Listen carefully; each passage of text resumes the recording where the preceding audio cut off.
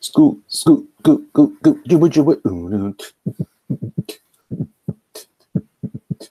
Hey, what's up, y'all? Welcome one, welcome all once again to the Jerkmonger Show, coming at you live from Tampa, Florida. I am in my studio, the Jerkmonger Studio. I, Elliot Fernandez, also known as the Jerkmonger. Hey, guys, welcome one and all. Muttman, what's going on, brother? How you doing? Sith Lord Luke Skywalker, what's up? What's up? What's up? What's up? What's up? What's up? Oh yeah. I'm just doing a little quick sharing of some stuff, tweeting that out so people will know that I am her. That's right, I am her, and I'm also going to put it on the Book of Faces because that's what I do. That's what I do. Oops. Uh-oh, I did something terribly wrong. Oh no. Oh no. Oh no. I did something stupid. Hold on, guys. I just yeah. We are going to delete that tweet, please. Ooh, cha. I think I just gave everybody the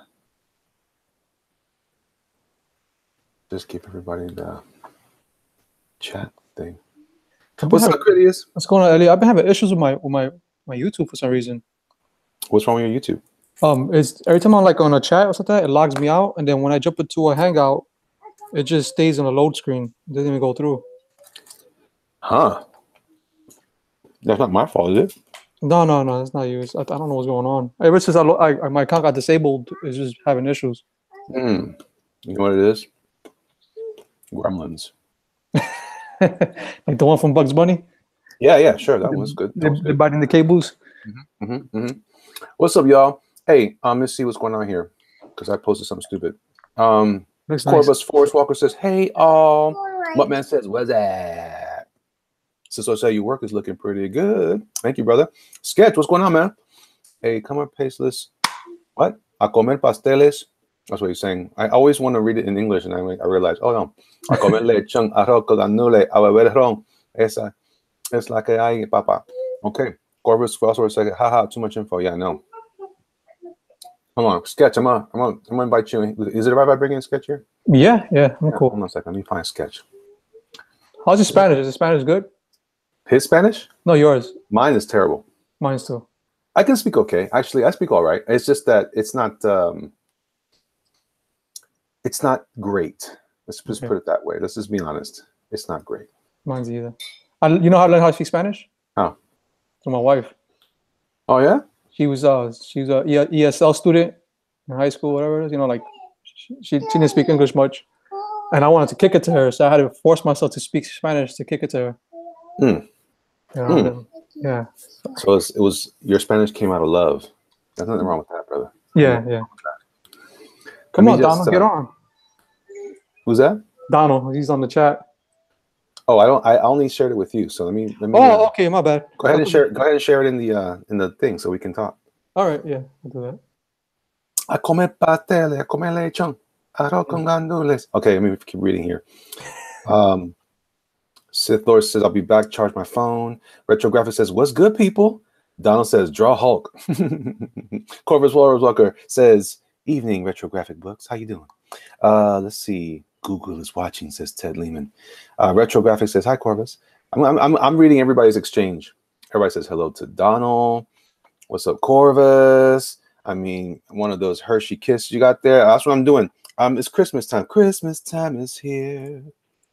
Time for joy and cheer. Scrams and scrams and frowns and scrams. Anyway, so this is my Christmas thing here. It's not really a Christmas thing, but it is my Christmas pinup girl for now. She could have been, yeah, I could have done a little differently with her. I like her. She's doing pretty good. Yeah. Hey, everyone. So, Ryan Cardinal, how you doing? How you doing? How you doing? I got one more of these to eat. No, take your time. Yeah, she's pretty thick. So what? She's pretty thick. You think she's pretty thick? Yeah. I still gotta add the little toys. I didn't put the toys yet. I'm kind of stupid. I'm kind of stupid. A comer pasteles, a comer lechón, arroz con gandules, y a beber ron, y que se echaba esto. What's up, brother? How you doing, man? Oh, it's the Christmas spirit, man. My taste buds, they're waiting for that lechon, man. I want that pork. It's a sketch. Oh, man. True. You know that Christmas pork, man. Puerto Ricans got something about Christmas and pork. It's like we skip the turkey and go straight to pork. I know, that's true. But you know what, though? I can't eat any of that stuff no more, bro. I'm super sad. What about like a little tiny portion with all the taste? You know what I'm talking about? I'm going to try. A little tiny portion, because sometimes a little portion, you know, it'll be good. You just can't go overboard, because you know how we do. We put that arroz con habichuela. We fill the plate. You know, in Puerto Rico, we fill the plate. My problem is that that's exactly right. I want to fill my plate with that stuff. And I'm kind of gross that way. No, that's not gross. That's just typical, man. You come over here, especially when you know, family over here, you know, you open the door when you go to grandma's house. You have not completely put your foot on the floor. ¿Te tienes hambre? Are you hungry? Come here. You know how they are. You know how they are, the abuelitas. They want to put food right in your mouth. Come over here. It is so true. It is so true. I gotta raise my volume here because I can't barely hear you guys. Is it me or is it you? It's me. Okay, good. All right. Okay, so let me see. I'm just checking to make sure. I do want to share. Okay, I'm going to share this with Cridious. Okay, I'm going to share on my timeline on the Book of Faces so we can get started. So tonight we are going to be working on yet another concept, right, Crid? Is that what we're doing tonight? Sounds good. Is that what we're doing? I'm sorry. I'm sorry. My daughter started crying. I'm saying. Here, I got crying. all my wrappers here. I'm eating. See, I'm not supposed to eat this stuff either, but I'm going to do it. I'm going to do it in front of all of you because I love you guys. And you want to tease us? I know. And I'm also diabetic, so there you go. Yeah. Boom. I'm terrible. All right, here we go. Okay, so Lafayette, I sent you the thing, so you come on in. Over. Oh, I love Lafayette. He's so funny, man. He cracked me up. Oh yeah, but tonight is sketches night, so we're gonna do our thing, but we're also gonna have a good time while we do it. Oh, it's your night too, because you're a veteran too, right? You were in it. Oh yeah. Well, in it for a little while back in the day. Oh yeah, long enough. God knows. Let me just do this real quick while we talk. So, Craig, you sent me some images on Twitter, right? Right. And that's supposed to be like inspiration for the character. Yeah. His name is Haldor Stigma. Haldor Stigma. Right. He's gonna go by the name Stigma. Is there a reason why he's called Stigma? Is that on purpose? Oh, obviously it's on purpose, but is it? Yeah, this is his last name, so he just goes by the name Stigma. Okay. So it's because stigma means something in English, right? Yeah, I believe so. Okay, so I just want to make sure. I was just wondering.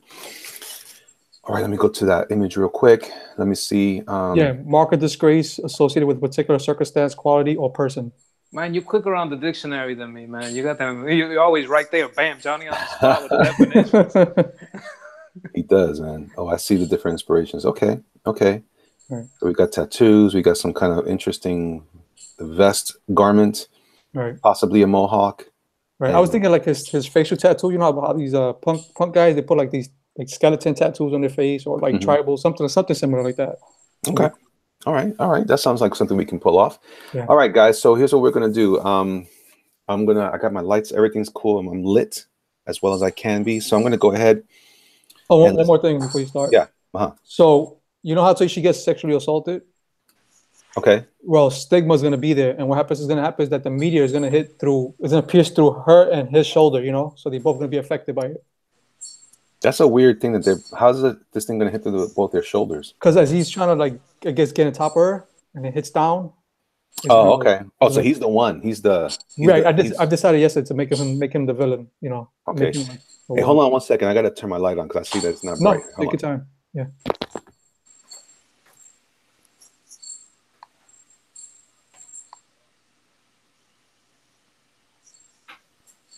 So this is a character that you're working on. All right. Yeah, it's for a summer book that I want to do called Young Glory. Young Glory. Okay. Sounds good. Me enamoré inaversidamente. No entiendo la razón de estar contigo. What's up? Come on, y'all. You know it. What's up? My father's a big. You got a good voice. I'm okay. I can hang with y'all. All right. So here's what I'm doing. So I'm going to start off with my dome, which I tend to do. Right. And I'm going to go ahead. I'm going to imagine this guy's going to be a little bit buff, right? Yeah, he's going to be a giant and definitely buff, you know. And the thing is that I want this is his after, because he's going to be a scrawny guy, you know, like a scrawny punk guy, but okay, he's affected in a different way. So do I need to design them both ways? That's up to you. You know, one is fine. Well, let's go for the main way he's going to look throughout the story, and then we'll go from there. Right. Okay, so here's what I'm thinking, right? So we said that he's the villain in our story, essentially. Yep. Right. So, all right. So we're going to give him the villain eyes, which is pretty much every eye that I draw. I always draw these eyes. They always look the same, but maybe a little different. So I'm just doing a loose sketch here. This is kind of how I did the one that we did with Young Glory. Right. Okay. So he's got the thing. Hey, by the way, man, congratulations on your situation. Oh yeah. Oh man, I'm so excited, man. You hit a stretch goal? No, so I'll share with the community. So you know, I can't. You know, I can't jinx it, because when I submit this, it's going to be either or. So I did a pitch meeting 2 weeks ago with somebody in Hollywood, you know, over the phone. Yeah. And I was pitching a horror movie, and the guy told me, well, you know, this is your first time pitching, I can tell, but you did a fantastic job, and I'm going to look over my notes, and we'll see where we go from there. So I told Doug, hey, this guy, I did a pitch meeting with him, and he said, I think I remember that he said they don't even go into it too much. They just say no. So if they right, go they say into it no. a little bit, so he said, right. So he said, hey, that's not a bad news. That's good news. Yeah. So then I didn't hear from the guy for like 2 weeks. I said, oh, he's not interested. So I put it away. I was like, I'm gonna write maybe in the future another thing. So then I was done with Elliot today, right, when we were doing another live stream, and I checked my email, and it said, hey, can you please submit the script to this guy, because he's interested in the story. And I was like, you gotta be kidding me. You know? That's great. Yeah. So then I had to write back. I said, hey, I ain't gonna lie. After I did my meeting with him, he gave me some notes, and I started editing the script, so it's not ready right now. So then they was like, it's fine. They're gonna give it to Friday. So I got to Friday to submit it. Oh man, so what you doing out here with me? You should be over there editing that thing. Well, you want to know the crazy story? Yeah. That the day before I had the meeting with him, I wrote the script in a day and a half. Oh, then you're good. Yeah. Right on, man. That's great, man. Congratulations. Yeah, I appreciate it. So right now, this is just like getting my foot in the door, not so much as hoping to sell it. Well, it looks that is it for Detective Dead? No, it's for a story I call Soulless. Okay. Yeah. It's about a boy who watches his domestic violence in his house, and he starts drawing in his notebook, and his hate allows him to create this creature, bring it to life, and it murders his parents, and he starts killing people throughout the years as you get older. Yikes. Okay. Yikes. Mm. You're a dark dude, bro. You're a dark dude. I guess. I'm just kidding. I'm just kidding with you. And you studied that a little bit, right? You know a little bit about writing a script, right? Yeah, that was my main study. You know, like, so I learned how to write for movies, comic books, and I forgot what else, some other medium. Where'd you learn to do that, by the way? Full Sail University. Oh, that's right. Mm-hmm, mm-hmm. And I didn't want to do comic books because I found it to be complicated, and I decided to focus only on movie writing. And so I had, you know, some chances where I almost had things option, but it never went anywhere from there. So I don't know. I just saw this guy. He did something for Freddy Krueger, and they had an opening to do a pitch meeting with him, and I took it. Wow! Congratulations, man. That's fantastic. It's good news. Yeah. So I'm excited. I always saw, like, you know, comic books a little bit like storyboards. And I also always heard that for Mad Max Fury Road, they never wrote like a script. They just had like storyboards. It's almost like the whole script was a comic book. Right. Yeah. Sometimes that doesn't always equate. They say that a lot of, especially guys who do storyboarding, they'll tell you that it's not really the same. And I think the reason why they would say that is because in some cases the storyboard goes in more into sometimes specific beats and movements that wouldn't happen in a comic. Yeah, no, it's a very loose. You can base a storyboard on a comic book easier than other things. Is what I was trying to get at. But you're right. You're right. Yeah. Because they go into camera angles and you're panning from here to here and all that stuff. But they're definitely close cousins, though. To be sure, to your point, that it's not, you're not necessarily wrong. I'm just saying, I'm adding that to your comment. Yeah. No, hey, you know what I believe? The more perspective, the better the view. Philosophizing. Yeah, a little bit. Philosophizing. I love the philosophizing. All right, so Crid, real quick. So we have here. I wish I could just pull out the little conversation here. I have a generically angry dude, right? Right. So does he have facial hair? No. No okay, so no facial hair. Does he look at all like what you were maybe thinking? I'm going with a general angry dude. He's almost there. Okay. Is he kind of goth? Yeah, he's. I'm sorry, I forgot to mention. He's kind of like goth punk mix, you know. So maybe he's too big. Maybe he's too bulky. Maybe we go with something more like. Well, I want him to like. If he grabs young Glory by the face, his hand is at least like bigger than her. His palm is bigger than her face. So it's okay if he's kind of like a big jawed guy then. Right. Yeah. So he kind of hulked out in that experience. Yeah, right. That's what it is. He hulked out. Okay. All right. You know, he's as tall as you want him to be. So I won't break his nose then. I'm going to give him something a little bit cleaner. Let's see. Yeah, I want him to manhandle her. Savannah, don't do that. It's going to break. Yeah, give him a more narrow nose. Yeah, that looks cool. And I'm going to see here.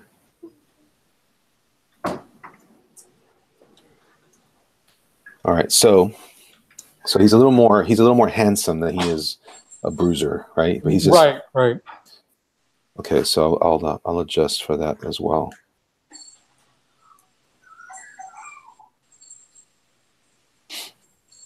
Sorry, man. My daughter's driving me crazy over here. That's okay. That's okay with me. It's okay with me. What's up, heck? What's up? Oh, what's that? Okay, so all right. Okay, so again, you know me, I always start off with like a face because to me the face is like everything. Right. Yeah, for sure. And that's where all of the expression happens. That's where you see all the history in the persons in their face. If you could tell someone has had a hard life by their expression, right? Or by the weathering in their face. That's always kind of a trope. Those are just tropes, not necessarily the only way, but this is some of those things that I look at very quickly as like a determining factor. Bald is beautiful. So he's not necessarily bald, right? Does he have tattoos on his face? Yeah, tattoo face. I mean, if you want to do him bald, it's fine. I don't mind. You know. Oh, no. We just do some images there just to see, you know, what will work. But I originally planned like a bald guy in my mind. Okay. So he is bald. Yeah, I just do the hair that's just maybe, you know, I don't know, looking like a Norse or a Viking or something like that. I kind of seem like the Kurgan from Highlander. Yeah, that's fine. That's what I see in my head. Yeah. Based on the images that you sent. Right. Just give me the prize. Just give me the prize.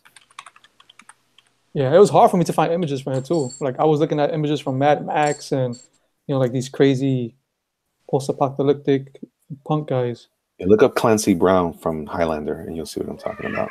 Yeah. Leodara says, give him Super Saiyan here. He's more of a top noggin, not so flat on the chrome dome. No, man, this is how you do a dude that's kind of like kind of a bruiser. He's gonna have a little bit of a short to play. Hector, back up. What's wrong with you? All these Puerto Ricans coming in here trying to tell me what to do. I don't understand. We are kind of like that, you know. Yeah, well, you know. All right, so what kind of tattoos are you thinking? They're tribal. Is he? Well, actually, we talked about doing a skull thing, right? Right. What were you saying, Sketch? That I'm looking at the Celtic face tattoos, but they're very intricate. Yeah.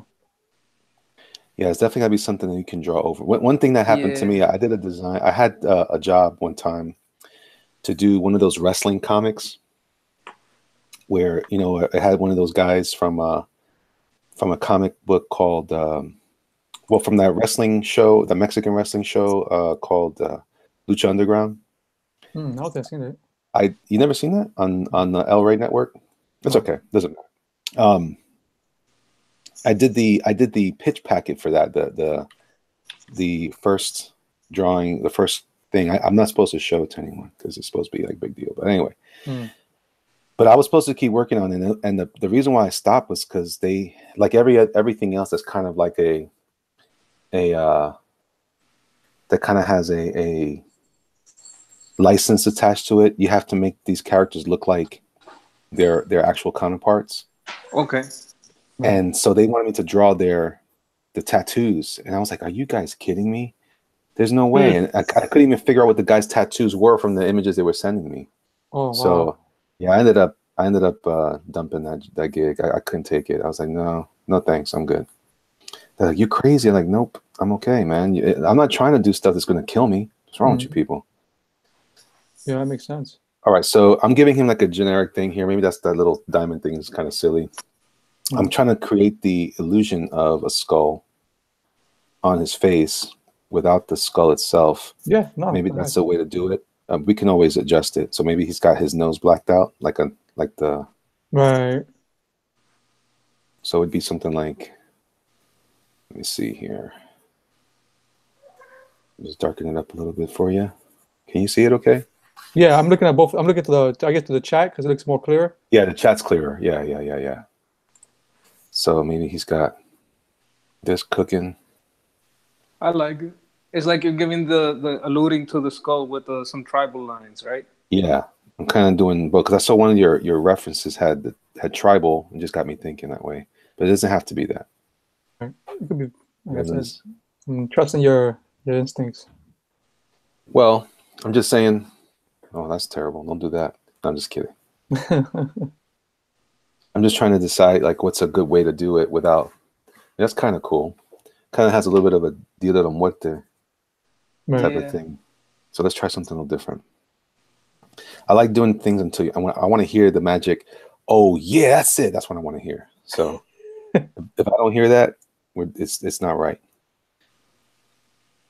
Normally, I probably would have done this digitally in the future. Next time I'm going to do these things digitally because it's easier to see anyway. Right. Photoshop, and then on my desktop, right, Sketch? Yeah, but I had a question about that. The files you eliminated, were they related to the program? No, they were like PDF files, and they all added up to about 898 megs, almost a gig. So I was like, I wonder if that's what it was. Because as soon as I dumped it, it got super smooth. They might have been also in a folder that's monitored by the system. If it's, Oh, well. So that anytime you're doing anything, it'll search through all those files or whatever. It's weird because, for people who don't know, I was having trouble with the my Mobile Studio Pro, man. Thing's expensive, and I almost can't use it. It's driving me crazy. But you learned a trick or two about the task manager and all that stuff, right? I did. You hooked me up, man. I appreciate that. I just gotta just make sure I do that every time. But I didn't use it today. I did use it after I dumped it, man. I was able to finish that one project. It was looking good too. I liked it. Well, man, he's got a good jawline. Doug called it crap, so I don't know. Well, I'm not an artist. I think this is wonderful too. I mean, but to me, it feels right. I don't know. I didn't get like a full sense of what the goal was on the other one. It looked like a landscape. Yeah, it definitely was. It was part of the project was to do a landscape for a mural that someone's trying to develop. Okay. So, that was the big deal of that.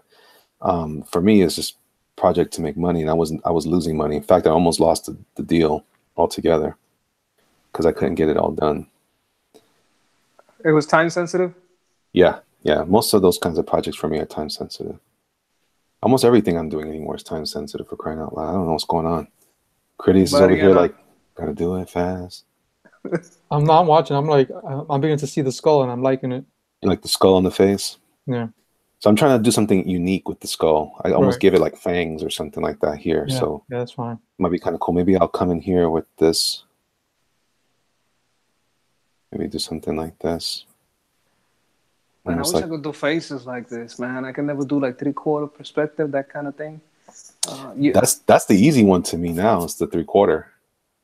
I just usually do the symmetry line or full sideways.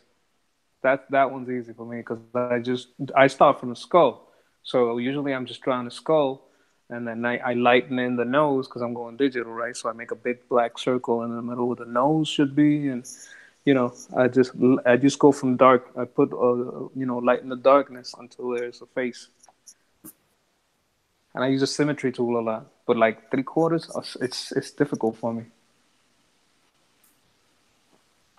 But you got to keep at it. I've been keeping at it, and it's just for therapy. So as long as I keep trying, and it just takes my mind off stuff, it's all good. Right. Yeah. I kind of like this. Yeah, I'm not gonna lie. I'm liking it too. I ain't gonna lie either. I'm just watching it from the chat. So this is beautiful. I see it. And then we'll darken this up here. And if we have to, well. Somebody said that's 432 Heck said that's some serious Papa Chango looking guy. Yeah, there's nothing wrong with that. I like Papa Chango. Remember the dude from he played his name was Baron Samedi, the guy from Live and Let Die. Yeah. Chris Banky with no caffeine. Is that a movie? Yeah. Papa Chango? No, the Live and Let Die movie was the one that had the guy that was representing that character. Oh man, I'm about to sneeze. Don't sneeze. It gets loud. Achoo! No, not gonna do it. Not gonna do it. All right. Oh, he's from wrestling. Who? Papa Shango.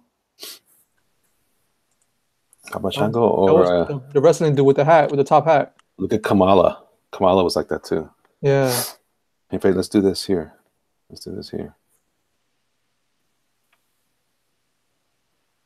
I don't know about that. I like the top of the skull on his face. Yeah. But then I don't like the way that he kind of has. Should we darken him all up? Is he tattooed all over the place again? I don't know. I like the way you did that thing. What's that? On the bottom? Yeah. Well, there's a couple of ways to do this. Right. We can go this way, right? We can do little lines like that. That's always cool. Yeah. Maybe they have little ornamental elements here. You know what? I'm gonna get my tattoo like this on my face. No, you don't think?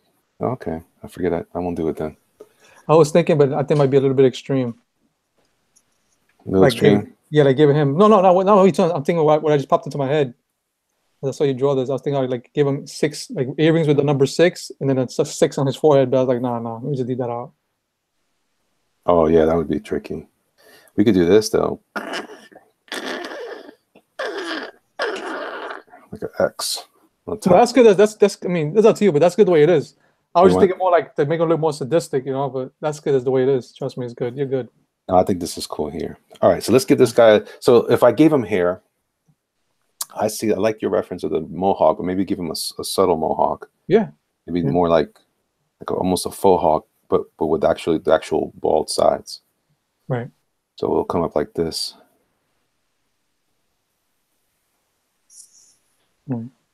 Like a rooster. What do you think about that? Yeah.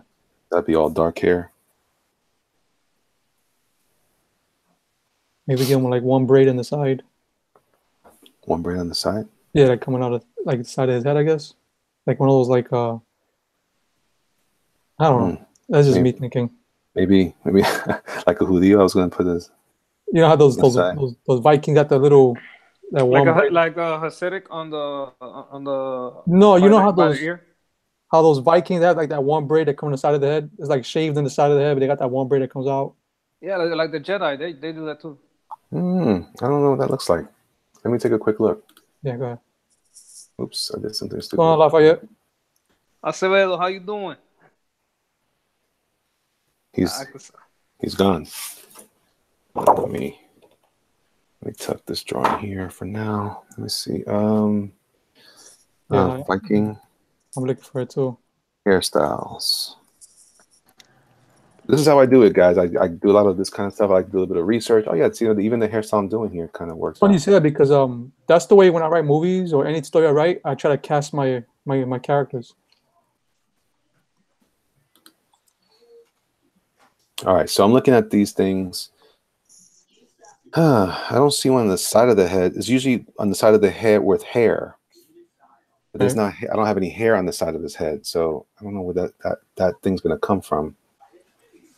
Yeah. Well, you can make the edges of the skull where the hair starts. Well, he's bald. He's just got a mohawk right now. Yeah. A mohawk is fine. Okay. That's what I designed. So if you want me to add more hair on the side, I can do that, and we'll give him a little more. What do you think? I mean, to be honest, I'd rather give him something like an earring with, like that one guy that you have, the guy with the skull head. Okay, right, yeah. Go ahead. Just give him that, Yeah. That's a little something that's easier. That's also easier to just throw in there whenever you need it for action. It can flap around a little bit. Si quiere, ponemos put a couple of them in here. Right, yeah. Yeah, I think that's better. I like that. Yeah, I like that a lot. Yeah, it looks makes it look more savage. Yeah, definitely. I like that. What I'm going to do here is I'm going to just create a little design element underneath. Yeah, since cool. We have one on top. Now we're talking. We have one up here. And then, in fact... Yep. So that way it looks like it's not just a painted skull, like the Punisher or something. Right. It's a legitimate tattooed element. It looks almost like an axe head or something. Yep. All right, cool. All right, so let's go ahead and ink this guy up a little bit. Let's see what he comes out like. How's my chat doing? How's everybody doing so far? All right. Sugar Skull, man. What are we drawing here? Oh, be cool. Be cool, Bear. Take it easy. Get better. Let me go tweet this out. Great. You see my phone.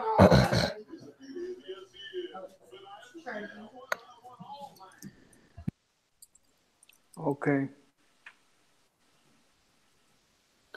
Let me man, I wish I could draw this good, man. Me too. Yeah, you ain't buying your own hype. No. I don't know. I think I think I'm right. I'm still learning. Ah, man, gee whiz. I'm almost out of ink in this thing too. Oh. Hold on. I'll be all right. Give me a second. So continue, guys. No. I'll probably show everybody how I load this thing up so people can see it. What's going on, Donald? Donald's here? How you doing, Donald? What's up, man? I'm good. How you doing, Sketch? What's up, Elliot? What's up, brother? Brutus coming along. Coming on good. Good. Glad to hear it. I got that one. I'm at the halfway point, I believe, right now. Nice. Right on track. Yeah, I gotta go call Donald every day on his phone. Make sure, Donald, you done with the pages yet? Donald, finished with Brutus yet? Donald, hurry up, Donald. Well, every day you're hustling, right? Every day. Yeah. Did you guys ever catch 3 days a week? 3 days a week? Did you guys ever catch Mitch and Doug talking about pens? Mitch is a freak about pens. Yeah. Oh, man. I'm about to dump some. Well, I don't have any money, but I would love to dump some money on that Mont Blanc. Love to. Oh. That's what they're using? Yeah, I'm a pen dog too, man. I love that stuff. Man. If I've been buying pens and stuff, because ever since I started to kind of shift into more of like just in general illustration, I started to experiment with different tools, and I'm fascinated with the way these old cartoonists from like the newspapers would use pens like that, the dip pens, and not just dip pens, but that one it's kind of like an injection. Like you put the tip in and you just pull on it, and it fills the whole thing. A very fat pen, full of ink. It's supposed to last quite a bit. Yeah, it uses a suction system. Yeah, I have a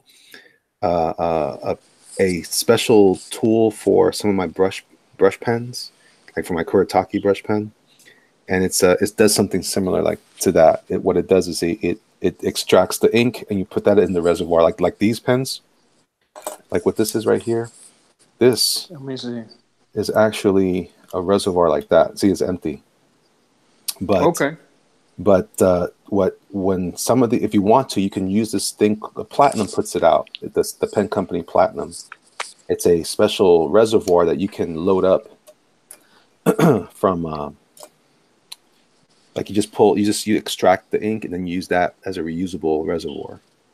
I don't use it because I'm an idiot and I'm scared. I don't want to make a mess of my art. That's always been a concern of mine. Because that's the one thing I'm always worried. That's why I always buy the refills, because I'm like, man, that's all I need is for this thing to unseal and it just leak all over the artwork in the middle of a job. I would hate that.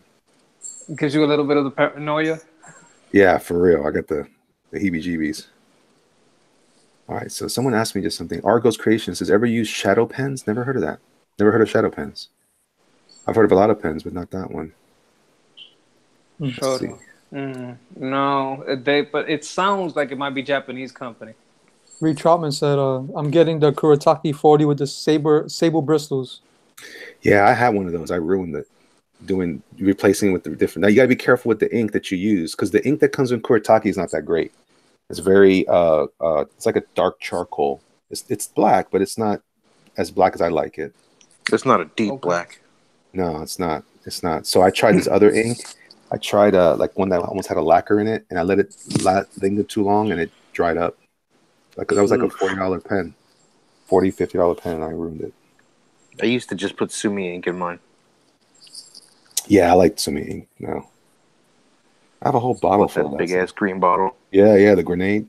Mm-hmm. Yeah, I like the little grenades too, but I got the big grenade. It smells minty fresh. You ever smell it? It's got this weird smell odor to it. It's like smells like mint or something. It always smelled like new plastic to me. Yeah. That hot plastic.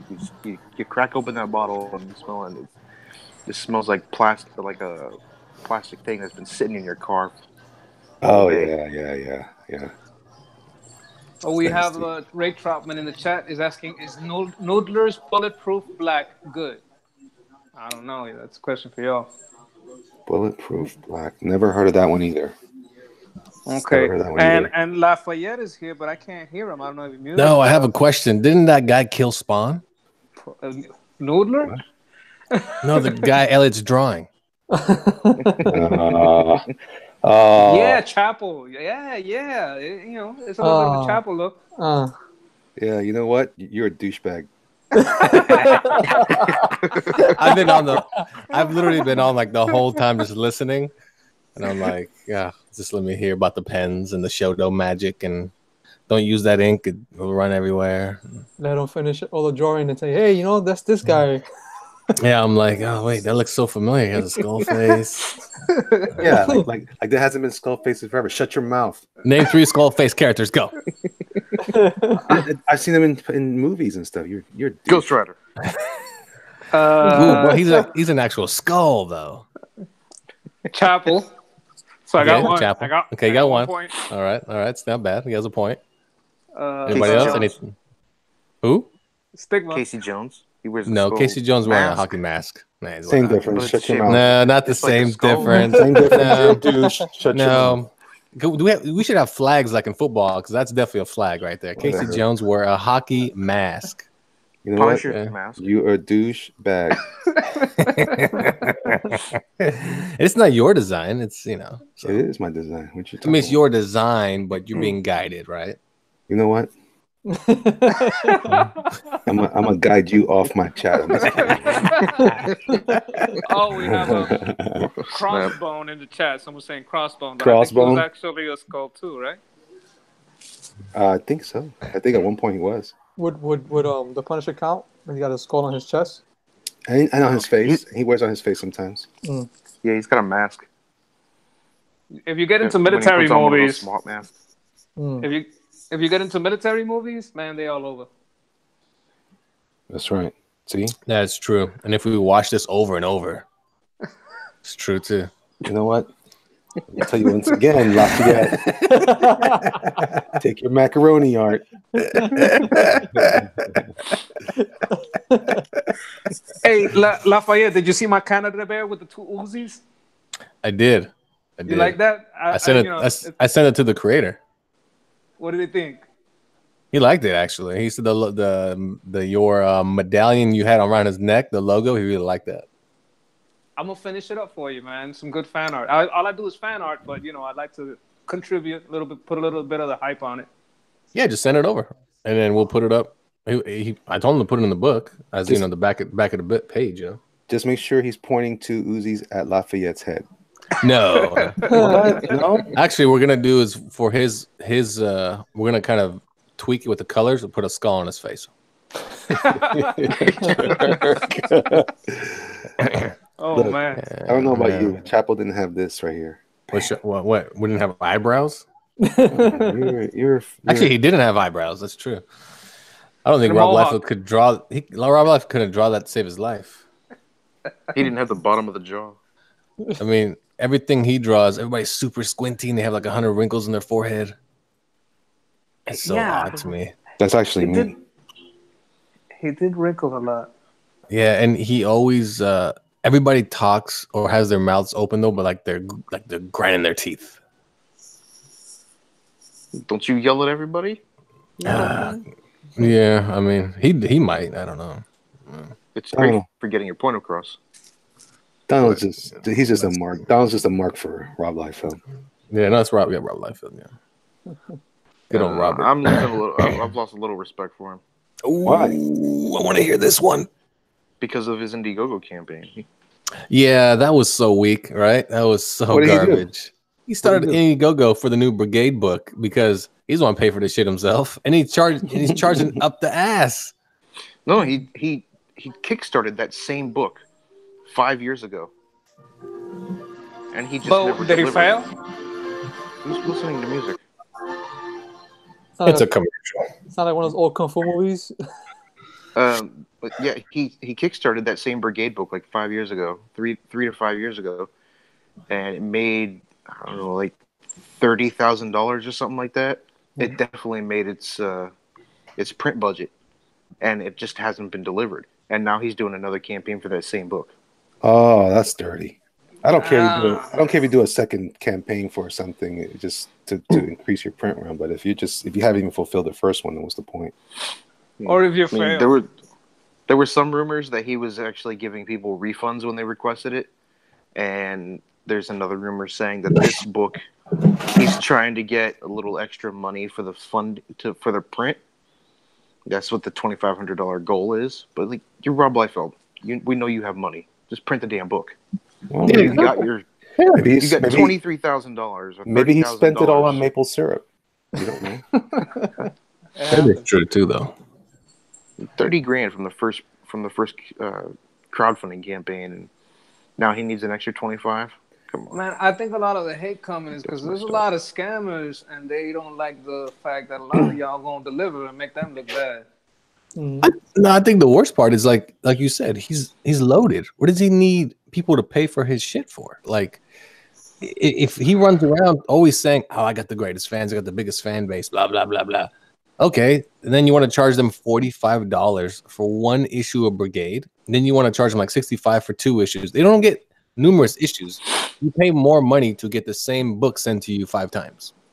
Yeah, but I heard Marvel's stingy, so he might not be as loaded as Oh, he's not loaded off of Deadpool because he doesn't own the rights. So he's making all his money off of his name. He just sold his entire Extreme Universe to Netflix. I guarantee he got some dollars. Oh, he did. But the thing is, it doesn't include Youngblood. It only includes Brigade. And that's pretty much it. Wait, are you serious? He doesn't own Supreme because Alan Moore owns half of that. Oh No, he doesn't. So what do you sell then? Half of it? No, Supreme was created before Alan Moore even got on it. He's basically sold Prophet, Brigade, everything but Youngblood. He doesn't have the rights to Youngblood. Okay. So he should definitely have enough cheddar to get this book off the ground, right? But even if he doesn't want to pay for it himself, he can just, fork out that $2,500 and put it through Diamond. Yeah. That's true, right? That's all he has to do. But who would he get to print the book? He has to pay for the printer, right? I think what he's really doing is he's just trying to get pre-orders. That's all. He just wants to sell the book outright. That's all. $30,000 for the pre-orders 5 years ago. Where's that book? Yeah, exactly. I don't think he wants to go through Diamond or anything. He just wants to do the book strictly through that. How did the campaign go? Was it successful? It's going. It's still going. Oh yeah. Oh, well then. No, the new one.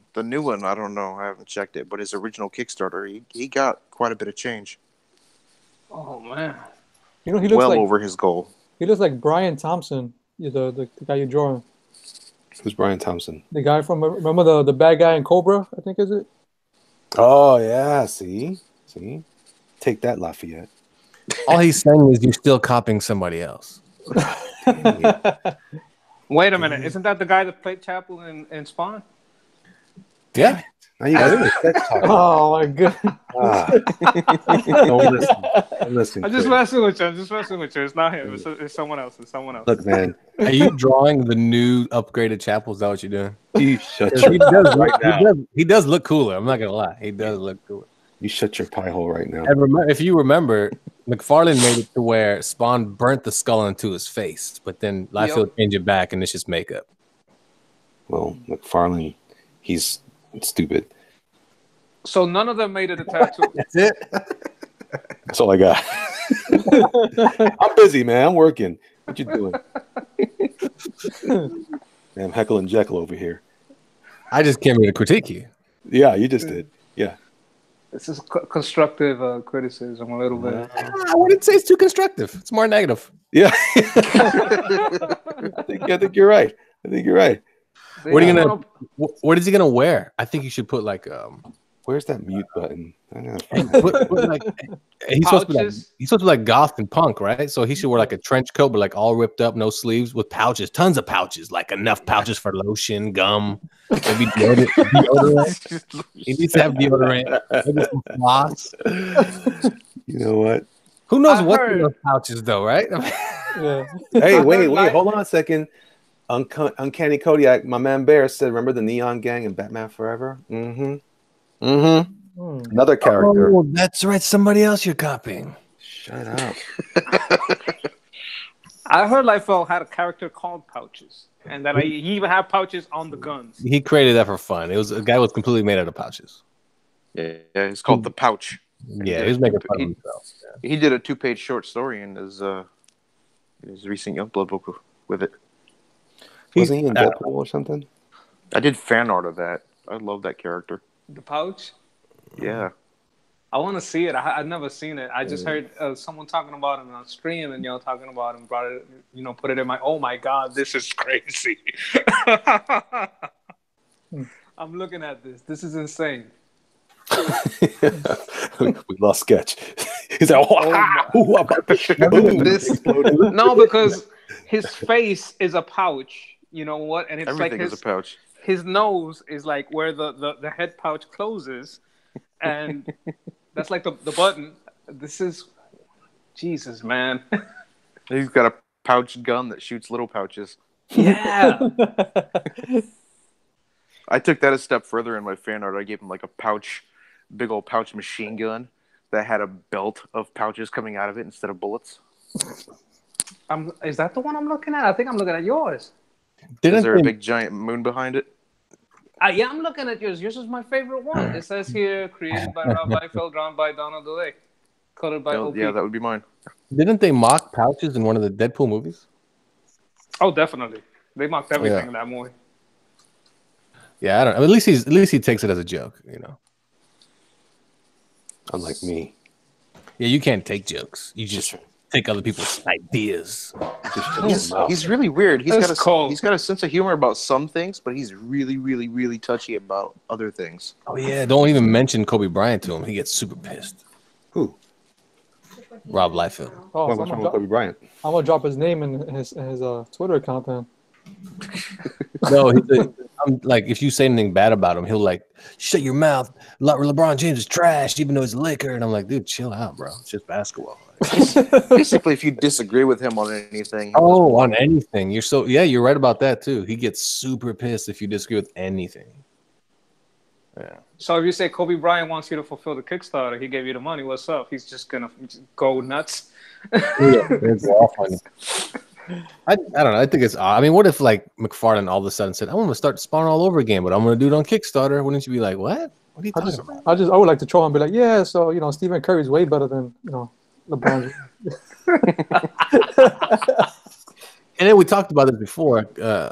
If you guys know the artist Corey Hamacher on Instagram, and he's any kind of platform, he draws tons, and he used to draw for Liefeld and Larson. Anyway, he drew Brigade, this new one that's on Kickstarter. And Liefeld never paid him for it. And Liefeld decided in the end, I'm not going to use any of that stuff you drew after I hired you for it. Did he pay him? No. Still didn't pay him? what? He drew 3 covers, and he drew issue 1. And then Liefeld's like, I'm going to do issue 1 myself, and I don't need those covers. I'm like, come on, dude, really? You're the worst. You are the worst. That's pretty cool. That's pretty bad. Let's get John Malin in here right now. Right now. No. Let's get to the bottom of this current situation. This is more important than fires in LA. And by the way, how you doing with all that stuff? Are you good? It's in Malibu. Malibu's a good 30 miles from me. A lot of Hollywood homes are getting burned up. It's just Malibu. No, I mean like superstars, like movie stars and stuff like that. Yeah. Oh, big time. Yeah. Oh, yeah. Like Cher lost her home. What? No way. She probably had Gerard insurance. Butler. I just saw a tweet that Gerard Butler lost his. Yeah, Gerard Butler lost his home, and Cher lived in that home since 1972. Oh my God! I wish she could turn back time right now. That means any memorabilia inside the house. Why? Turn back time. Yeah, but that's pretty bad. But we don't. I'm over in like where there's Manhattan Beach, Redondo Beach, and so forth, and we don't. It's not affected over here. No smoke. I mean, nothing. You nailed it, Elliot. Okay. This looks good. Yeah, this is perfect. I just want to know what his outfit's gonna look like. Well, we're gonna get there first. I always have to feel like I understand who he is from the neck up. So that's that's why I always do a lot of portraits, because portraits mean. Wait, real quick question. So I understand the media gets shoulder. He turns into like almost like he gets like Captain America, like from scrawny to big guy. Is that face paint, or is that from a reaction from the media? Like, no, that's his tattoo. He got a tattoo like that. Oh, he has a face tattoo. Got it. So I'm thinking that maybe his face tattoo is is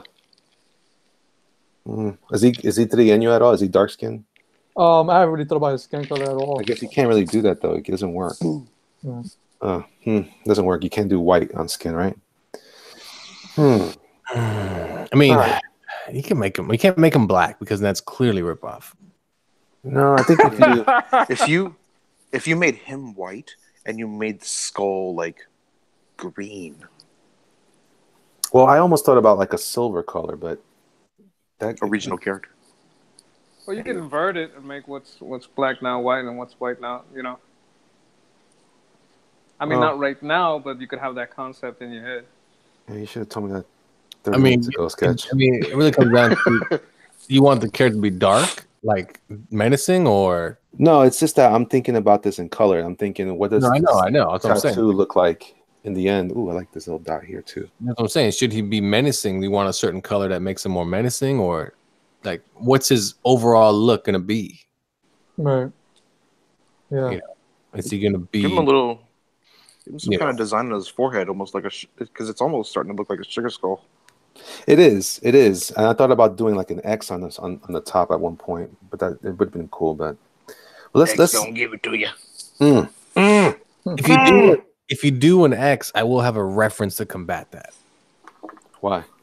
I don't know. I'll just have something. Oh, who brought this guy in here? Oh, it was me. How Yeah, about Hey, I don't know, man. No, so let's. he just trying to save you from copyright stuff, man. No, he's not. No, Thank you. He's not. He's just busting your Wait, chops. what's Okay. his No. first name? I know his last name is like what's his name again? He His is name? funny. I don't know why. I just feel so thrown off right now. Stigma. Stigma. Yeah. Does he have a first name? Yeah. Harold. Holder. Haldor. Haldor? Yeah, like Yeah. this would be like a Norse name. Okay, I thought his parents were dyslexic on the birth certificate. No, yeah. They're trying to spell Harold. No, Haldor Stigma. Haldor. Put a H Right. on his forehead.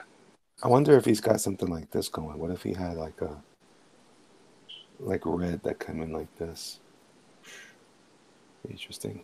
Yeah, the more Anyway. he does look like Papa Shanga. You're right. He does. Wait, hold on a second. Where is that? Hold on. Where's the mute? Oh God. Papa Shanga. Oh yeah. Hold on. And he's muted. I'm googling Papa Chango because I don't know this guy, but He was a wrestler. Maybe like he's a rest. maybe like a tribal coming down from the top of his head into the skull, or something. I don't know. How do I unmute him? I don't want to mute him anymore. Does he have to unmute himself? Unmute yourself. Oh, snap. Okay. I see. didn't- How do I fix that? Oh, it was a joke, and I ruined it. I moved. I muted him for real. No. Does he have to unmute himself? I think so. Let me see. Yeah, he still seems muted. Try to unmute yourself. I didn't mean. I was just kidding. I didn't mean to actually mute you. That's not true at all. There it is. Is he back yet? Oh, he keeps hopping in back and forth. All right. So, That was great. let's see. Hold on. Because of that, he's stressing me out. So I have to have some more candy. Look at some punk Cracks on the face skull. designs. See, beefed up. Simon, you wrote beefed up, but I'm going to give you that. Beefed up Papa Midnight. I know. All right. Cracks on the skull. People saying cracks on the skull. Yeah, but you wouldn't put cracks on your tattoo. Right. All right. Lafayette, you there? Yeah, I'm right here. I don't know what happened. I don't know what something happened. Maybe like a you know how Oh. those guys get those skull piercings, or what do you call it? They get those implants, like little spikes on the head. And you know what, though? That's a lot to draw. Yeah. If you're not careful, that becomes something that's like, it's easy to forget. Right. I mean, he already has these things and a little earring there. Yeah. There's already a lot of pattern and design to this. Let's see what happens. Yeah. All right. So, I'm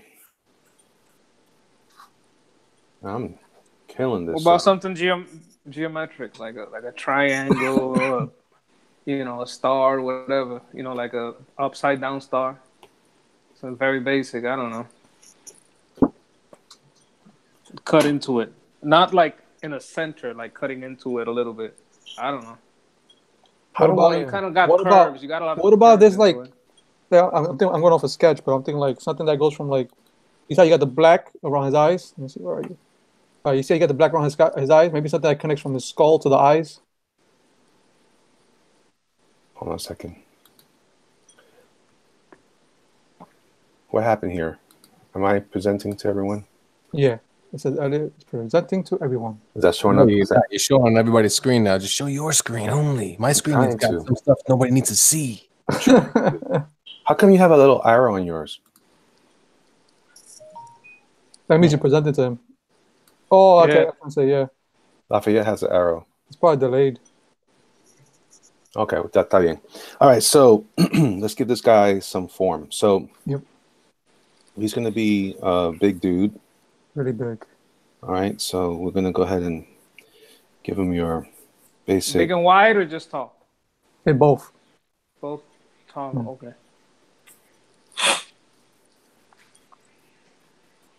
Well, no, I probably should I probably should do this on a separate page because I'm already drawing large. Well, I shouldn't draw that large. I'm trying to figure them out.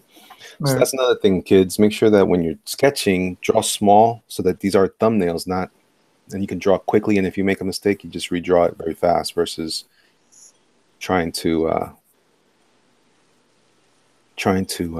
re-illustrate the whole comic before it even came out. All right, so can you see this, Crit? Yeah, I can see that clearly.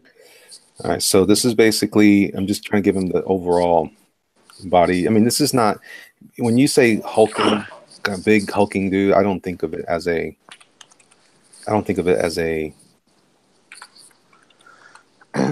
it's not really original. There's nothing really to design there. The main thing is going to be his costume. Right. But as long as you're cool with these kinds of proportions, then giving him a narrower waist, perhaps, making him more like the Del Keown Hulk. Yeah. Okay. X is going to give it to you. You got me thinking that, Donald. You got me thinking X. X is going to give it to you. He just got out of prison not so long ago. What? He just got out of prison. Yeah, he got out of prison was it 2 months ago? Last month? Oh, no kidding. Yeah. Good for him. What was he in for? Tax evasion, I think, was it? Oh, that's how they got Capone. I think he owed, Was it Snipes? I think he owed like 30 million in taxes or something like that. Jesus. How the hell do you rack up that much tax? Yeah. By not paying it. Ever. Ever, right? That must have been a long time. Yeah. Like, I'm not gonna pay taxes. What's an accountant? Did you know that his song actually helped set give him I think was it a year or 2 years in prison? They want to give him more of a sentence, but they play his song. Oh man, what's that? It was a song. It was falling. It was falling. It was falling. Yeah, that's the one. Yeah. They play that song and it helped out his case. What's the song say? I don't know that one. It's just about somebody that's falling. Help me, I can't get up. It's like a struggle of a man. Right. It's a good song. It's from his very first album. His first album was his best album. I'm slipping. I'm falling. I can't get up. And then the judge said, "What's up, X? What's up?" He's all right, man. I'll let you off a little easier. All right, so basically, this is his proportions. I'm thinking. What do you think? Yeah. It doesn't really matter because nobody ever draws these things the same every time. But right. I would probably make the legs skinny. The Professor Hulk. You remember Professor Hulk? Who drew that kind? It was Peter. I forget his name. Still Keown. It's still Keown? He's the one that did Professor Hulk? Yeah, he jumped. I think somebody might have drawn it before him, and he jumped on that run, but mostly it was Del Keown. You talking about Mr. Fix-It? I like that. The Smart Hulk? No. Yeah. Okay. I heard about Mr. Fix-It. Okay, I was gonna say that's McFarlane. Yeah. No, Professor Hulk was later because they thought that he was just, it was like his ego and his super ego fighting, and it was just all in his head. And Professor Hulk was like as smart as Banner, but as strong as Hulk. So was it Banner or was it Hulk smart as Banner?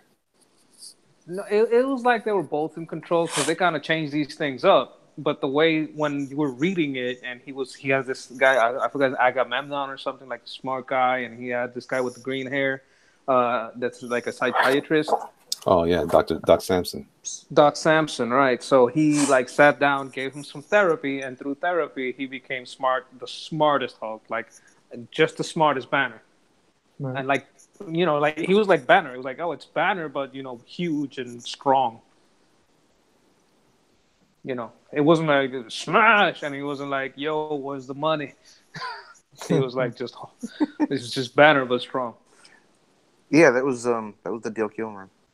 I like that one. Well, that's the only one I knew. By the time I started collecting, McFarlane was already on Spider-Man, and jumping onto his own Spider-Man 1. That's when I got into it.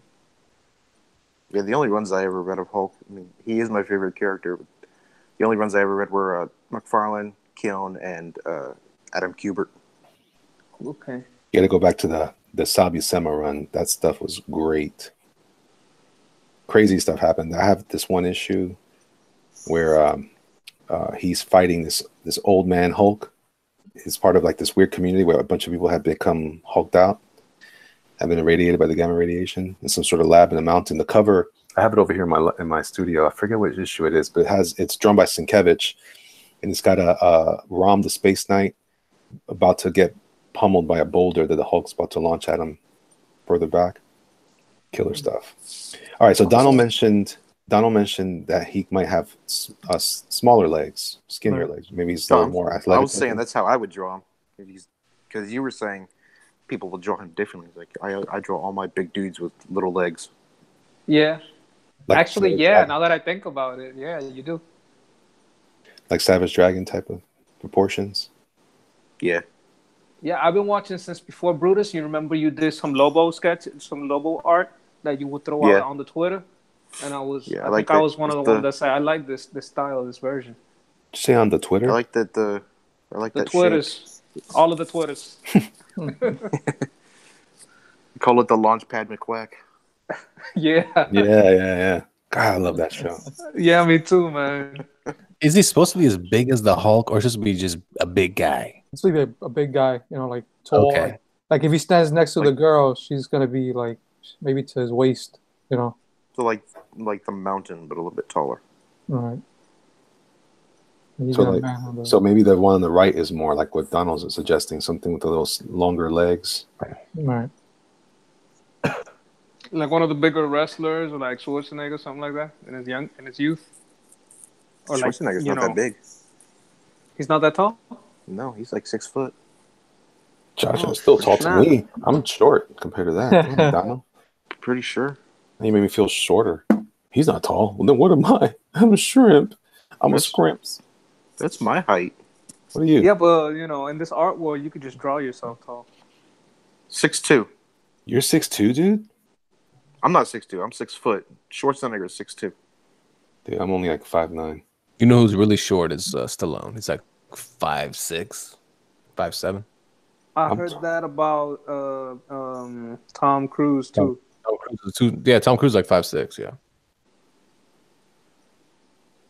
Well, I'm around Tom Cruise height. I could say it like Stallone that. Make it sound better. Stallone is 5'10". Tom Cruise is 5'7". He is 5'10". Oh. Dolph Lundgren is still pretty short. 6'5". Dolph is awesome. Yeah, he's huge. Yeah, he's a big. Did you guys see that movie he did, that horror movie? It's that terrible thing he did where he's like a demon hunter. No, I didn't. Dude, you just said I watched Dolph Lundgren movie, bro. Yeah, it was in a like a Netflix movie. Like I know what you're talking about. I haven't seen it though. Man, I saw him on Arrow when I watched the CW for a little while, and he did good. I mean, his part, he did his lines good. Oh yeah. He was a Russian mobster, right? Yep. Yeah, I remember. I kind of like that season. Oh yeah, that was a good season. Hey, he's in Aquaman, so he is. We'll see his acting chops. He's in Aquaman. Doing what? Yeah, he's like, isn't he the dad? Yeah, he's the dad. He's like one of the main characters. Yeah. Dolph Lundgren is in. He's Aquaman's dad. Oh my gosh, that's funny. Because Jason Momoa is huge, man. So it's gonna be hard to picture. Yeah, he is. Actually, it's gonna be hard to picture how these two really, really white people ended up making Hawaiian. That is true. I'm pretty sure it's not really his baby. He's so stupid. I'm pretty sure. Perhaps. I'm pretty sure. I'm not joking. I've looked into it. I think when she was lost in the ocean, a black salamander got into her. All right. So what do you think about this proportions, Cridious? Yeah, I like both of them. Yeah. All right. Well, you can't have both. No, I'm saying whichever you like. I'm saying like I like both of them. Whichever you want to go with, I'm fine. Well, I'm gonna go with this guy. You should have skinnier legs. Yeah. This guy looks like a give him a little bit of hair. All of a sudden, he's a punk rock guy with an attitude. Mm-hmm. This guy here is like, he would probably be taller than this guy. He'd probably be this tall compared to him. Because he's so much larger. So, right. All right. Meanwhile, Glory is probably this size to him.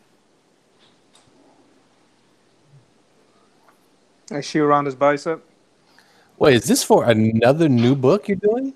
Yeah, but it's for like summer. Oh, I thought this was for the. He was a bad guy for that 70 issue book you already wrote. No, that's that's Nasser. That's NASA. Nasser wrote this. And all you guys, you writers, all mixed up. Nasser wrote the 70-page book. Yeah. Oh no, Wait, are 70 you seriously? issues. 70 issues. Not Are you pages. seriously doing that? Who? You? No. You seriously? You're oh. No, I told him I try to help him with something. Maybe I can help find someone to do it or something like that. But I'm not going to do that. You crazy? That's a lot of story to tell. And That's what I'm saying. I was like, I can't believe you would commit to that. It's 6 years. I If know. it was monthly. Oh, If it was monthly. And that's a lot of bread he had to pony up too. Yeah, he's afraid to pay me money to design his characters. You're never going to be able to afford that book. Oh well, poor Nasser. yeah. Like he's been trying to get me to draw that thing, but condense it to 96 pages. Well, it's different to draw something like fun, like like Brutus, right? But then you get into something like that, and then he's got a very complicated story. And it's not that it's a bad idea. I mean, I'm sure it's great. I just don't know that I have the stamina for something like that. Mhm. But is Yeah, it like a it's- horror? Is it like a horror thing or? is Yeah, it a don't hero ask thing? Nasser. Okay, it's everything. It's the everything? time involved Okay. for me. He literally tells you it's time travel to a superhero book to a horror to a thriller to a detective. I mean, what is it? It's everything. What do you call it? It's my magnum opus. I'm like, dude, It's just a little young for. you can't throw everything in it. Like, like Right. I don't know. When he explained it one time when we were all on, I was like, man, no one's gonna want to draw that book, bro. I told him condense it into smaller books, smaller material, like Hellboy. It has plenty of stories, but it's probably about that many issues if you Yeah. add them all up. All right, so I'm giving him like almost like combat boots, like wrestling boots almost, but they're combat boots. Yeah, no, that's how those punk guys were, right? They always wear like those combat. Listen to you, those punk guys. You're so Yeah. racist. No, yeah, those punk guys. No, not cool, bro. But the way I imagine his all right, so the way I imagine his clothing, right? Okay, go ahead. All right. Oh, so, okay, yeah, I'm drawing all kinds of stuff here. Sorry. No, you're fine. You're good. You're good. No, You're good. He gave me a bunch of reference. Let me look at the reference too. So, you see how he got that shirt? It looks like it's closed in, but it has arms exposed, something like that. And then on his legs, it's like a skirt, but it's not like a full skirt. It's like split down on the front and the back. Like it's just basically hands on the side. Gotcha. Okay, so he's not. So he could have jeans underneath, almost Yeah, like right. almost like an extended kilt. Right. All right, so it's more like this then. Right, but it's broken. It doesn't connect with the left or the right. What do you mean? Like the way the kilt is, like it splits down the middle. Like I don't know. It's like you take a skirt and you divide it down the middle. And it's just like. It's like if he was wearing a skirt and then you shoved a sword right between his legs and chopped down. Wow. And split the skirt. Right. Or is it more like the bottom of a trench coat? Right. Exactly. Okay, so on both sides. So he's still wearing pants then. Right. Yeah, he's still wearing pants, of course. Unless he's that kind of villain. If you want to go with the less violent. I see wearing a sleeveless trench coat basically with jeans. Let me see. So he is wearing. He does have one of these things going. Oh, Like a vest? This guy is pretty spooky, man. I'm not gonna lie. He kind of reminds me of Pinhead. All right, so let me. How? Because he wears those weird black trench coat thing with what you haven't. You're not looking at what Cridious sent me as a design, like an idea for this guy's costume. Yeah. So it's he's like gothic / punk. So he's pretty dark. So a guy this size and goth, it's Halloween every day. Pretty much. Yeah, when I was a kid, I used to be like that. I'd have like a horse skin trench coat, and that sounds like okay, but it's in Puerto Rico, so yeah, so that makes you really badass. Yeah. No, I wouldn't say badass. Just like everybody's like, what? Aren't you melting in there? That's what I'm saying. You gotta be badass to wear that thing in the heat. I don't feel the heat. Pain is just weakness leaving the body. It is. Also sweat. Also sweat. Sweat is just weakness. You know, I won't lie. You know, that kept me kind of slim. You know, it does. You know, it's like a portable sauna. You just got it on you. That's like when I was in high school. I used to wrestle for a split second, and and I remember we were trying to get to lower our weight to make our weight for the match.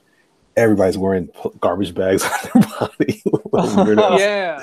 Oh my God. Man. That was a great time. I got a perfect example of the bottom piece I can show you. I'll show it to you right now. Now you get an idea what I'm talking about. It's too late, bro. I already did it. All right. Let me know if you see it. See the bottom piece of that design? How it opens up? Yeah. Right. That's kind of how I see it. So yeah. Well, let me No, you're good. I'm just wanted to show you that quick. Okay. Well, don't do that to me no more because it hurt my feelings. All right. So I'm just kidding, of course. I'm literally You know what you need? You need What? like the type of punk rock music playing right now to get those juices flowing. Yeah, put on some Pennywise. Can't do that. YouTube will shut this down. Yeah, that's true. yeah. Thanks a lot, folks. Thanks, fellas. Thanks First, for you making guys tell them, "Oh, all you're doing is drawing chapel." Then you want to ruin it by playing punk rock music. Oh, Hey, do any of you sing punk rock music or know anything? We could sing Pantera. Is that close enough? Go for it. can't you see that I'm easily bothered by persistence? Okay, we're good. We're good now. That's good. Yeah. It's We're good. good. Okay. Good job. Yeah, don't do that again. I hurt my throat. I mean, I think I hurt my throat a little I bit. know. Don't do it again for your own sake. Oh, there you go. It's better. Yeah, no, I can't do that again, I think. I used to know the whole song by heart. I can't even, do it anymore. I can't get into death metal, man. That's, as hard as I would go. I'm like, beyond that, I don't even understand what they're saying. Did you ever see The Watcher with Keanu Reeves? The Watcher? I think I might have missed that one. It's good? I liked it. I don't know if anybody else liked it. He's like a serial killer. I'll check it out. A serial killer? Yeah, he's the serial killer in the movie, and he's listening to like White Zombie or something like that. How old is that movie? This came out, I think, in the early 2000s somewhere. I'll check it right now. Ah, gee, yeah, pa qué? I'm not gonna watch it now. Yeah, I'm right. The 2000. I like this Constantine. I know I'm not a DC guy, so that's probably some purists hate it, but I kind of like this Constantine. Oh, I like this Constantine. Yeah, it was fine. I think because at the time I didn't know much about that character. To your point, but now that I know who the character is, I just saw him as genuinely as an alternate version. He didn't bother me that way. I could see how he interpreted that character that way, and the thing was, he did a good job. Just if you didn't know it was Hellblazer, you would just say, "Oh yeah, that's a pretty interesting dude." Yeah. But then I saw it just as a movie. I never not until very recently did I know that Constantine is a character from DC. I saw the movie, and for years I just thought it was a movie. A character in a movie. Oh, this guy, because there was a couple of movies like that were going into possession and that kind of stuff. That's why I like this so much, because it was now the TV show I thought was really good too. I thought it was great, actually. Did you ever watch that? The TV show? No, I didn't. Yeah, was it like a CW thing? It was like a CW pilot. It was on NBC. No, it was on for a whole season.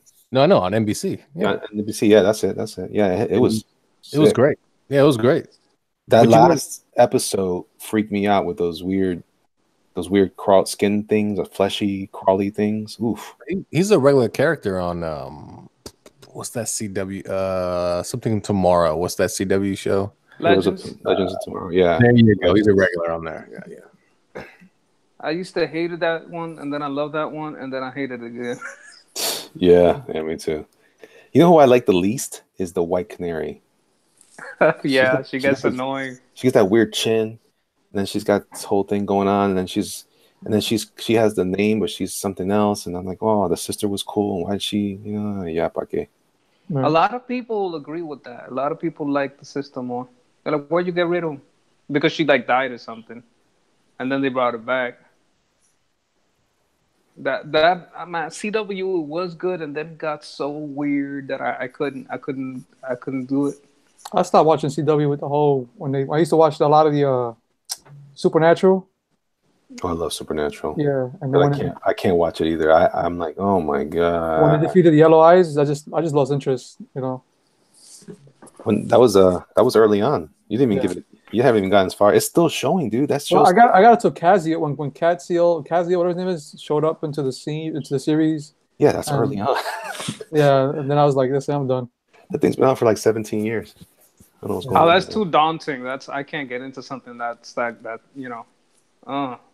like I like Breaking Bad because it was a couple of seasons and it's over. I'm getting into Better Call Saul. I saw everything up to now, and I'm loving 17 that too. years? No, I'm just kidding. You got me. You blew me away. I was like, "Yo, that can't be that old, man." Oh, but it's on like 12 though. Yeah, it's on. Yeah, it's been about 12 years. The past season 10. Smallville was season 10, and this show is now like, and nobody wants it to die because it's just the same thing over and over and over again. And the brothers, how can you lie to me, dude? This has happened like 5 seasons in a row. Guys lie to each other. And then, but I like what's his name? The guy that plays the older brother, Dean. Dean. I love that guy. Yeah. I love that he always has the perfect soundtrack for his adventure. He's awesome. Yeah. Are like they conscious about it, or is it like a background thing? Whenever he likes to play music in his car. I don't know if they still do it in the later seasons, but they made a big emphasis on that early on. So he would always have some sort of like what was the one he did? He did Like Baby Driver. You guys ever see Baby Driver? No, I never saw that. Is it good? It's okay. Oh yeah, it's pretty good. I liked it. Like, yeah, It's pretty straightforward. I mean, it's okay for a movie to be good. That's a rare thing. There's a lot of bad movies out there. Someone said here, Retro Graphic Book says, have you seen the anime adaptation of Supernatural? No, but I shall like to see that. Huh? I'll check it out. Did you say The Constantine animated movie came out last week? A new one? Was it last week? I think it was last week. Yeah. Mm-hmm. but when those Because Japanese, he was in Justice League Dark, right? Yeah, but Yes, this is he his was. own. This is his own flick. but these are animes like Japanese animes. No, You know, the Warner Warner Brothers ones. Oh. DC. You know. He went, I think- "Aw." Yeah, because I think they did a Batman anime. Oh yeah, the deal is called Piece of Crap. I remember that one.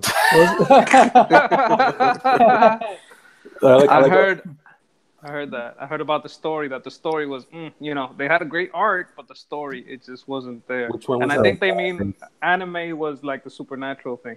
The Batman Ninja, that one. The story was just like not there at all. I heard, and I really wanted to see that. too. I heard it was. I looked fantastic, but then Yeah, the story. Oh. Put it on and mute it.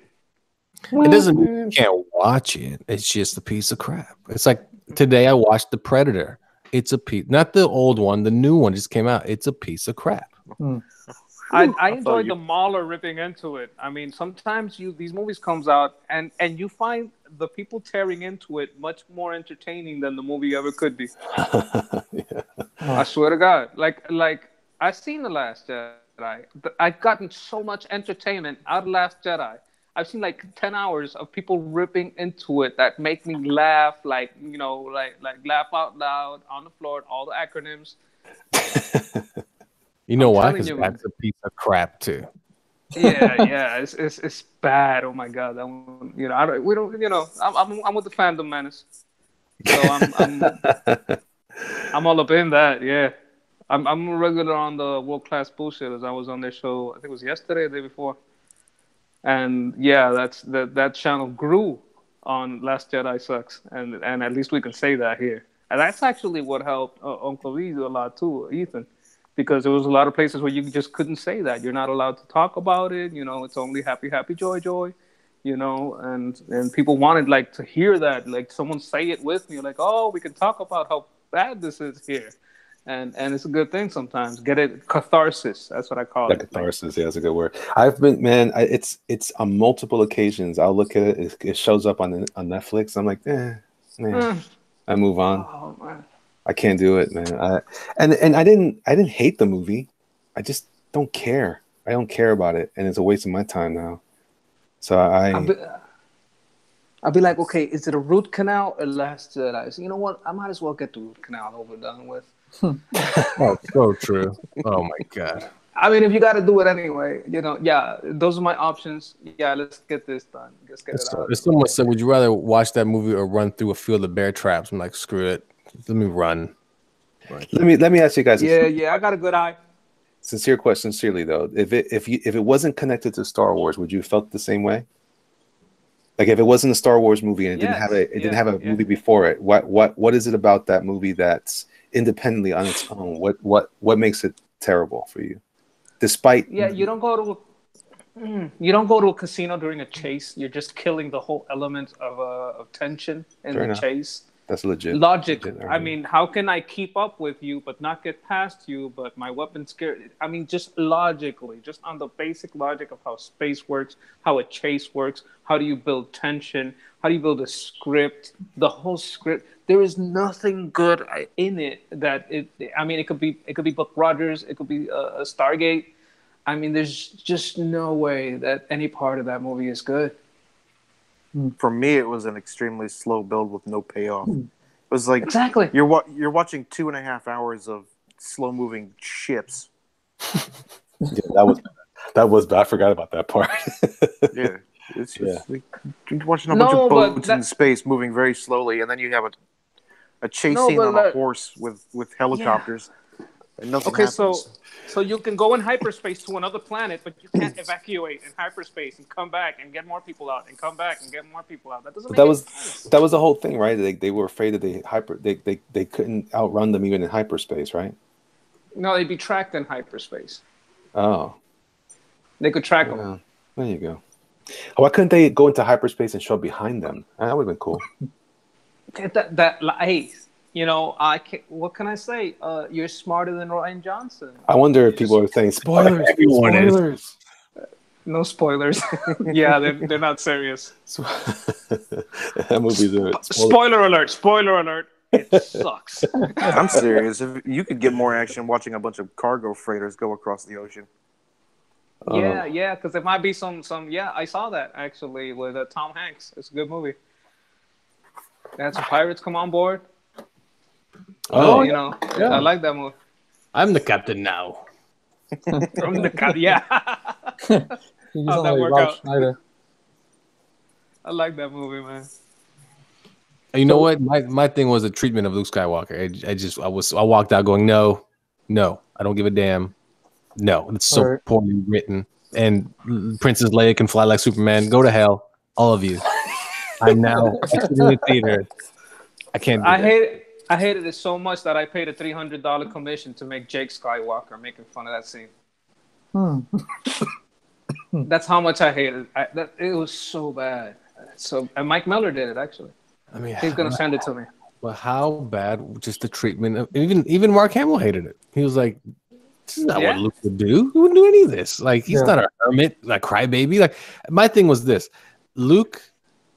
It's almost like what he did in the original movies didn't even matter. Mm-hmm. Yeah, because the problem with that is he defeated the bad guys, and then he's the hero, and and everything's la-di-da, and I'm gonna be the Jedi that saves everything, cures all. But then all of a sudden, I'm gonna go run and hide.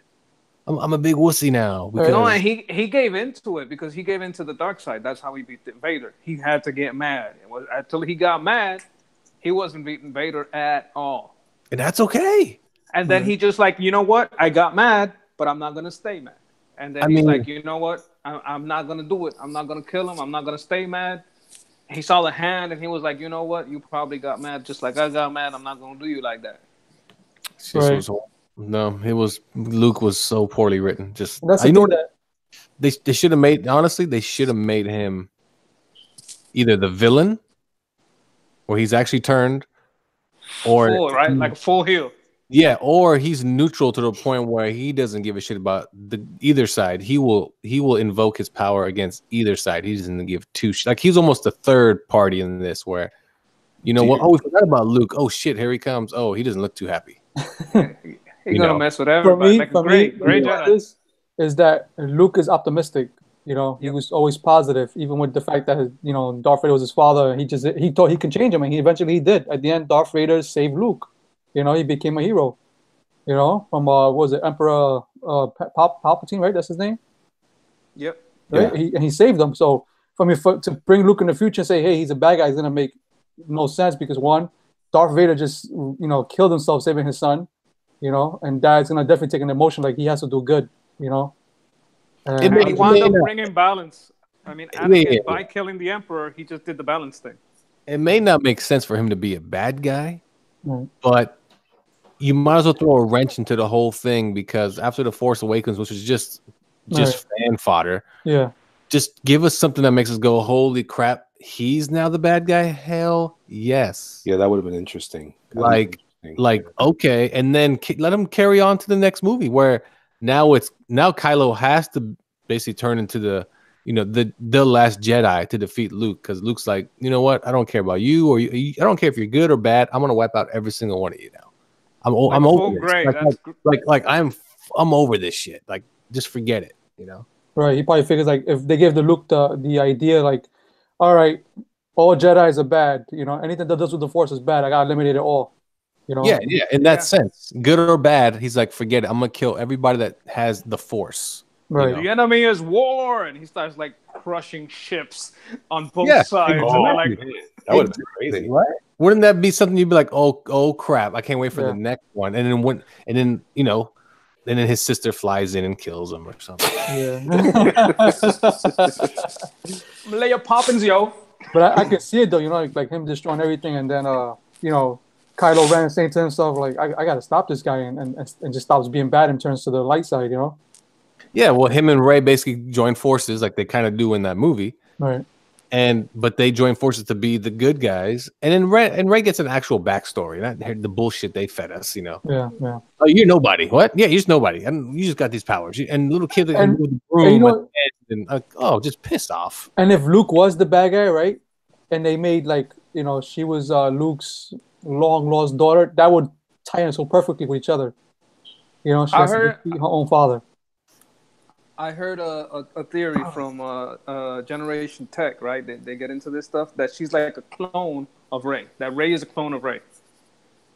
Like a daughter of Luke, and that's why when she went into that room, she was just like, "Where do I come from?" From herself, like another version of herself, and that's why a couple of versions down, she stares back at herself.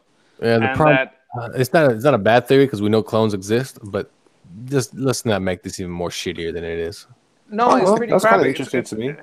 And you know how the Force Unleashed, how when he goes to Dagobah, right, and he goes into the cave that Yoda says, you can go up in there or whatever. When he goes in, what he faces is a lot of versions of himself because he comes from clones, and that's where they're basing that theory off. I'm not saying it's a great theory. I'm not saying it would make a good movie, but I'm saying it's a possibility to what they're going with there. That's why she knows, because they established that they like train the clones to have like a little bit of memory, and that she has the skill because when they were cloning her, they put those memories in there. And another thing is when they make a clone, they take it out of like a water bag, and that's why she remembers water. I like that channel. If anybody wants to check it out, it's called Generation Tech. They're pretty middle of the road. I mean, they'll insult every part of the movie, the good, the bad. There's no sides there. They just they wild out. They go against. Yeah. They make fun of everybody. Yeah, they're a lot like me and Elliot's drawings. Yeah. They're tearing into that. I just I'll get my rocks off. I don't know. I kind of like that idea, but wait, who was the one that saw a bunch of himself? It was Luke. Okay, so in this chat we have 432 Hex saying Star Wars universe will not happen in Puerto Rican settings. All the bad kids would get the force whipped out of them. That is true. With the chancla, you get the chancla, la correa. Mira, ven acá. The chancla of the force. The force chancla. Chancla of the Yeah, my head force, out. force chancla. Later, Donald. Have a good night. All right, see you. Be cool, bro. God bless. Good night. Have a good one, everybody. So wait, so who was the one that saw versions of himself? Luke? See, the problem with the long lost daughter of Luke is that he didn't recognize her. Well, maybe he never knew she was around. Like the mama did never told him Who's the mama? that she was pregnant. Oh well, I don't know. But That's gonna take a whole other movie to tell that story. Mhm. No, don't bite the cable. He impregnated his sister. There you go. Oh, Oh, snap! That's Wait. So That's the Kylo twist. did some? oh That's god. the twist. That's the twist. Hold no, on. no, because that's the first daughter. It's the first daughter before they knew. You know the problem is that Ryan Johnson sucks, but the problem is they just want to get these movies out so fast year to year, you know, and he's trying to be creative, you know. He's like they're really trying. I mean, they probably sat around for a long time, come up with this bullshit they came up with, and thought to themselves, "This is going to be awesome." I And thought then- it took like 15 minutes. I don't think they thought about it. Oh, probably like they're all in the office, and one guy walked out of the bathroom. Hey, Luke's a hermit. Perfect. Write it. Like, what? No, because they went into like the documentary, and it all seemed like he was just kind of making it up as he went along. I could imagine that. I could imagine he was just. I mean, some characters are such a waste in that franchise, right? I mean, we don't need, honestly, you don't need anybody outside of Rey. You just don't, like, just follow that character. Like, They have El Sicario, and they wasted it. But our Benicio del Toro, bendito, desperdicio. I don't like it. It's oh my god, I don't even. no, you're right. That's what I'm saying. They wasted so much, and they're trying to give us a new Han. We don't need a new Han. We're good with that. You know what I mean? Like all the characters that they're giving us, like it's We just, had Paige Tico. Paige Tico had the hotness, man. it's just feeding us the same BS because you want to hook, line, and sinker these fans. You know, like it's kind of like. I think they just. Yeah, I don't know. It's just, who cares at this point? We have to wait and see how they fix it, more or less. I would have loved to have seen something more done with Phasma. She was a waste of character as well. Oh my god! I I always said it like this: they Boba Fetted the new Boba Fett. Boba Fett was wasted, and then they wasted Phasma. Yep, they did the exact same thing. That's what I thought too.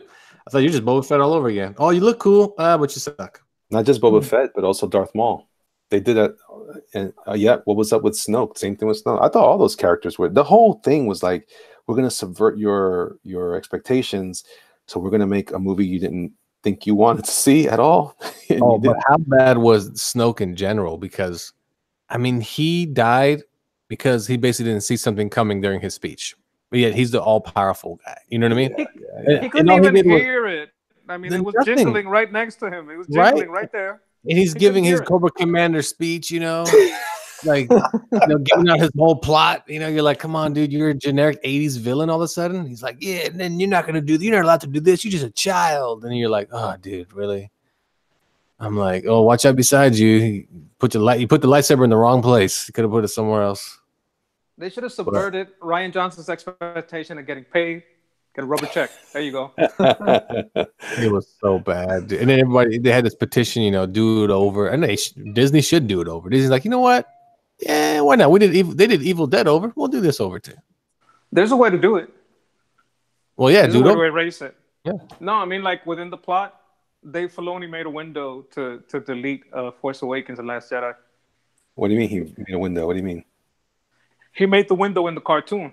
He made time travel. Oh. Yeah, so but it's in the cartoon. I mean, you know. Hey, whatever erases it, I'm down. Oh, yeah, of course. Wait, so how does time travel work in that whole world? Is it like a force power? It's like a force power to give your young self a vision. So, like, Luke could have disappeared at the end, and I mean, his hand should have fell down, like the metal hand. That's it should have fell down, but it didn't. So you could say that he went into that, they call it the world between worlds, right? Like he went in there, and in there he gave, New Jedi Temple Luke a vision, and then you see Luke in the New Jedi Temple like fight it out with the Knights of Ren and kind of win and kind of have Kylo on his side, or Kylo goes full bad, but he's better prepared and he doesn't go hermit. Like, you know, just don't go hermit. Like, you know, have like a force vision. Don't go hermit. Like, whatever. And then that would just completely delete Force Awakens and Last Jedi. That's I don't know. That would be great. I would take that. I think they should do it different. I think it started the next movie, which is the last one, right? I think Luke just wakes up in bed. That's all. He wakes up in bed. He's like, "What the hell was that?" I like that even better. It's like, "Oh, what a bad dream." Yeah. Right? Remember the show Newhart? It was all a dream. He woke up at the last episode and he was like, "I just imagined we owned a motel and this or a hotel, this and that." And they're like, "What?" And they did that in Age of Apocalypse. Yeah, exactly. Yep, that's what it should be. He just wakes up and he's like, and then Leia's like, "You okay?" Oh, that shit better not happen. He's like, what? Like, who the hell's Ray? I don't know. And then it turns into just a comedy. It's Luke and Leia on their day trip with Han. Han's like, "Hey, what's up, fellas? You have a kid named Kylo?" "Hell no, wouldn't have no stupid long-nosed kid named Kylo." "Okay, cool." Doop. And then that's all. Then you have him fight the Avengers. I just hope that you're right. It's just some awkward shit. Like, yeah, exactly. All of a sudden, you know, what Spock comes down. That'd be like, cool. Listen, I'll take that. If they bring in Thanos into that world. Let's see that. I can do it. I have a whole plot. Guardians. Just bring the Guardians. You know. That means we could bring we could bring in Mickey in his magician outfit with the wand. I also think and you're smart about that. I think the beginning of the movie, Mickey should walk out on screen and apologize. I mean, it was a good idea, but then again, you know, we fuck up sometimes. Enjoy it. That's a good Mickey. That's a respectable Mickey. Yep. And then all of a sudden, you just see Luke chopping heads off. You're like, "Oh, this is awesome!" And then that's what I want. That's exactly what I want. I'm not gonna get it. I also want to see a lightsaber chainsaw. A whole different story. If they wanted to experiment, they should have just done like whole new characters. You know. Yeah. Unrelated. That would have been better. I would have. You can't. The thing is, you can't do Star Wars. Has to be connected to what you know, because that's what people want, right? Mm-hmm. That's what feeds the beast. So, what I was gonna do is the first what if movie. A what if movie. Well, you don't have to do a what if. You could do these spin-offs like they're doing that have no tie to Luke or anything. You could show maybe there's Jedis elsewhere that no one's ever seen. Maybe somewhere else. Mm-hmm. They're having their own adventure. You know, I was gonna use Drew Barrymore. I was gonna put it on Drew Barrymore. Why her?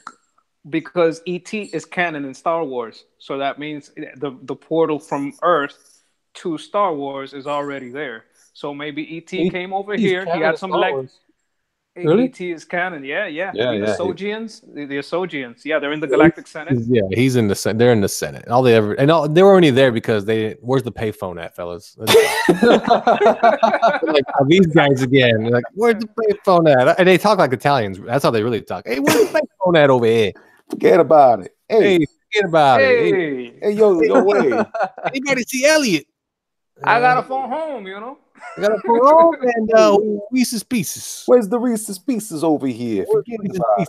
No, I was like, these guys don't get the vote. God damn it. I was gonna do it like she was the first agent of SWORD, and they were waiting, and they had sent a signal to the Republic, but the Empire answered.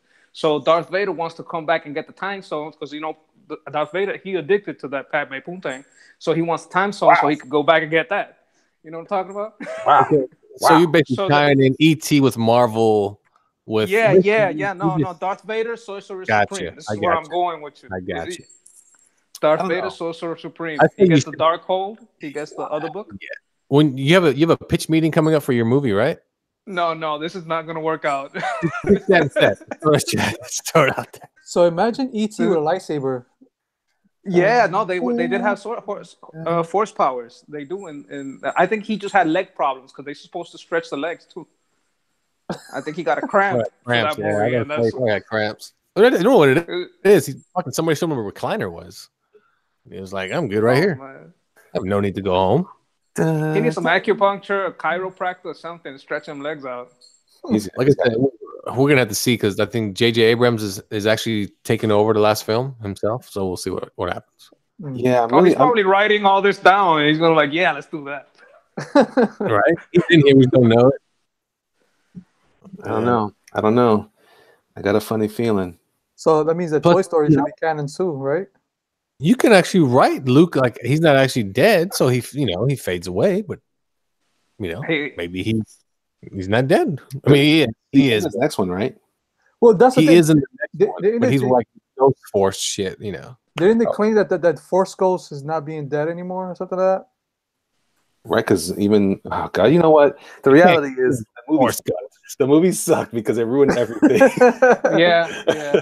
Because now you're like, well, no, Yoda was actually touching stuff. Why was he sitting down if he's the Force? And Obi did the same thing. And I'm like, oh my God, they ruined it. I can't even follow the logic anymore. There wasn't already a lack of logic for the most part for a lot of this stuff. Now then they ended up putting in the midichlorians, and now like, stupid microorganisms. But I'll take the microorganisms now. I will take those microorganisms any day now. But Lucas hated it, and he was like, "What the fuck?" And he's like, "I had a whole different idea," and his idea would have sucked too. But I would have probably preferred it at this point. Yeah. Toom says E.T.'s powers, glowing fingers to help check colons. Yeah. Everyone on his planet has one job. Everybody has the same job. They're all doctors. No second. Forced colonoscopy. That's a forced colonoscopy. Oh, sheesh. And it's a daily exam. That's what sucks. E.T. touch bomb. This one from Star Wars to horrible converted ETs. To E.T. the proctologist. No, we don't want to We're go supposed to be here for Elliot's drawing of. I can't even see what's going on here. Wasn't the kid's name Elliot too in the movie? Yes, it was. It is. He's running at us. He has his coat. It looks like. Well, what's Elliot is probably gonna face that version of E.T. if he hasn't already. What's on his Getting chest? to that age. What's on his chest there? I'm giving him like this kind of buckle thing. Oh, so it's buckling his jacket together or something? Yeah. Why not? Oh, nice. That's not quite punk or goth, but cool. It's cool. What's in the design? Something. Kind of feels anime-ish, Oh, it's Sergeant Pepper. Where's that mute button again? It looks cool though, but what? Oh yeah. Well, Doesn't look like Chapel now. Sucker. well not now. Wait till you kind of put more detail on the face. Wait, does he have wristbands? I'm thinking about adding them. What do you think, Crit? Hey, I'm with you. And any way you want to go, I'll let you know if it's bad or good. Well, then just tell me now, because I'm gonna start inking it. No, it's looking good. It's looking good. I think that translates in. You could do what you want. I mean, I see a lot of punk guys wear wristbands, don't they? Yeah, they do with the studs and so forth. Yeah. Spikes and shit. Yeah. Spikes never made sense. Like Spawn has spikes all over. Yeah, he has to poke himself a lot. Imagine we might like it. Whoa. Wait a second. I mean, the original Spawn design, he had a one on his bicep, and he had spikes going all the way around, so he can clearly never put his arm down. No, he was done. That was part of his torture. That's part of his hell. That is funny. That is kind you're of probably right. And what if the spikes were inverted also? Like he feels them on the. Oh yeah, you're right. So he could be that. Yeah. It's a hell device. It's an element of Hellraiser. Yeah. Oh no, Hellraiser again. God damn it.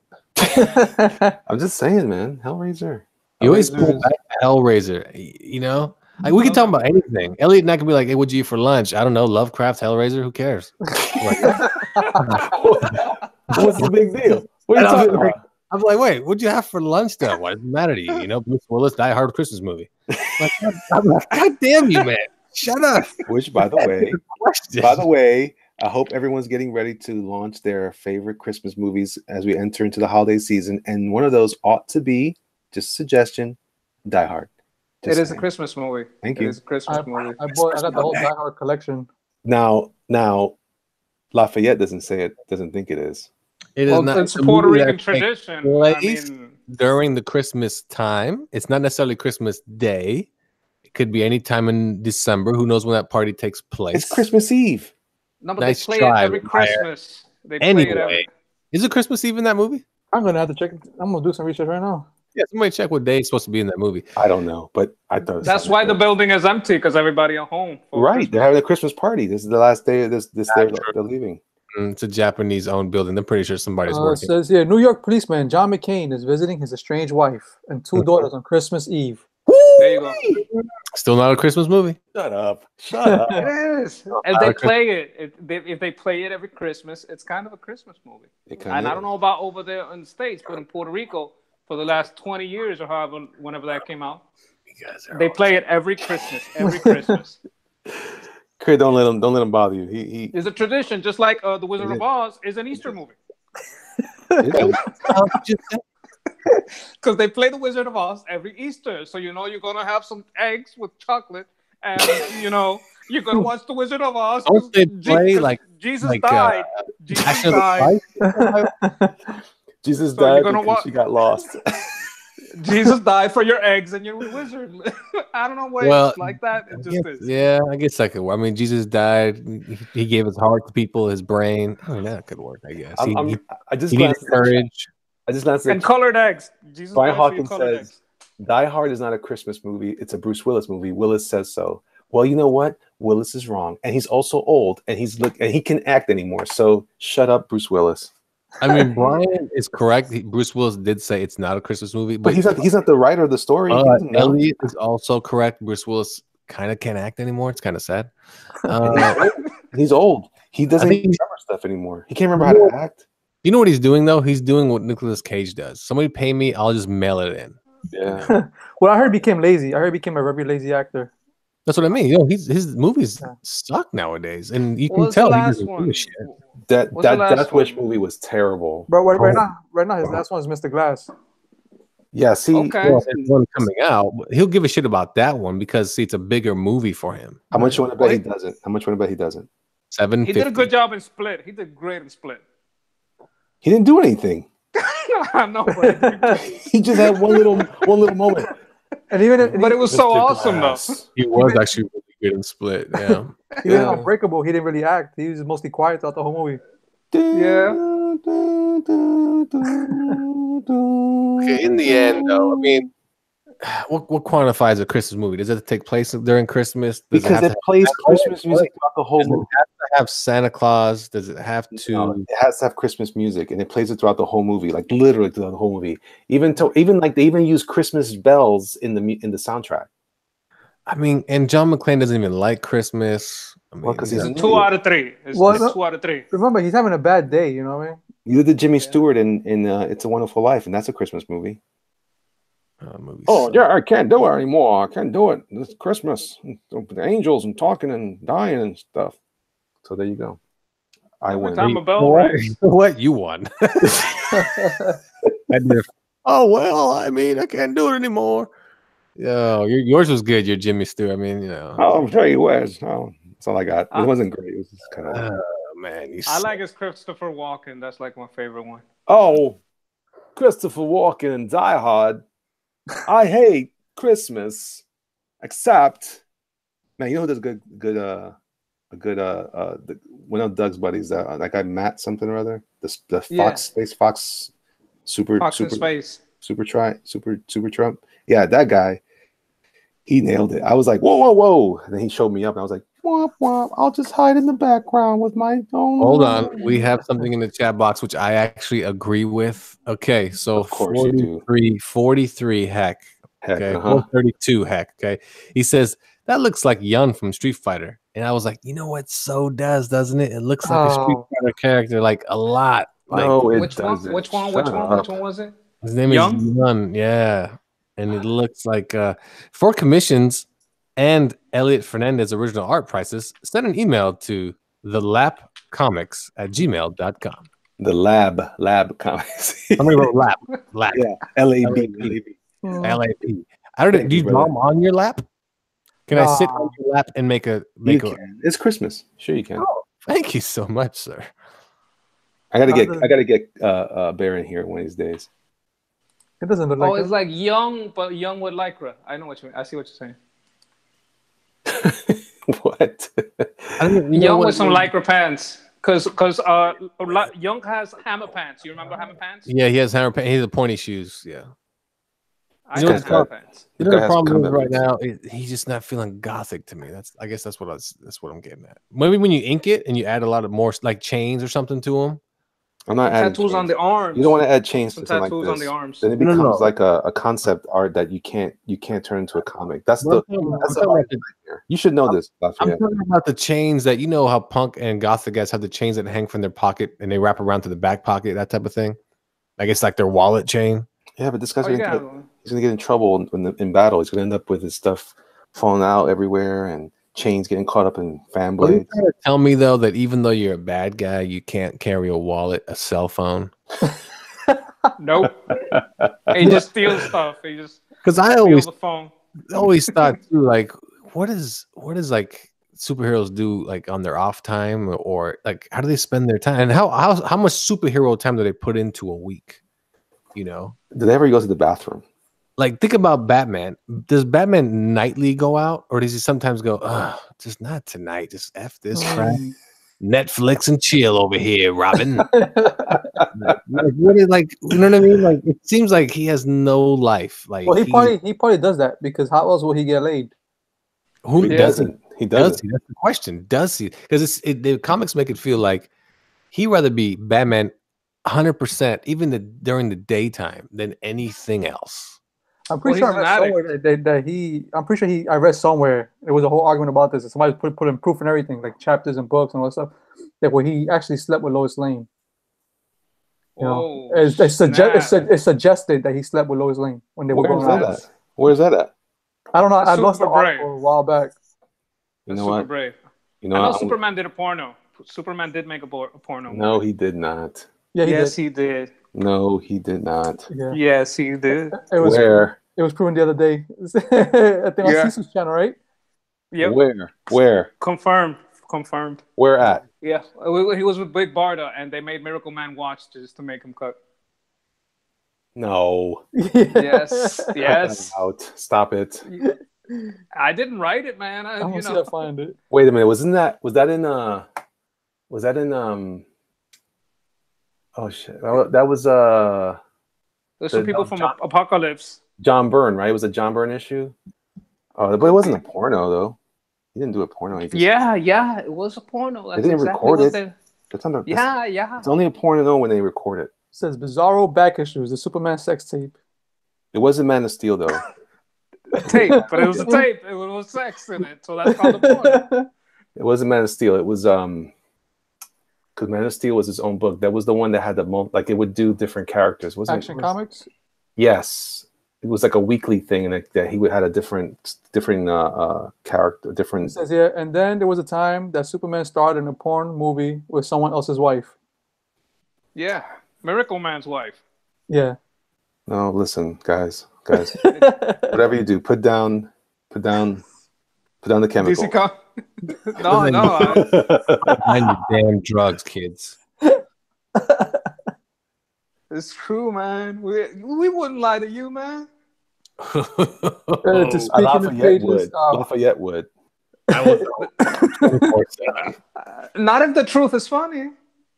Oh Lord, I'm not even talking to you guys. I'm done. It's true though, man. It's Wow. true. I saw that on what was it? Nerd Sync, I think it was. He lied. Sandra guy. He lied. I don't care. Did you actually see he the book? showed it. No, He you didn't. showed it. No, you didn't. No, you didn't. He showed it. What did I say?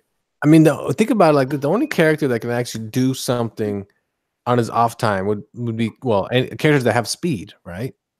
Yeah, Superman and Flash. Like Flash can do his job and he can be the Flash, and like he can, and Superman too, right? But let's just pick an obscure character. Come on, somebody just give me. Oh, same as Daredevil. Does he really want to do that every night? According to the TV show, he does get his ass whooped a lot. Gosh, he does. Oh, He does. And clearly he's blind. Yeah, you're right. I mean, Hey Elliot, you see what that says in my screen? What? Superman and my wife. Yeah. Okay. Look. Look at it. Look at it. Look at the cover. Look at the Guys, cover right I'm there. gonna show the cover. That's fine. We'll show the cover, but it doesn't mean that Right there. And then there was a time Superman starred in a porn with someone else's wife. That hold on. Just because look who said it. Comics Alliance. Do you believe them? This Oh, that's garbage tier. I only believe Comic Alliance. Garbage tier. Ask Uncle E. Ask Uncle E. Garbage tier. I don't care. Uncle E confirmed. I think, right? No, it was No. on Cecil's channel. It was on Right? Cecil's channel. Okay. Oh, man. Cecil said it. Nice. I think John. Was it John? Somebody confirmed it. If I was it. Yeah, there was a couple of people in there.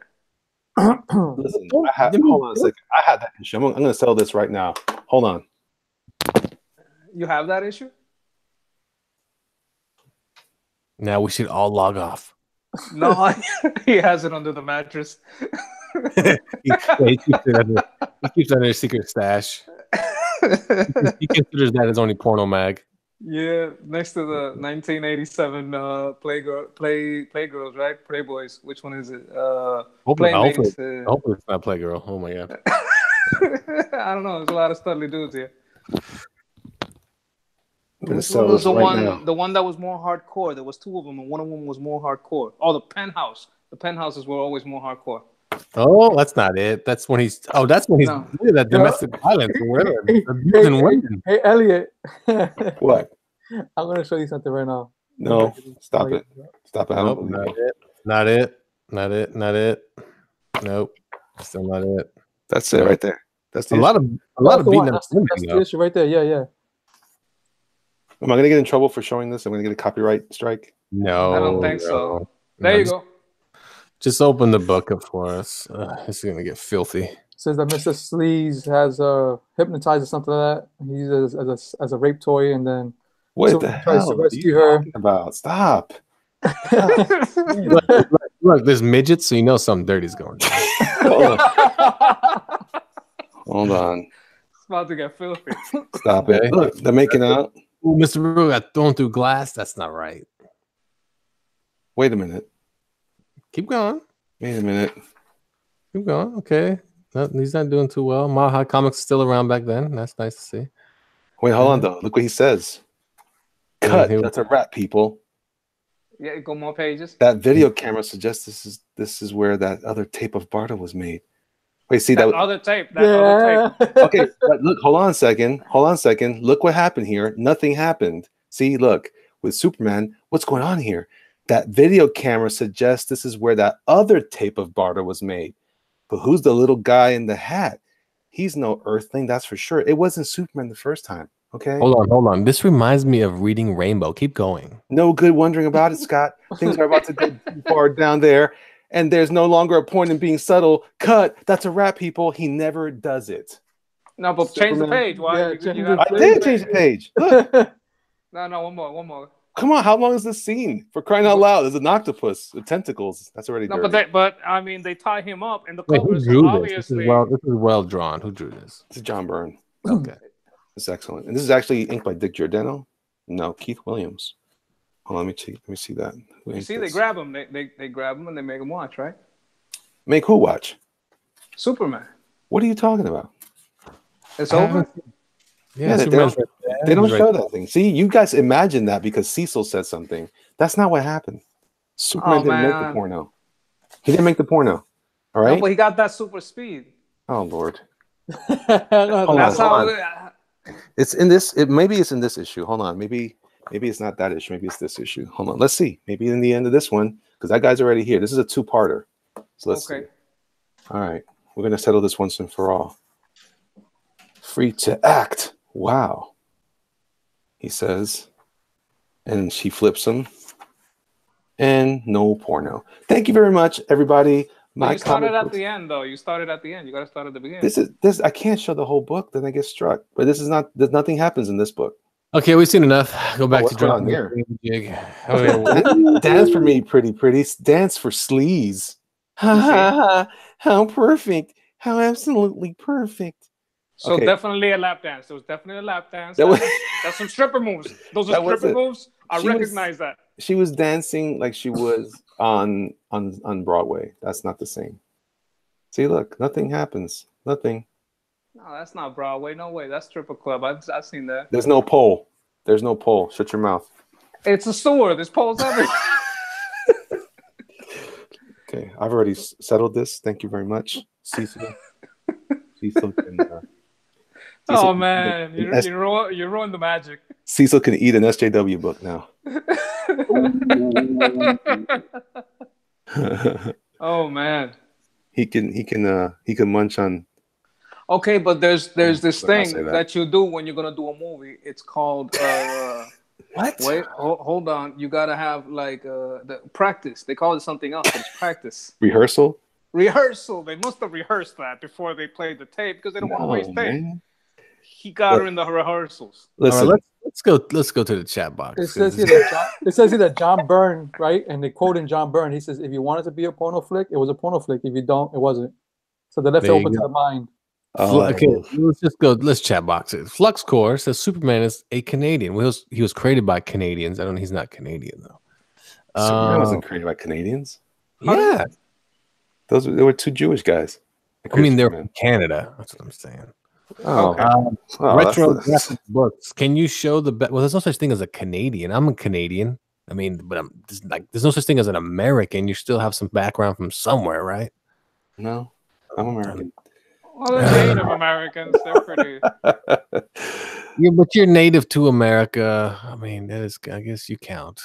Well, because You're American. Yeah, you're American. well, because my ancestors, and I'm sure Sketch can confirm, Taino. we're Taino, and we're technically North American. Yeah. Arahuacans from Florida, Cuba, Puerto Rico. Mhm. Hey, and Dominican Republic, Jamaica. Gotcha. Jamaica. Yeah, Mhm. definitely Jamaica. Hey, writing it down. Keep going. How about you, Lafayette? Where are you Here's from? the thing. Here's the thing. Back then there was no America. So what would you consider your heritage or race? Because you're not. I mean, Native American is a name given. When people came over here to basically take over the land and said these are the natives to America. Like, what is the actual? What would you consider your race? Indigenous people. Yeah, Puerto Rico. Well, it depends on what is more convenient at any point in time because we got them 3 races, so we got 3 cards. So Yeah, when you're playing the true. game, you pull out whatever card you need. It's like a wild card. We're the wild Okay, card. what's your main card? I guess. My I main got- card. I got all of it. Well, My grandmother like was- Ellie is a Puerto Rican. That's people would. Okay, you're Puerto Rican. That's what people would say. He's Puerto Rican. Right? Yeah, my great grandmother was Taino. For sure. No, I Yeah. get it, but I'm just saying when someone asks you what you are, you're probably gonna say, "Oh, I'm Puerto Rican." Yeah, You know what I mean? which means 3 races. Okay, so that's what you'd go with though, is Puerto Rican, right? Yeah. Yeah. Okay. That's what I'm saying. Like, I mean, people say I'm Native. Like, I have friends that they say, "Well, we're Indian," because they're Native American and they're from Well, Alaska. okay. But wasn't Puerto Rico called, like before they discovered it, it was called Borinquen or something like that, wasn't it? Yeah. Yeah. Yeah. Yeah. Boricuas. Yeah. Yeah, and they don't. My friends don't call themselves Native Americans. They call themselves Indians. Right. know? But then a bunch of Canadians came over and started calling us Puerto Ricans. Yeah, well, because they thought they got to India. They got to India. No, he's confusing you. He's Colombia. So they call, that's why they call Indians because Columbus thought he got to India. And then this guy that was a map maker says, no, this isn't India. This you're is right. somewhere else. And that true. guy was called Americo true, though. Vespucio. The guy was called Americo Vespucio. Hey, So here's the thought- thing. I think they said that Puerto Ricans originated from, I think it was Venezuela or El Salvador, somewhere around there.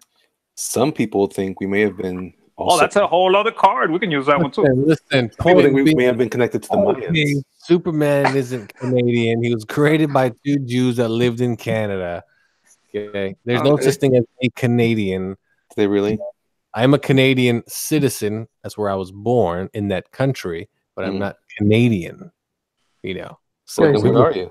Says here I'm Puerto Rican Port- people I'm are Portuguese. Venezuelan descent. so Venezuelan, is that? you know, I mean, like the I'm Indian part, the native part. yeah, and Portuguese people are descendants of Canadians. Wait, what? That can't be right. Yeah, that's right. Yeah. Matthew Gervais says that Native Americans are a breakoff from Mongolians. Oh, what's more? You guys have so many cards now. It's crazy. I can't believe how many cards. Yeah. We I should got use them 3 against cards. Marvel. I got a Canadian card, a Portuguese card, and a Pokemon card. And you guys got like every card there is. You guys got Yu-Gi-Oh cards and all those cards nobody else wants. No. I got Magic the Gathering. Oh, good pull right there. I have done That is a good pull. and a 200 Dawson rookie card. Oh man, that's The Hawk. So, Anyway, let's go back. Let's skip the Canadian Superman part 'cause that totally threw everybody off. No, we gotta get that Puerto Rican Superman. That's the one I Okay. wanna. It says here, Flux says comics help teach me to read. Oh, that's cool. Okay. Me too. Me too. Uncanny said there's something like make in rain dollar bills, y'all, when somebody busts out a handful of comic books. Okay. And then it says, Elliot, you just disappoint me so much. Yeah, I hear you on that one. Flux Core says mine painted themselves blue and did the human sacrifice thing. Should I do that too? Okay, so I'm gonna claim on Connie Kodiak for Puerto Rico because of what he just said there. Wait, We're doing a draft. We're dropping Kodiak with us. Yeah. We can claim him. Okay, how about Honorary. Uncanny said my grandfather is Puerto Rican. He's pretty much the only grandfather I've ever known and was always there. Bam. Yeah. So you're Puerto Rican raised. Yeah, that counts. See, there we go. Fluxcore once again chimes in with because there are a few people that I wouldn't mind throwing in Pete Bog. What does that mean? I don't know. Let's just move on. Max Hammer. Oh, I like that name. Max Hammer. Jerry Siegel was born in Cleveland, Ohio, and Schuster was from Toronto. Yeah, he's right. It is, but he actually is known as a Cleveland, Ohio. Like it's like Superman was born there in Cleveland, Ohio. That's kind of what it's known. He's half Canadian, half American. Gee whiz. He's actually half Canadian. He was raised by, first of all, from Krypton and raised by Kansasians. No, he was raised by Jerry Siegel and Joe Shuster. If you watch anybody see that the special they had on Sci-Fi Network about Superman? It's crazy how those two guys like had nothing. Like totally dicked. Anyway, man, you know who I feel bad for? Bill Finger. And that was a good one. My God. That one was good. He don't even got a tombstone. Nobody knows where he is. He's in a potter's field somewhere. They did add his name is now added to Batman books though. Oh, yeah, great. But what about his body? I want to do like the whole thing that they did to find the history. I want to like find the children and get the DNA and get them out of, I mean, I guess you got to dig up a lot of bodies, but they don't got no names, so who's gonna be mad?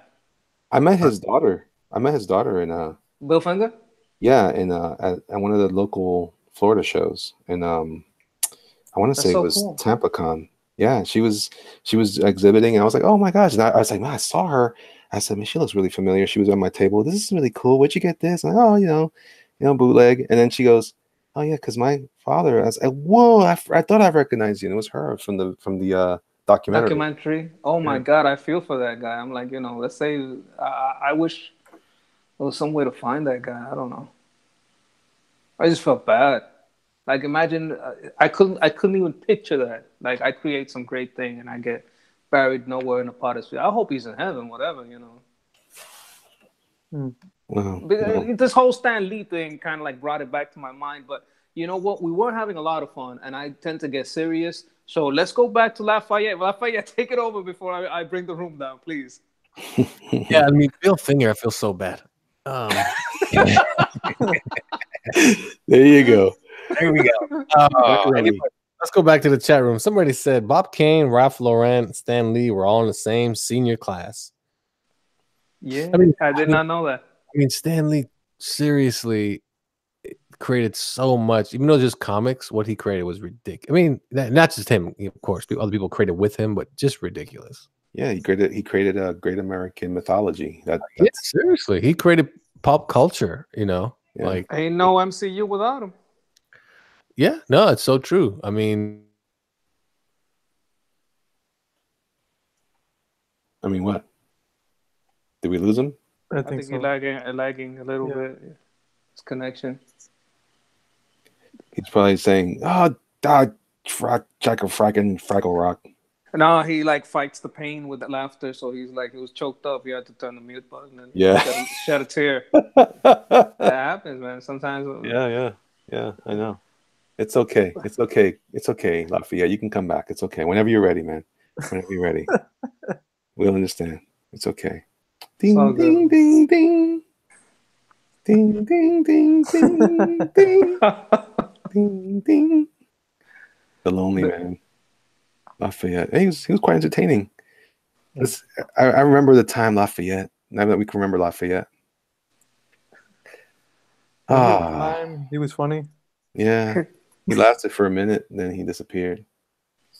He's probably wondering right now why he's talking and no one's responding.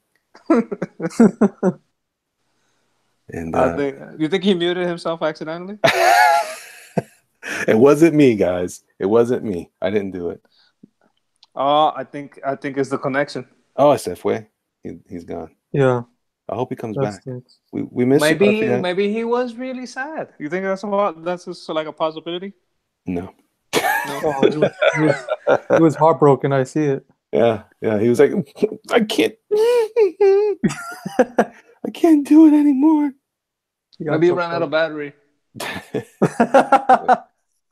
Foolish human.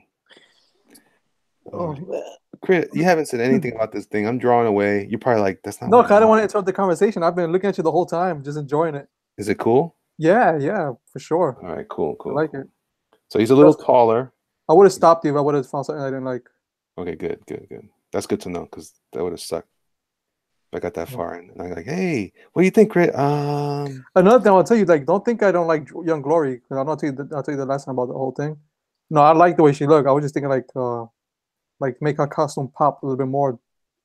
Oh yeah. No, listen, that was the first round of that. You know, you're still trying to figure out who the character is and where that character fits. So yeah, I don't want to lose nothing the way she looks. I was just thinking about making her like the same costume she has, but just make it pop more. That's it.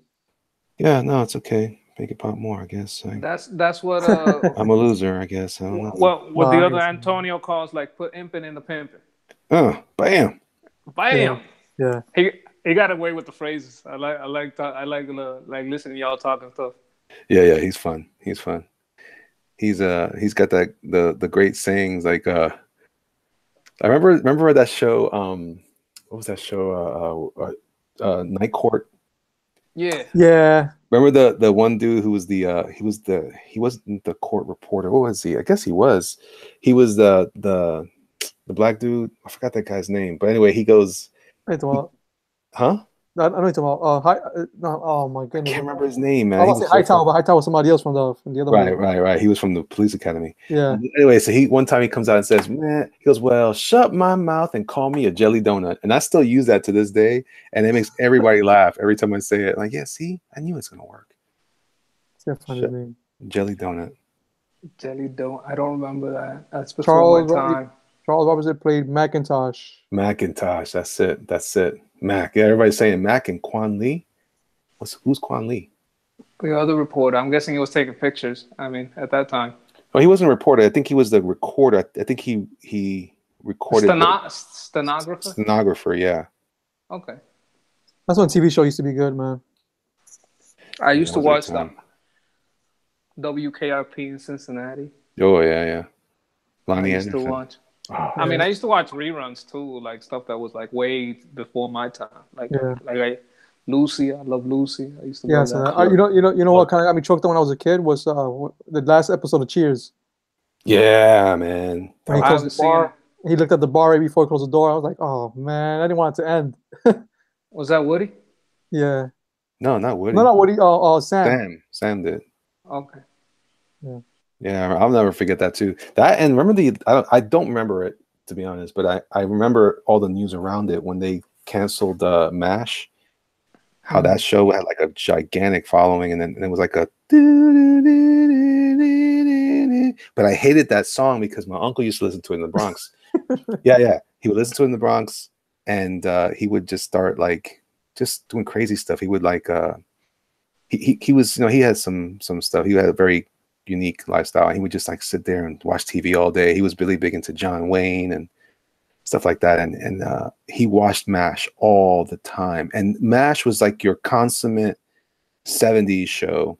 And you had to just, it was that and like shows like, because there were some really bad shows back then too. There was was MASH and Maude and Soap and all those shows, and I just couldn't take it. Like, for me, it was cartoons or nothing. If there wasn't capes, I wasn't watching it. Yeah, but that was, that was one thing that my uncles really got me into when I was a kid was kung fu movies. Oh yeah, yeah. Everybody was kung fu fighting. Especially on Saturdays after the cartoons were over, I put on Channel 5 in the Bronx in New York, and there it was, Kung Fu Theater. Yeah, yeah, yeah. You see like people like Gordon Liu, Sonny Chiba.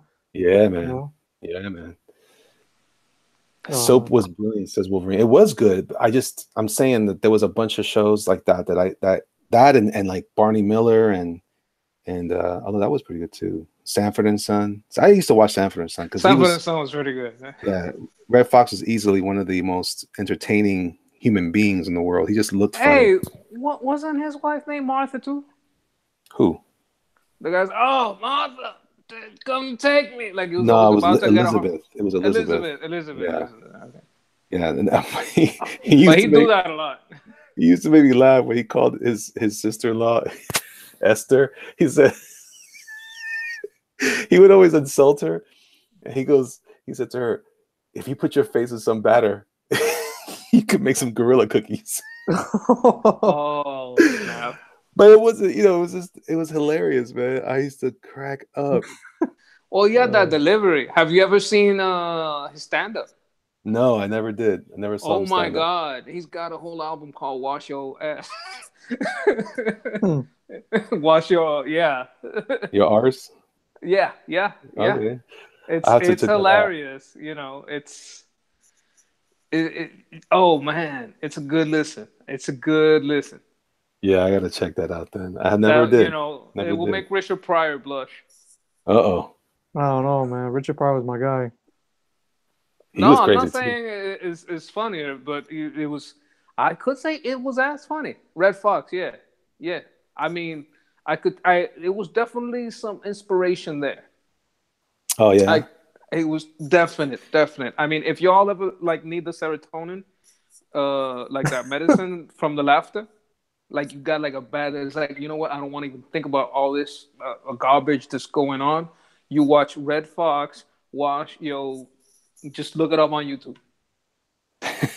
Oh, it's on YouTube? Oh yeah. Oh, I have to check it Definitely. out. I have to check it Yeah, out you can then. watch it for free.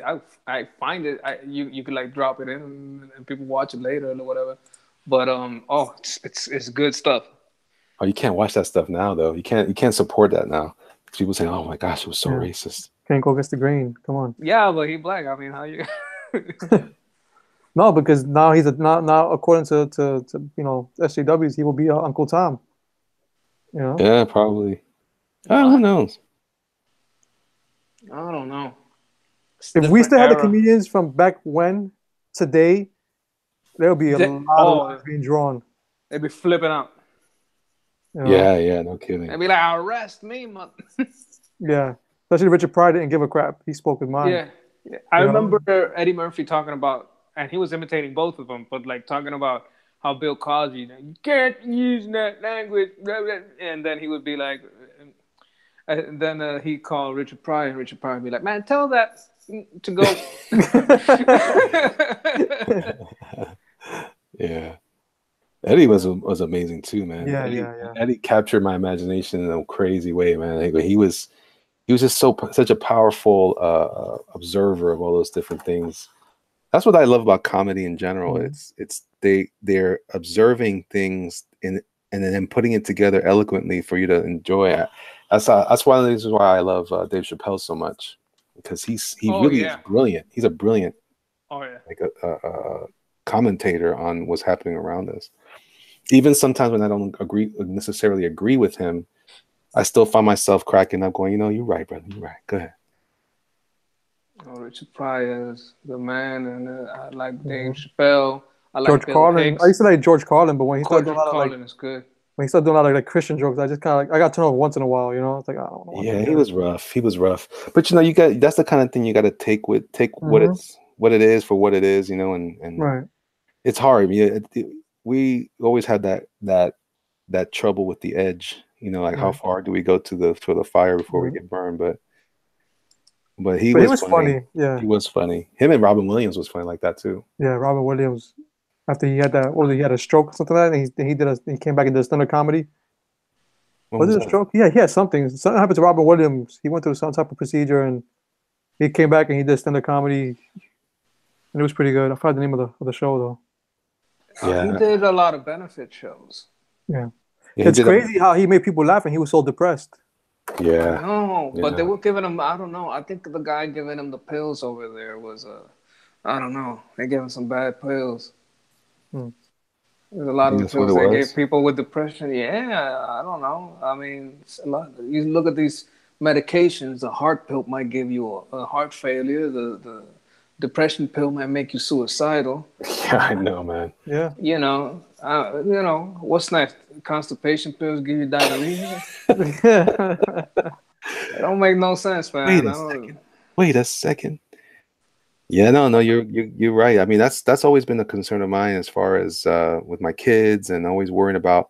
It's so easy when you watch these commercials, and all the comedians have joked about it to ad nauseum, but it's like, yeah, man, every time they do a commercial, it comes with all these risks, and then people are like, hey, I'm happy though.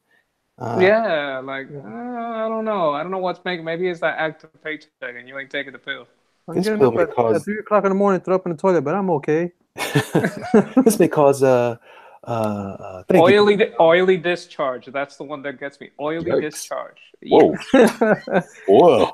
This product has been known to cause fatality. Yeah. Why would I want to take something that's gonna kill me, man? I'm trying to avoid killing myself. Yeah, I know. That's the one that gets me the most, because a lot of people that are already going kind of crazy, they're getting these pills that say may cause suicide. Right. Yeah. If that's the worst case scenario, what else might it cause?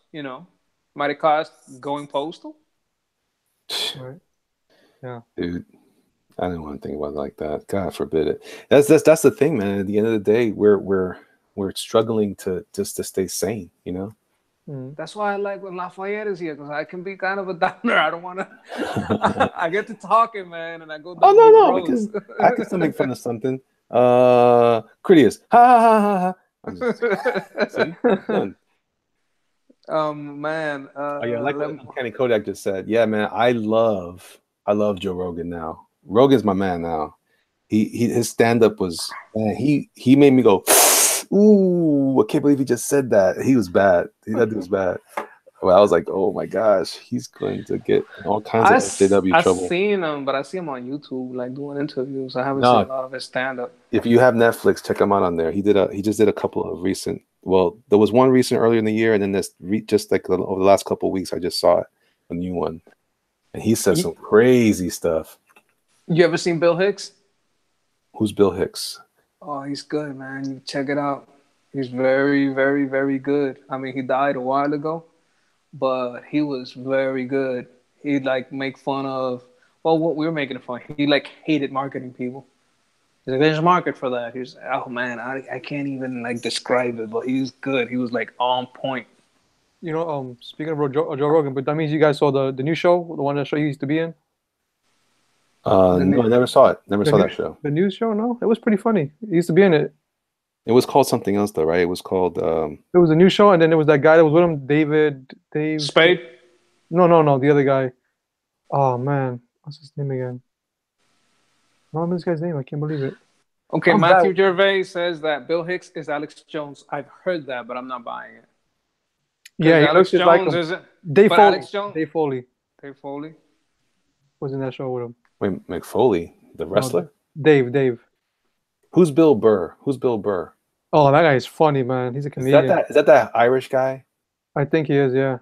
Oh man, that'd be awesome. He's not Irish. He's not. Look who's back. Oh, You're back. Okay.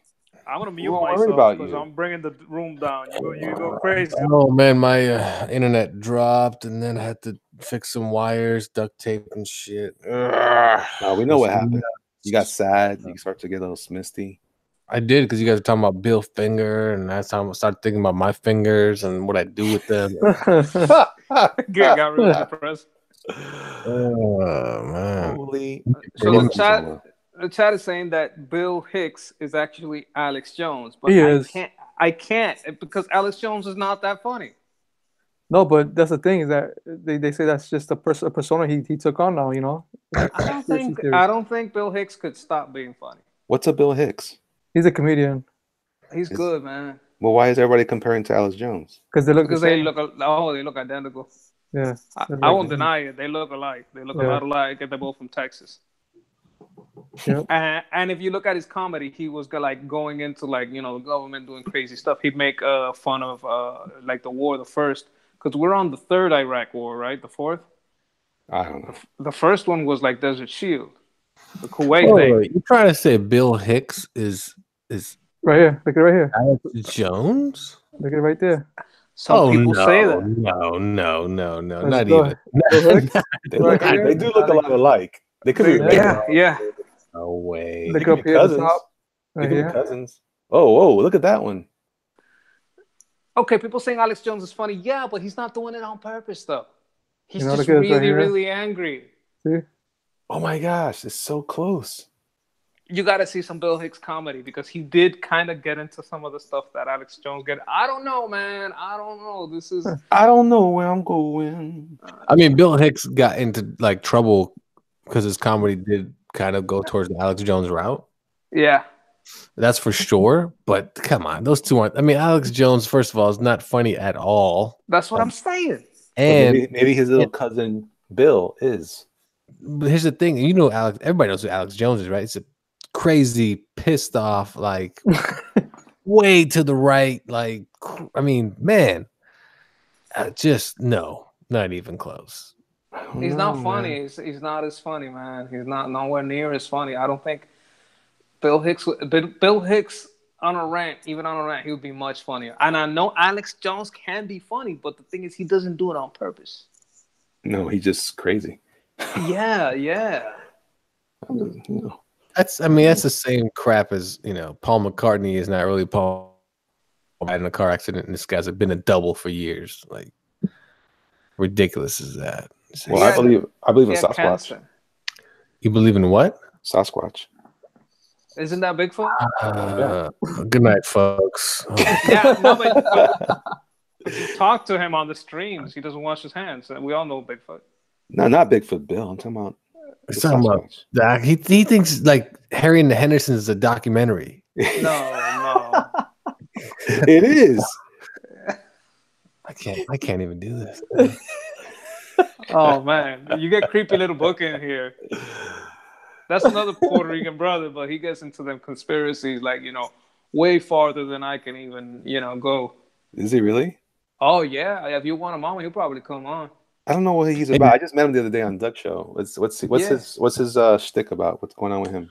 So he goes into this the craziest of conspiracy and describes them as if he believed them. He's like, look, half the time I don't believe the story. I'm just presenting it like as if I'm the person.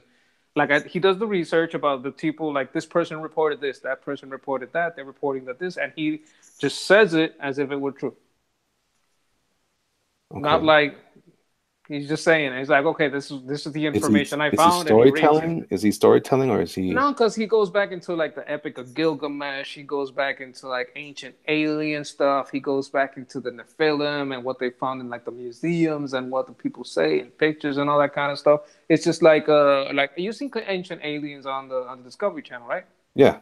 Well, imagine like that kind of format. But like all kinds of like conspiracy stuff, like the Antarctica stuff, like this idea, like how sometimes you find like really big caves, like they go for miles and miles and miles wide and long. Like there's places in there where that got a lot of flora and fauna that's unique, some like ancient flora and fauna, like dinosaurs or aliens, or just crazy stuff. And he go into it, and wasn't he there? also Sorry, go ahead. No, you go ahead. I was like, wasn't there some soldiers that they killed this Nephilim? I think it was in the Middle East, and they had them seal it up. He'd be the guy to ask, though. He'd be the guy to ask. No, y'all should hit him up. He's very friendly. I asked somebody who was around that time when when it happened, and they said they can't talk about it. They're not allowed to talk about things like that. Well, I guess. I mean, I wasn't talking about everything I saw in the army was 20 years old, and I can't talk about it. Right. Because when you deal with the electronics and stuff, it's all like, I got like what they call top secret clearance, and everything I saw was old. So when you got like super top secret or whatever that is, where the real tech is, where the real stuff is. I don't know. I mean, I bet they classify a lot of stuff. And something is just convenient. I mean, if I got new technology, but I can make everyone thinks it's alien, well, they're not trying to replicate that tech because they think I'm just crazy. All I know is that they have that spaceship in Area 51, and I can't wait to. I'm going to take my family on a vacation so we can check it out. Get your butt arrested. They're gonna arrest your back hole. Yes, listen, we're gonna go there together as a family and just enjoy it.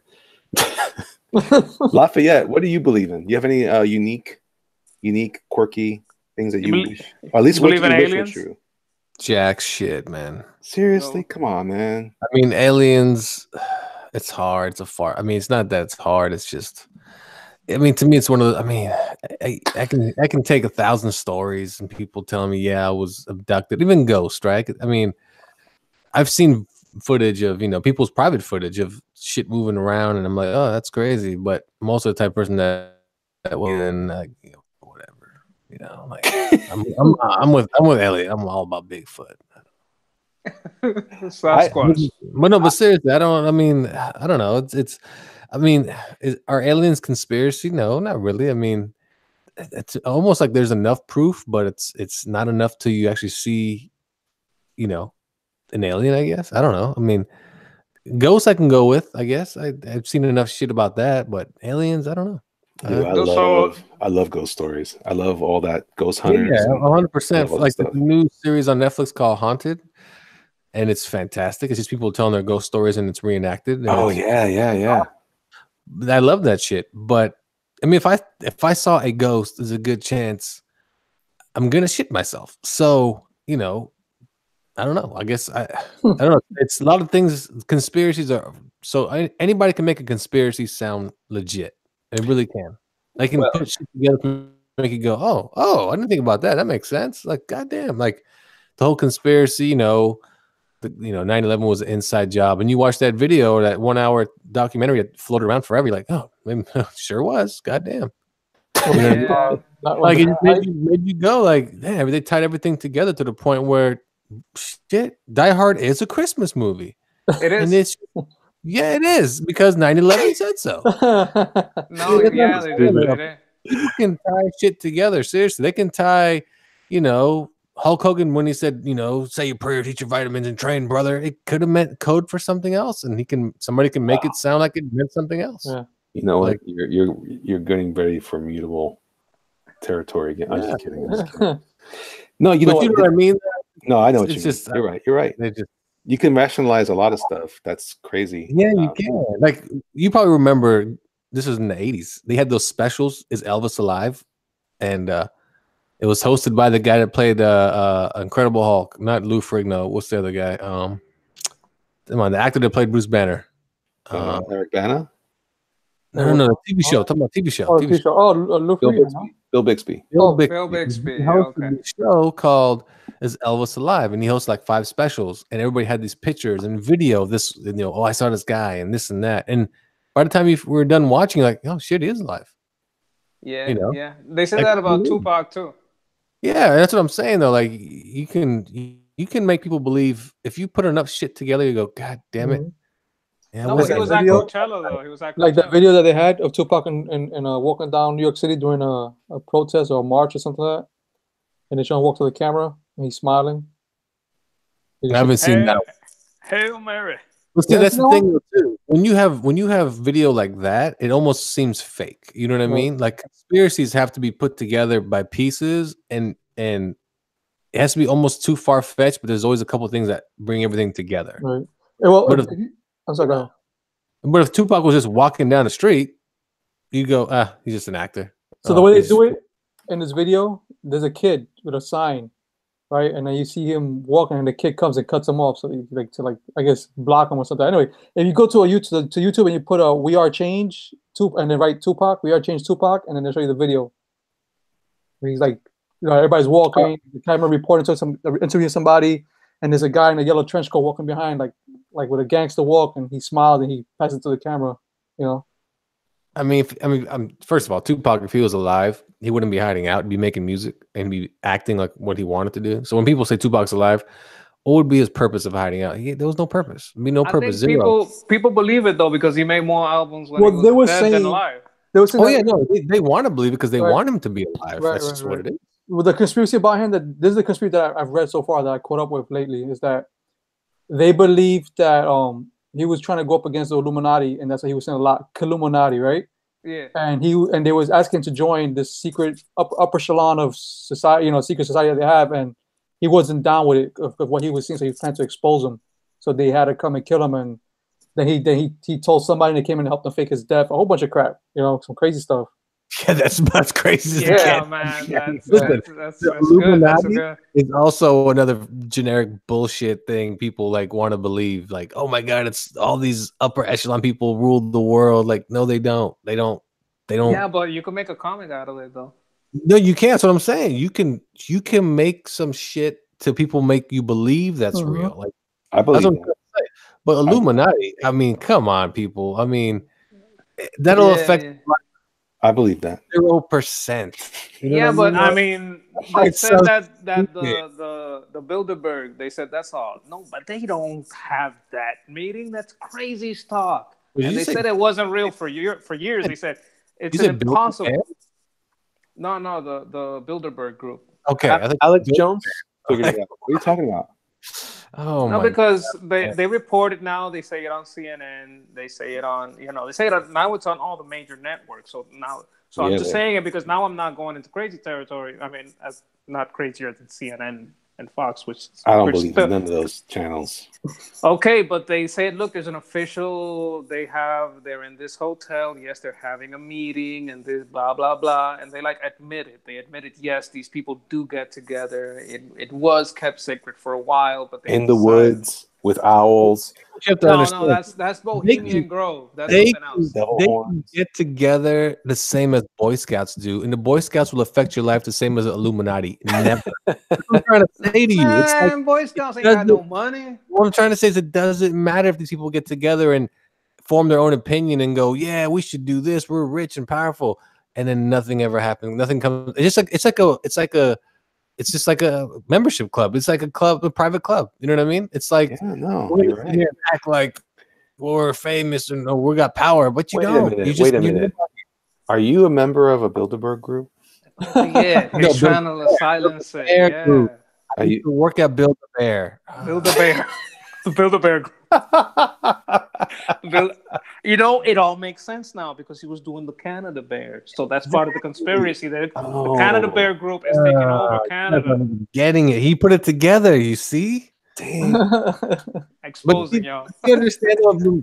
It's funny when even when I read comics, I always think to myself, like, if Spider-Man is off, in Central Park fighting Craven, and they get, whatever comes out of it will never affect anyone around them. It's just two guys in costumes fighting it out, and you're kind of like, when you're done, then what? I don't know. I beg to differ.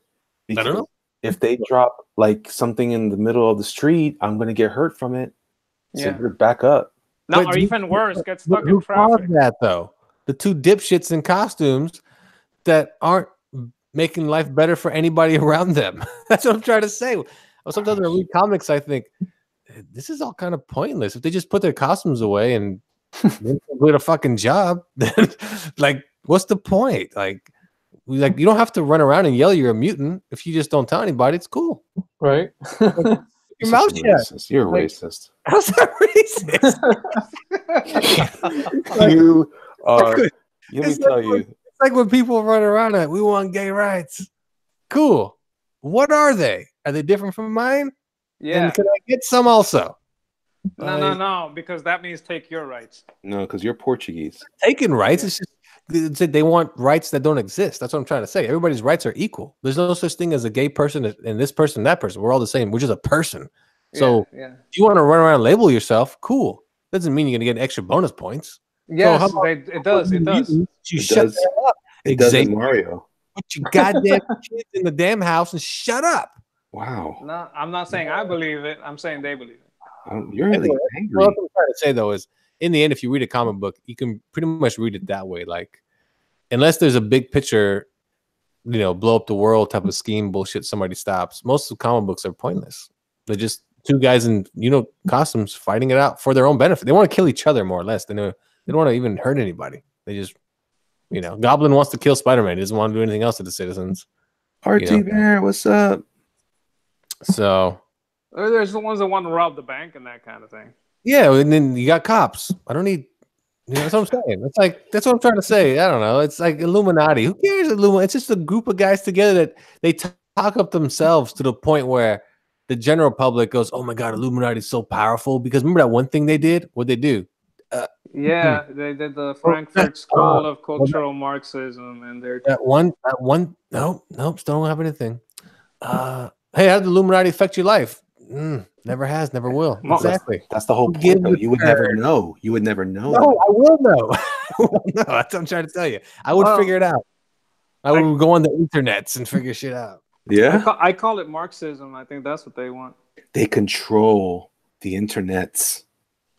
It's just I don't know. I think a lot of conspiracy like that. It's just so goofy. Like Tupac got killed by the Illuminati because he said Kaluma. That's what they want you to believe. No. What it is Tupac used to yell it out because Tupac also fed into the whole. Fed into the whole I'm Illuminati, but of course because he wanted to make you feel like he was like in the secret, like almost like a secret rap tribe, Yeah, no, but the Illuminati put that Tupac story out there so people would think that the conspiracy is crazy because they tied it to Tupac, and nobody can believe that. Again, though, there's no Illuminati. That's what I'm trying to explain. The Illuminati are just guys on the internet putting shit out there for you to go, oh, okay. You know what I think? I think you work for the Illuminati. Shut up! I give it newsletters. I build the website. Trying to throw us off. Yeah. I don't know. I mean, conspiracy stuff is cool because it's just fun to go, like somebody wrote in the chat room, to go down the rabbit hole. Yeah. But then, then you have to realize you have to go to work.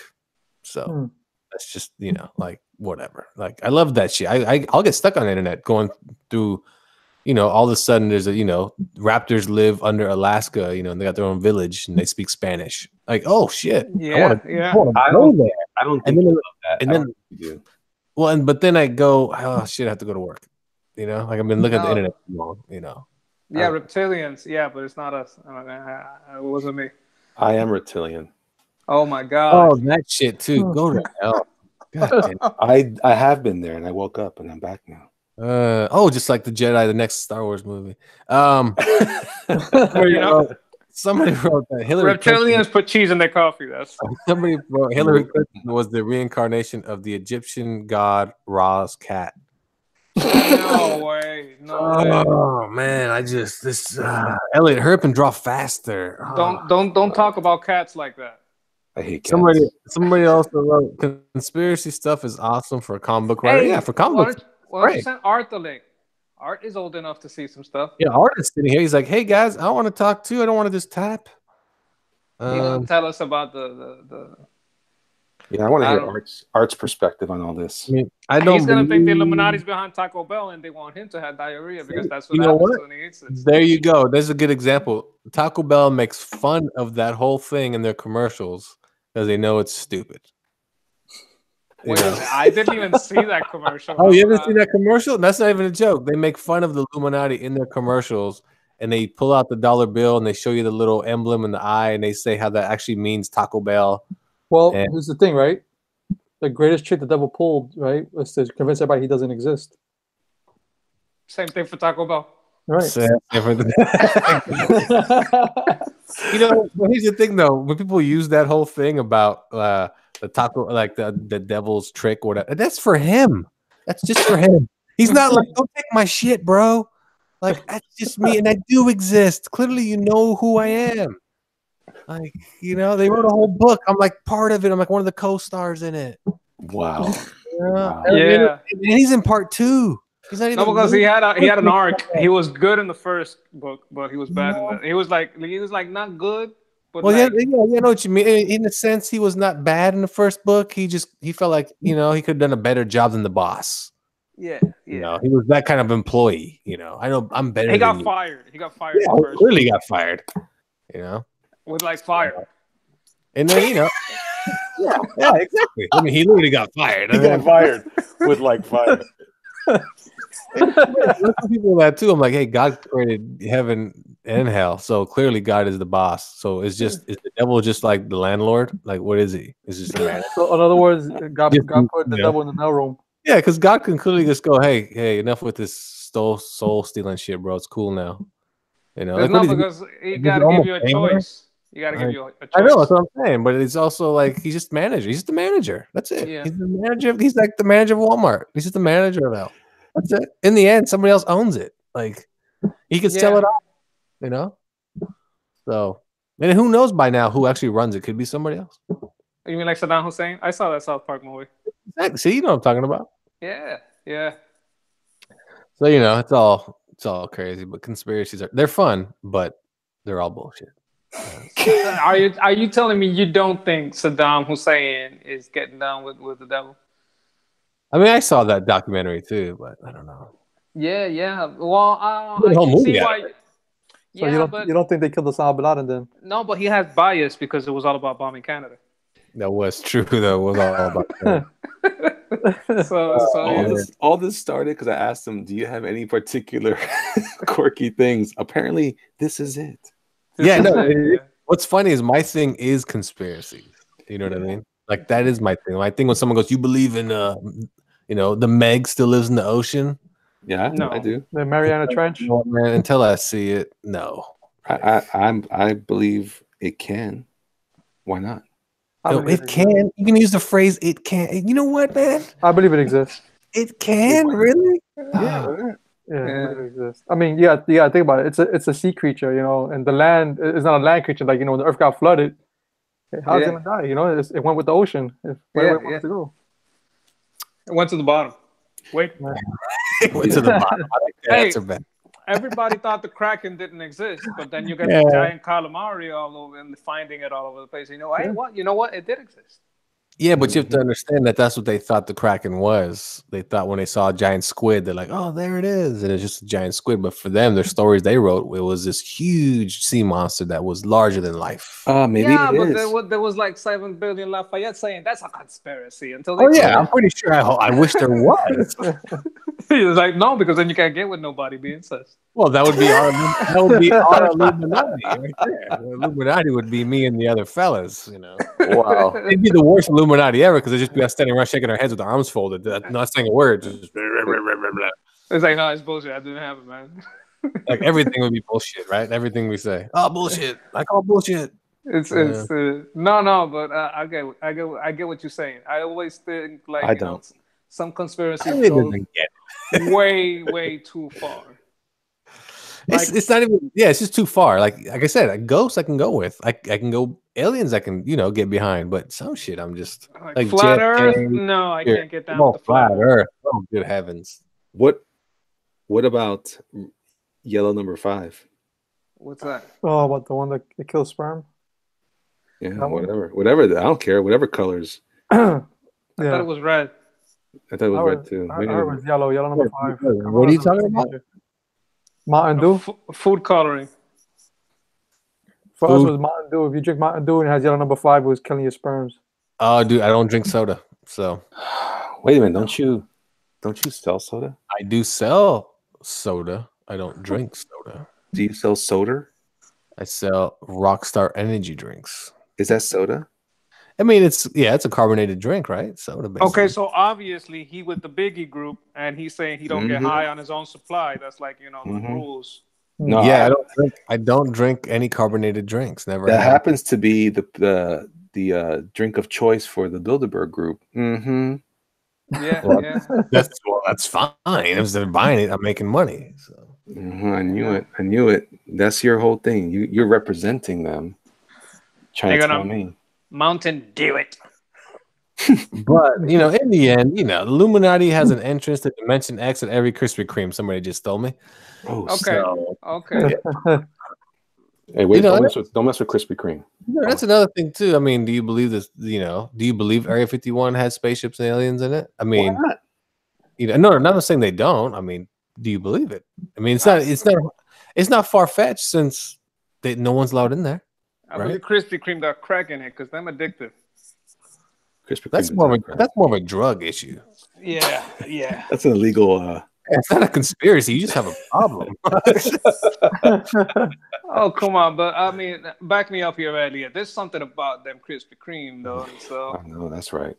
oh Elliot my can't god, scream that, all right?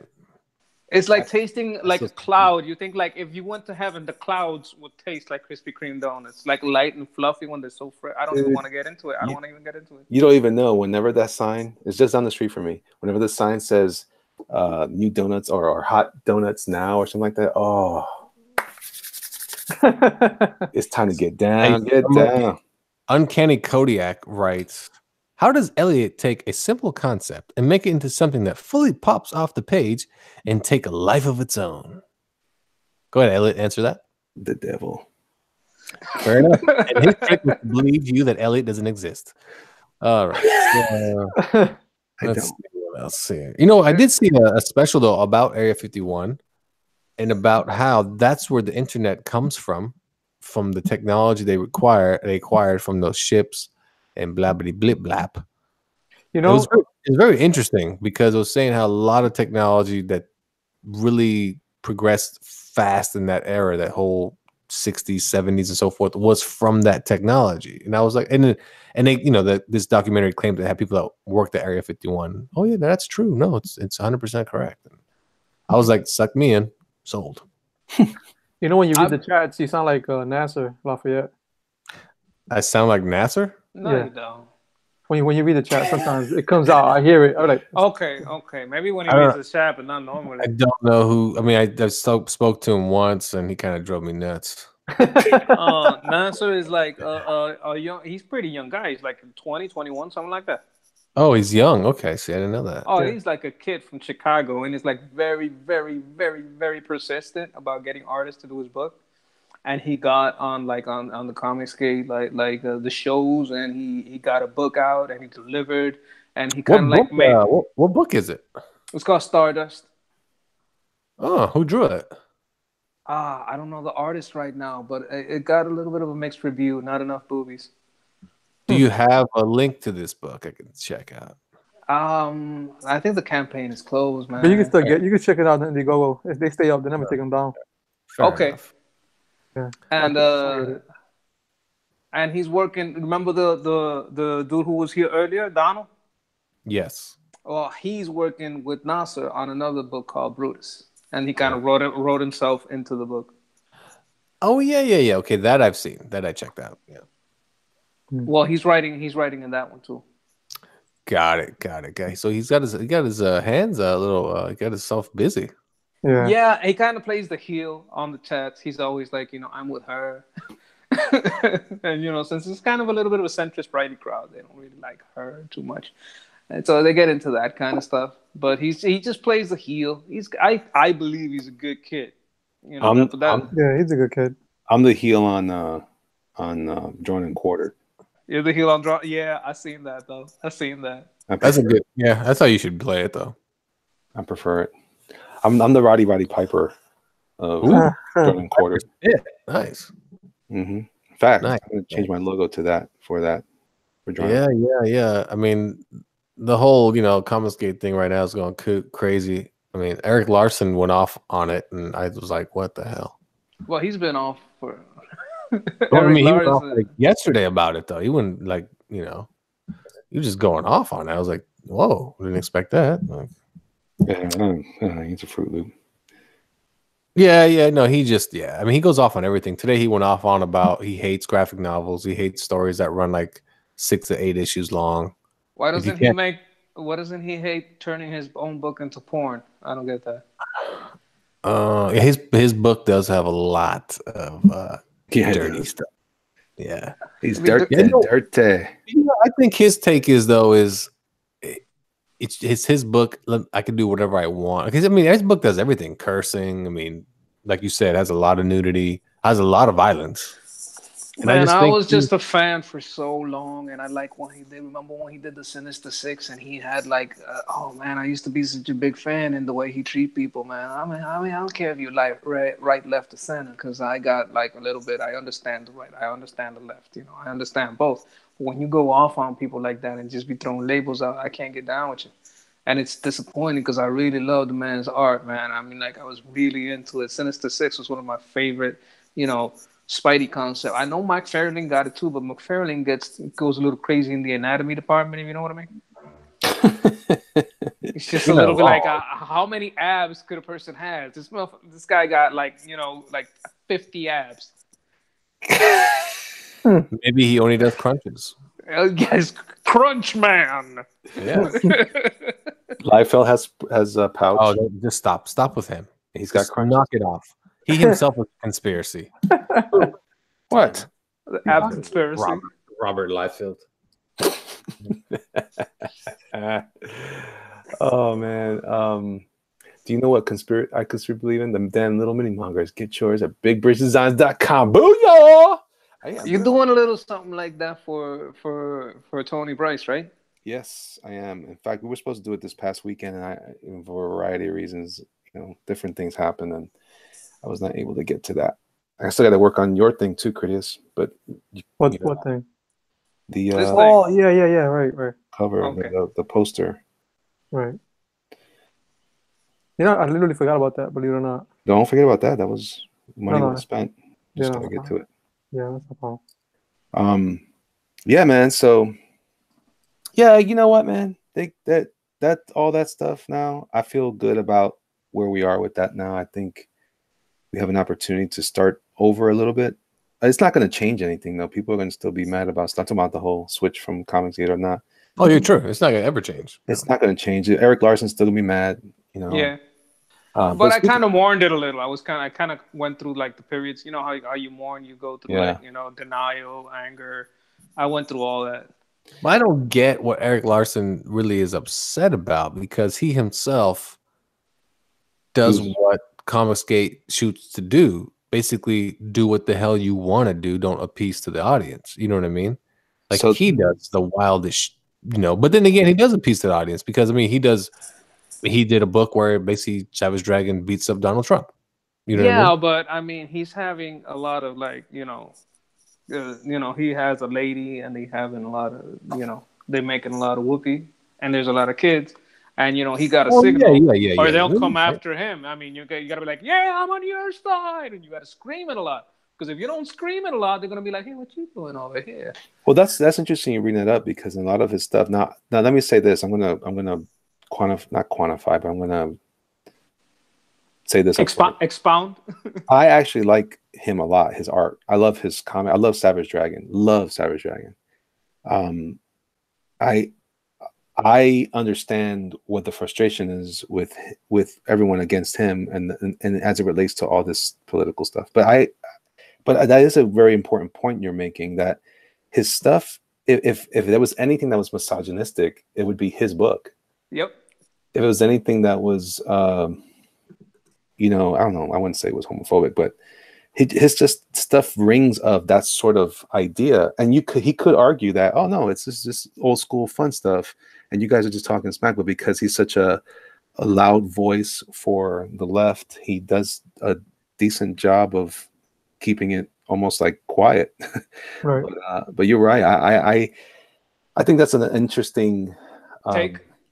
Yeah. I mean, or not just a take, but it's an interesting. What do you call it when you're not being truthful? You're two-faced. I don't know what you call it. It's hypocrite. Disingenuous. He's being a little bit disingenuous. It's an interesting hypocrisy. Yep. That he. But see, like I said, I've met the guy numerous times. I've talked to him. He's the nicest dude. He'll talk about anything. I mean, like I said, I enjoy his book still, even though I don't buy it on a regular basis.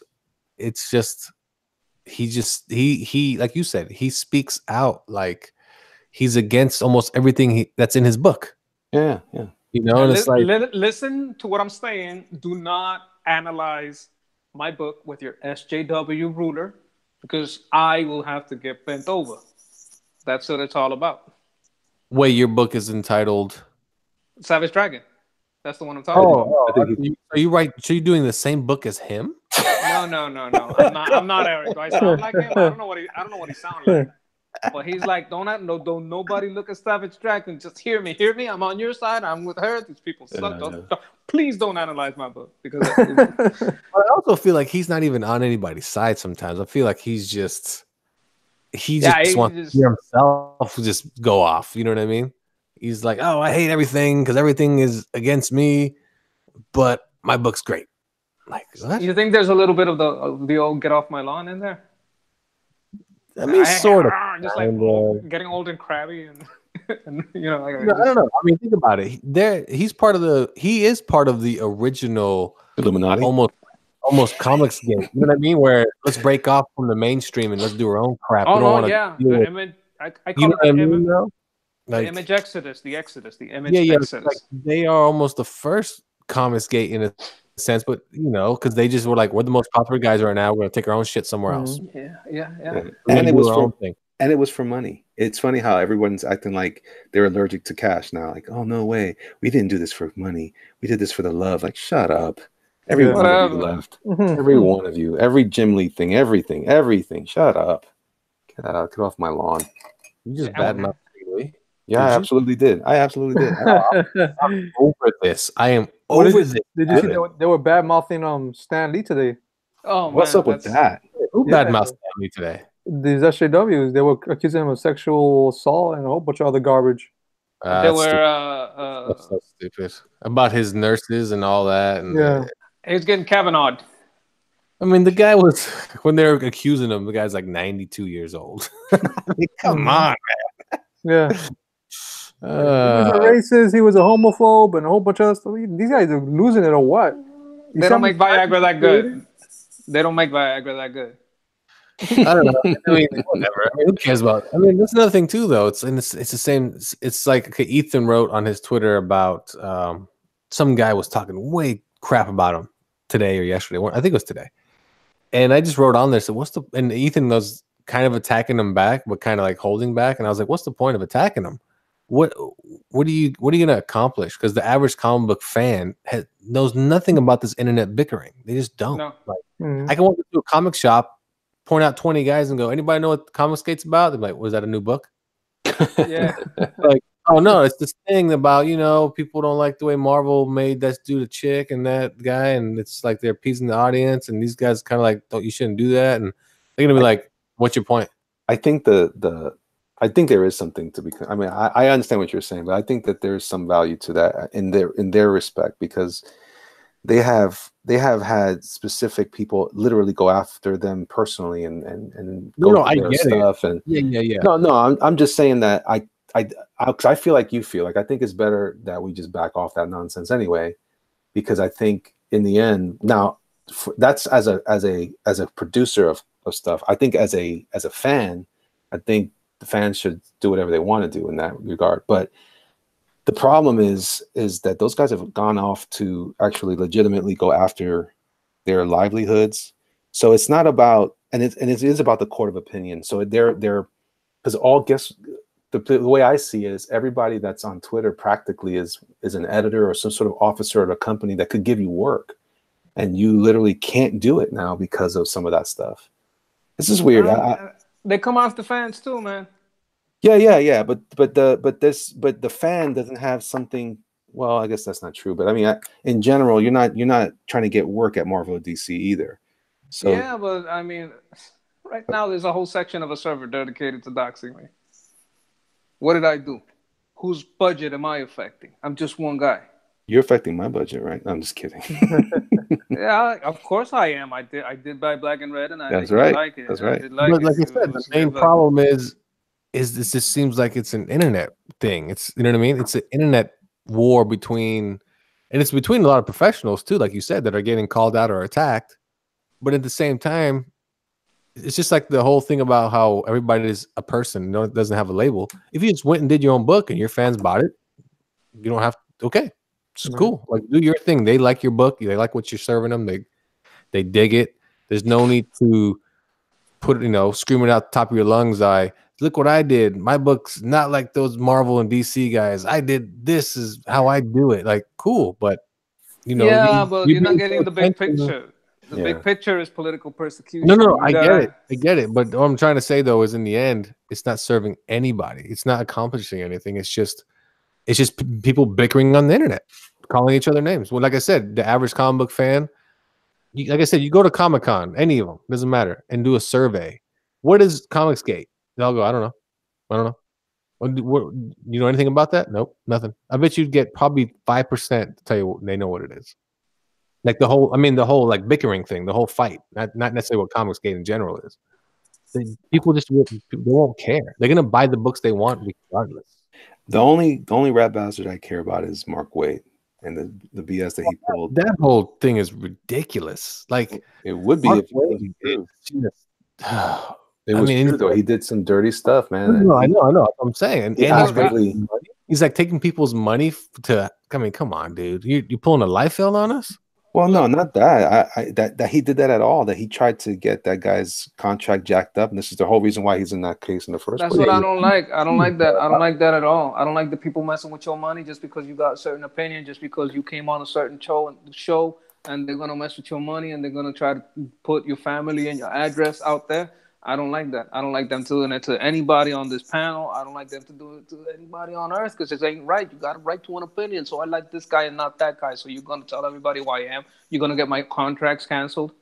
Yeah, you're not even wrong too. I mean, you're 100% right. But again, that's still a isolated incident with Mark Waid's dumbass. It happens a lot. It happens but you can't necessarily pick out everyone on this side of the group and think they're all the same per se. No, like Comicsgate, right? Everybody now, Elliot's Comicsgate because he's affiliated with the guys in it and they're his friends. He doesn't necessarily have their viewpoints. He's just, those are the guys I draw with. I like what they're doing. I kind of want to work with them. They're going to help me out. Just get the word out on whatever project I'm doing.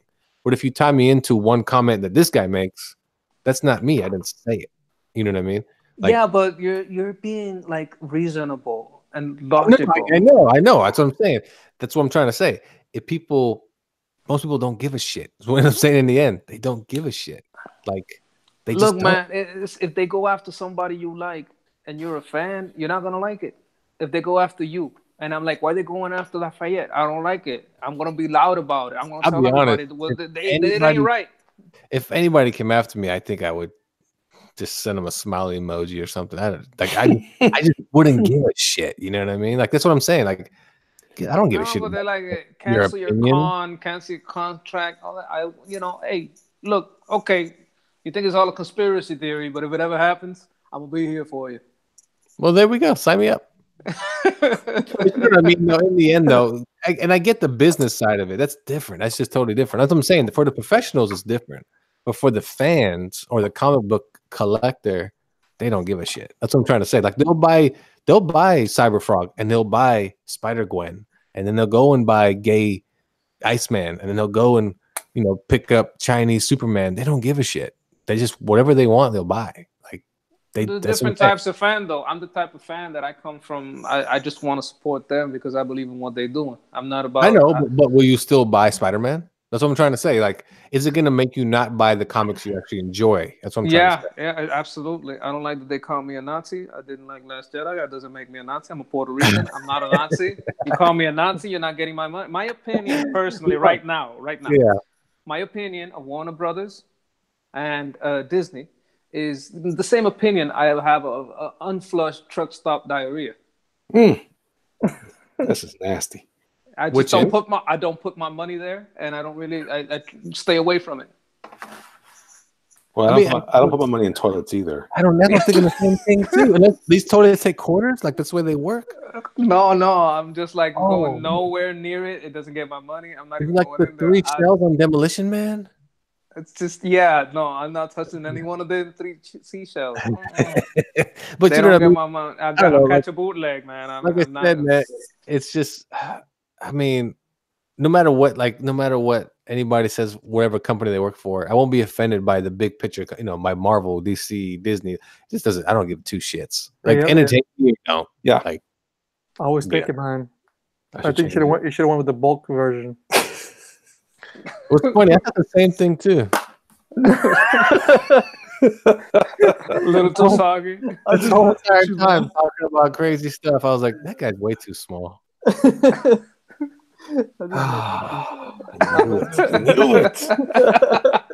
knew it. Matter of fact, this whole time I've been thinking that. We just been driving the conversation. Then you ruined it. You put some type of scribble by his leg. Yeah, Nah, I love it. It's perfect. It's perfect. I already like it, see man. I already see the stuff going on. He looks cool. I see more goth than punk for sure. Yeah, right. Well, he said goth in the first place. Yeah, yeah. Huh. I want it to be a mixture of both. You know, it's like no matter who Mm. looks at it, they'd be like, okay, like it's goth or nah, he looks like a punk. You know. You know who would be a good market for this? Insane Clown Posse fans. They'd love this. Well, this is just one guy. This is just a character. It's like everybody that's worried about, or not worried, but like commenting on my characters. I'm just messing with you, man. You know that, right? You know I love their No, work. no. You just reminded me of something because I was thinking of something earlier when I was showing off. I wasn't showing off. I was thinking about the recent character development I've been doing, Yeah. and someone, the way that people would talk about the characters I draw, they go, "Oh, I like that character." And I go, yeah, that's just a guy. That's just another NPC guy to destroy. That's not even really a character. That's just a guy. Like they could be characters, I guess, but like that guy, like we talked about Hightower, he's a throwaway guy. He's gonna get killed like as soon as I can put a sword through his chest. That's all he is. It's just a guy to destroy. But So it's they're just, like Boba Fett's. Like everybody cared more about Boba Fett, and it wasn't even ever supposed to be that important. no, I mean like I think of it like a game, like Okay. Diablo. Like to me, they're the monsters in the dungeon to kill. Okay. You see what I'm Okay. saying? It's not. They're not supposed to be. But it's causing me some pause because I'm thinking maybe I should turn these guys into characters, but I don't know if I care that much about them that way. I just want them to be things like elements in the game that you would be fighting in the middle of a dungeon or something like that. Okay, so you're making like you're gonna face 10 of these. Possibly, yeah. Like I was just playing Diablo Okay. tonight. I play it now, especially. I haven't played it in You hear about that announcement? Oh my god. Oh yeah, dude. You know what's funny? The day that I started talking about this and I called it based on Diablo, that same day they announced the game, and I was like, oh, I didn't even know there was a BlizzCon. Boom! All of a sudden, I was like, oh my gosh, this is a perfect time. It was so bad. It's like, okay, they're saying, okay, we're making a new Mario Kart. There's a new Mario Kart coming, so watch out. And now people come, they buy a hotel, they get the room, they come with their Switch. They're like, yeah, I'm ready to test it. Maybe they have a Wi-Fi test. They're like, yeah, new Mario Kart. It's for your phone. What? Yeah. Don't you have a phone? Like, mother. No, I'll be honest with you. I'm not devastated by the whole concept because I'm like, Oh, whatever. because you're not the type to like go get a hotel and go over there. Right. Exactly. I've been a fan of that franchise since Diablo 2. I used to go to a comic shop where they would play it in the evenings, and they would do it like a LAN party every so many days of the week. And sure enough, man, it was like, oh, that's cool, man. I just dug it, man. And then I started to think, man, that's such a neat idea of all these characters running around and you can loot stuff. It was very satisfying just to watch them. So then I got a copy of myself and forget it. I've been hooked ever since. Diablo 2 was my jam. And I would get scared playing it and everything because I didn't understand that was my first experience or something like that. Diablo 3 wasn't nearly as atmospheric. I think the expansion at the end of putting the thing with the Angel of Death, that was a closer experience to the original game. I wish the rest of it was like that, but it's still the idea of going from world to world, almost like a George Lucas deal, experiencing different environments. And then seeing all these monsters emerge. So it's like a little okay, now I'm going to confess, I was going off the example, but I'm not really into the game that much. I know it's like very well regarded and a lot of good lore come from it, but it's like a little bit of an interdimensional travel kind of thing. Like you go into like a place and you end up... There is some of that in the game, but it's at least in number 2, in Diablo 2. In the original story, or in the regular story, what you're doing is you're traveling from land to land, and it's you have to clear the environment first. So like if in the beginning of the game Diablo 2, and same thing very similarly in Diablo 3, there's like a forest level. So you have to explore the forest levels and the caves and the dungeons that you find in that particular area. And then the creatures and the monsters that you would encounter are all related to that kind of environment. When you go into the desert area, for example, then all of a sudden, instead of going into a mountain and exploring a cave or a dungeon in there, you're going into pyramids, or you're going into like weird pits and stuff. And instead of being little I don't know, little demon characters from the woods like goblins, now they look like serpent creatures. And so it's the same, you know, it's a lot of people might, I mean, if you weren't a fan of the game, you might say it was pretty repetitive, but what's fun about it is the idea that there's a lot of lore into it, and it's a deep game as far as that's concerned. Which is, if you can just look up the cinematics. The cinematics were always the thing that Blizzard would do really well anyway. But Diablo 3 did a good job with that too, and so now here we are.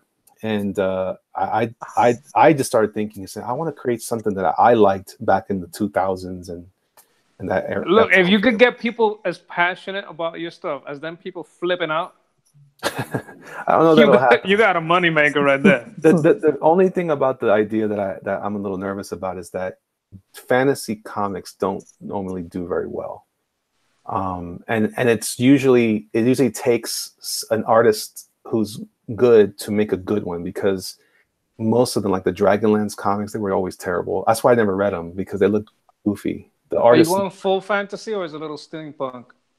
There's some steampunk technology in it, only because it's the original concept was also I was kind of basing it on Matthew asked what class do I play. I usually play barbarian, and I also play a paladin or knight.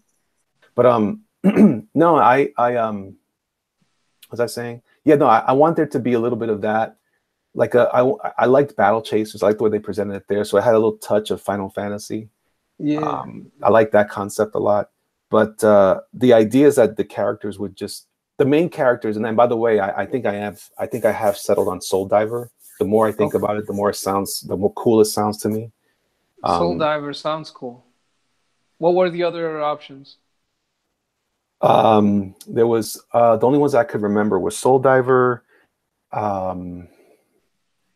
I think X Soul, and the second one I can't remember off the top of my head. I don't have it here either. Soul Diver sounds cool. I don't know. Yeah, it's got a good ring to it, and I'm definitely excited about that. So yeah, man, I'm all about that kind of concept, and if I can pull it off, I think it would be great. If people liked it, then they could invest in it. But you know, again, the real test would be if I put it out and then people thought, "Oh, this is great," and they bought it. But if they don't buy it, I'm not even touching it anymore, because it's not. Story is everything. Man. But it'll still make a good sketchbook. It'll still make a good. I mean, there's still cool ideas in there. I still want to create things, and that's part of what's driving the book. Is also a thing that I'm working on, where I want to create some merchandise around intellectual properties. It's still my ideas. I can still draw these things. So I'm planning to do like a little art card, like a special what do you call it? Like a deck, you mean? Yeah. Like I kind of envision this like almost like it could be a card game. So I'm like, well, you know, I don't play them, but I certainly appreciate the art in those. Have you ever made like a card game with like a YouTuber? I mean, there are some people get into that. I mean, card games they can get popular. The problem I'm not a player. I'm not a player. I'm not a card game developer either. Like I wouldn't know how to develop it. Because I could come up with the idea for the concept, but I would need someone to come up with the engine. Otherwise, you know, because I don't know anything about, you know. Me neither, man. I like the old school. Remember them old school cards they would just tell you the power set and the story, Pokemon? very basic story. No. No. I'm talking about the Marvel cards, man. There was some that were. I got some. Oh, man. You got some of them? Yeah. You flip them around and got a story about them. Yeah, tell you the powers, origin. Well, that's what I'm going to do with my characters. I'm going to create, even if this book doesn't get produced, I'm going to create a card set that introduces the characters, the world. So I'm going to continue to develop stuff like that. Just make a concept, intellectual property out of it, you know? We lost Lafayette. Where you at? You know, I'm still here. Okay. I was listening. He's just confused. You're going to do a graphic novel anyway, so the first one will get funded, no problem. Yeah. I don't even worry about that. And I believe people will come back for the second one and so forth. Plus, you're doing a graphic novel. No one's going to wait around for issues. So I still think it's going to work because you're going to give them a good chunk at first. I mean, there's no denying the art's going to be pretty. So, I mean, we talked about this. You throw a bunch of those sketches in the back of it. People are going to dig the shit out of it. I mean, yeah, that's what I'm thinking about doing is putting the sketches in the back of the book because I have in my mind the idea of preparing it potentially for issues to be distributed through like a diamond, but that I'm not really that concerned about doing issues that way. But you could do like a graphic novel first and then split it into issues too. Well, but then you have to, but still, you still have to plan it like that though. So because you can't just cut it in the middle of an event, you know. Yeah. So I'm thinking about this, still just setting it up that way. I'm going to do 40 pages of story and 8 pages of extra content, and that would be the initial special edition that you would be investing in the campaign. But then after that, if you ever did get if it ever does go to like a distributor like Diamond, then it would necessarily need to be broken apart. But then that give me opportunities to do new art, but you wouldn't get the extras, of course. As long as your first run is so original that you know that I like what Uncle Lee was saying about that. Like, you know, y'all artists, y'all got like that first edition it's a little bit more expensive, but it's got the signature or you know whatever. It's like a very special first edition that's never gonna pop out again. Right. And then maybe you go into distribution, and then maybe you go digital. That's what Zach was saying. Yeah. I actually support the digital model over all of these. I like the idea of publishing the physical copy as a special edition book that's actually designed to be like you guys said, like the special, like he called the movie experience. Yeah. You get the popcorn, you get the reclinable seats, and you get to enjoy the whole special thing. Edition cup. With 3D glasses and all that jazz, right? Yeah. But then I just don't know, and this is something that, you know, this is something I never really talked too much about during the whole Comicsgate stuff, but I'm not that confident in the local comic shop being around by the time this gets to publishing, because the way things are going, that might not even exist. And even if it does exist, I don't know if it's even going to. No, but I don't think it's just comic stores. I think they're going for, like, you know, go for broke. I mean, like, also get into like pharmacies and gas stations and grocery stores. The problem is who's buying it in those places. This is a great conversation. I actually love to talk about the strategy of the comic book business. Alterna does it somehow. Alterna does it, but they don't have the distribution that is required to sustain this industry the way it is. They're starting, but they don't have that full distribution set up yet. As long as they can sustain your book. Well, I mean, I guess that depends on what my goals are. If my goals are to be something that's on a larger scale, then no. But if I don't mind staying small, then sure. I say bypass that. I think I'm excited about what I'm seeing happening on the digital market. And we could go simultaneous. I mean, give that a shot over there. Hey, y'all got a shot at this while I do this digital stuff over here. I mean, who says you can't do both? No, you can, sure, but I don't care about. I don't care. You don't care about that side. Well, you don't have to. It's supposed to be the United States of comics, so your state is Florida. You can do that, and Cridious got New York, right? Right. So well, Cridious got New York. That state could work it that way, because the way they're framing it, if you want to skip any part, let's say you don't want to do any Indiegogo, you just want to do the digital backup or whatever, whatever you want to do. I don't see it as a problem, because the whole issue is supposed to be that each creator is his own, like, universe, is his own company, is like a conglomerate. So if you lean more towards that side of it, if you're leaning more Indiegogo to digital, and maybe throw it into Alterna or something that's like, let's see what happens over there. Let's say, you know what, let's diversify this income a little, because we got to get that cheddar. No. I'm with you. I'm just stating my business case for that. But yeah, I mean, anyone could do whatever they want, and that's really ultimately what needs to happen. A concept that everything has to be under one. I actually don't think that's a smart idea, because, to your point, look, maybe in the end, what if my comic book became a movie? Or what if my comic book became a game? Or what if my comic book became an animation? Yeah, that's where the part that each creator keeps the property, and right. That's where that comes in good. I think the way for you to go is your 40-page thing, and don't worry about distribution, single issues, and all that. If it takes off, people want more, then you start doing single issues, because the 40 pages is like an introduction book. But if you make enough and the book does well for yourself, and you feel like, you know what, I could just do another one of these. Yeah. Then just do that. That's it. Don't worry about Yeah. at all. Because like Yeah. you said, digital doesn't cost a damn thing. It doesn't cost you $1 to put it online and to get it on Amazon. It doesn't cost you any. Matter of fact, Amazon has a business plan called Create Space, where they will print your comics for you. You never have to spend $1. I heard about that. Order.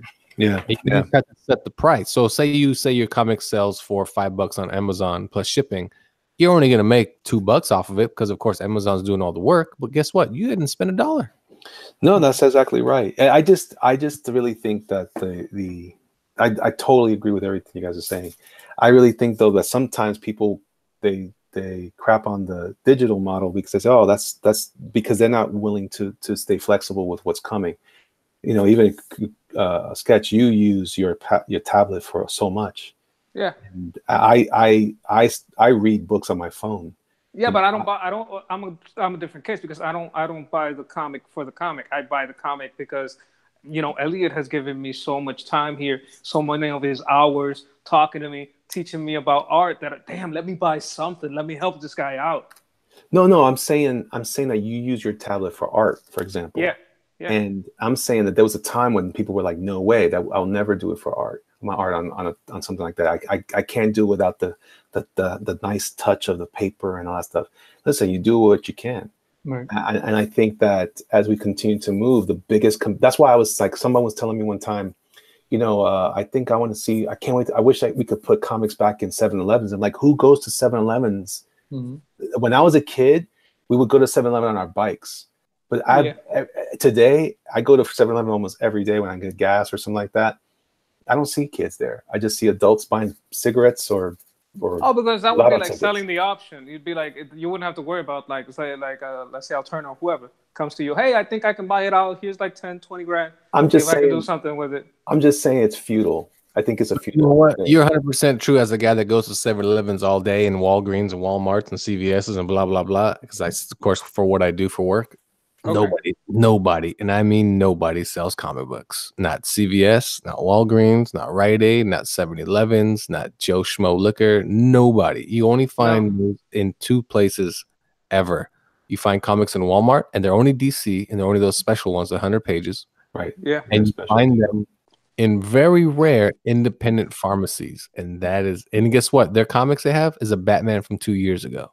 Yeah, because the Diamond has a cartel on it.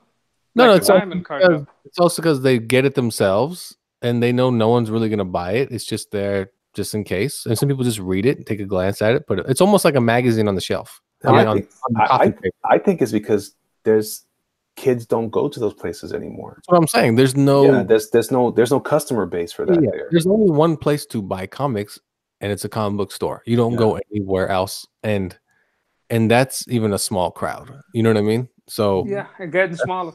That's why Indiegogo works, because the customer's coming to you. You've already pre-sold your books, and you've already hit your goal, and so on and so forth. And impulse buy. They don't do that no more. And you're making money. Blah. You know what I mean? Though it's like it's pre-sold. That's why, like when we talk about Liefeld, 3 hours ago, he's doing that because he wants to pre-sell it to his fan base already. Like that's just it. He's like, hey, you really like my shit. You want this, right? Oh hell yeah, we do. Oh shit, Rob, you're the greatest. Okay, sold. Boom, sold. Like, I don't have to worry about. He doesn't have to worry about dealing with the image and printing this and that. Like, shit's already sold. Like, I'm done. Like, I'm not rigid on it. I just want y'all to have all the options. The more options y'all got, the better. Every option is great. It's just that. You want to get a fan base built in, and not just throw it out there hoping that it sticks. You know what I mean? Like, no, I don't mean like that. I mean they gotta pay you. I mean, like, let's say you're right. Someone comes to you, hey, you know what? I like your book. I saw it on Indiegogo. Here's 10, 20 grand. Just give me an option, see if I can make something with it. But that's what I mean. But that's after the fact. So that's you know what I mean? Yeah. That's after the so that's great. Yep. If somebody approaches Elliot and goes, "Man, your book is awesome. How about we how about you let me distribute it for you, Yeah. and we'll pay you this much. Okay. Yeah, Bam. I would say that that's kind of what I'm doing too. I'm planning it so that I can do 20 pages for your monthly format. However, I don't expect that, because that's actually a lot of more work to break up your comic into single issues than it once you've already developed it as a 40-page short story. You're now having to go the extra level of making sure, because that's what I'm saying, is that it's a pain in the butt, to say the least, to go through that and have to now, okay, now Can't you make it like a to be continued? Does the story have to break? Can it be just like, okay, this is a good place to? I think that breaks the experience. I think that messes up your experience. I would rather just read the full story, have it end, have 3 acts in the story, and do it that way. That's what I'm saying. It's not three acts is 3 issues. No, not necessarily. You can do 3 acts in one issue, in one book. Doesn't have to be 3 issues. I mean, I'm planning it to be, if nothing else, it would be 6 issues broken up among 3 books. But how many pages how many pages would that be? 2020, 2020, 2020. So a normal comic book today, the average comic book is 20 pages long. Yeah, so so you're talking basically 60? saying you're gonna do an actual a story arc per book, but it does connect to the other books. Just like you said, yes. What's a Hellboy is? Hellboy is, here's one story. The story is single. It can carry its own load, but it does connect to this next one. But if you just read this one, you'll be satisfied. It's just you're right. It's just it's just how you plan it. That's the tricky part of all this, is how you plan it, because it's easy to say, oh yeah, I'm gonna just turn into break it in half and make it a thing. Well, you can't just do that. What if you're in the middle of like the halfway point is in a very specific scene? So now, do you go back and add more to that book to make it work for to a floppy format, or do you see what I'm saying? That just creates another level. It's not as simple as what I'm really trying to say, and that's where I think in that case they gotta adjust to you. Well, that's what I mean. That I'm willing to say that. Not to mention, who am I making it for? We'll see. I mean, all that stuff really matters on the back end when we see how well. Yeah, because the first one's got to be your way. I mean, whatever makes you more comfortable. Because in the end, it's your baby, and when it's your first IP, I know y'all put a lot of love into it. So you got to be comfortable with it. But if you already have this idea about digital, about hey man, I just want you all to have more options. That's what I'm about. Maximum options, because they got a chokehold on the industry, and that's what I don't like. Well, that's what I mean. That's why I'm almost willing to say that it's almost unimportant to me at this point to ever go to floppies, because you can't. Listen, if your book doesn't have a spider or a bat on it, it's going to be very, very difficult to work that book into the direct market. But some people I know that you what you're saying is valid for you, but there's people out there that they will fight tooth and nail, because that's the way they always saw it, and they want it, and they want it in the store, and they just want it in the store. No, but it doesn't work that way. It's the retailer. If the retailer can't sell it, the retailer can't sell that book. They won't invest in it and take up space on their bookshelf for those books. That is but I mean, here's a good example. You guys know Kelsey Shannon? Is that his name? Yeah. Okay, he had 2 books. One by Image, one by Archie Comics. One was called by Archie Crusaders of Justice, something like that. It's a really good book. Yeah. Okay. It was like Archie's original Justice League that they created way back in the day. I was the only one that ordered it at the comic shop. That's it. And then he had a book called Fang from Image. I was the only one that ordered it because I, love his art. Yeah, same here. And then all of a sudden, I was like, "Hey, where's those books at? You know what? You're the only one that got it. We'll get it when it comes in for you, but we don't carry it anymore." I was like, "Excuse me? Yeah, we need something else on the shelf." And this is a big comic shop. And I was like, "Oh, seriously? Like, yeah, this book sells more. This book needs its space. Blah blah blah blah." And that's just Elliot's right. If people don't, after a while, no one's putting it in their comic box, saver box, whatever. They just cut it. They're like, or they order 1 issue, and you'll be lucky to be the guy that grabs it off the shelf. Yeah, that's the reason why. Whenever I say I'm in line with Comicsgate, especially in that case, is because of that. Because there's no way. One, I'm most concerned about people not being able to keep their jobs because of some sort of opinion. 2, I'm also concerned because they've monopolized the comic book. It's not just Diamond and Marvel and DC. These retailers are starving, and Yeah. they have to sell Batman. That's why they'll and I talked to several ones, different guys that I know that are friends and buddies, and you can hear, and or you just go to any comic shop, listen to them talk when they're ordering stuff. They're all mad all the time because I gotta order this stuff, and they're afraid it's not gonna sell, but they know they gotta get this, and they gotta order this stuff because of Diamond. They gotta finagle their order to get the right stuff, and then when they get it, they know that they can sell Spidey, they know they can sell Batman, but they don't know that they can sell Carrot Guy and his buddy Sideswipe. They don't know that. So that requires a level of faith, and so that's why it's, in a way, it's almost like, well, let's just put this out in this book, let's sell it to our customers who want it. And let me see here. Mike Kelly says that's why you'll never get your work in a gas station that won't spend their shelf space on comics. Well, that's true, because they're selling food and sodas, and that's like now. Well, actually, you can kind of speak to this that way, right, Lafayette? How competitive is the soda market and the energy drink market? It's true. You better buy your space. You better be well known. You're gonna come out as a new drink. You're gonna have 12 SKUs, but the gas station is gonna give you one facing for one SKU. What's your best one? Does it sell? After a month, if it doesn't sell, hey, can you pick this shit up? Give me credit. I don't want this shit in my store anymore. Yeah, get it out. Yeah. And it's the same thing as comics. It's really no different. Rastog says, I wrote Carrot Man and Sideswipe. Damn. That's awesome. It just happened. I pre-ordered it. Yeah. So you had someone in your corner over here. Just remember. No. Listen, I'm not saying. No, listen, I mean, like, for Carrot Man and Sideswipe, Lafayette was down with you. No, listen. If the market opens up again, then it's worth going that way again. It's worth looking at it. But I like with the market to determine the market. I don't like the Mark way to determine the market. No, I understand that, but it's not the market. Is not the market is not Mark Way. The market is us. It's us buying stuff at the store. When the only thing that the guys buy are Marvel and DC books, that makes it difficult for a retailer to say they don't have an unlimited space on their shelf, right? So all they can do is say, I have this much space. And you've been to shops where they have like too many comics that you can't even see the covers, and like, I don't know what that is. Man, there's like one. There's like one in Puerto Rico and like the metro area. There's like one at San Patricio Mall.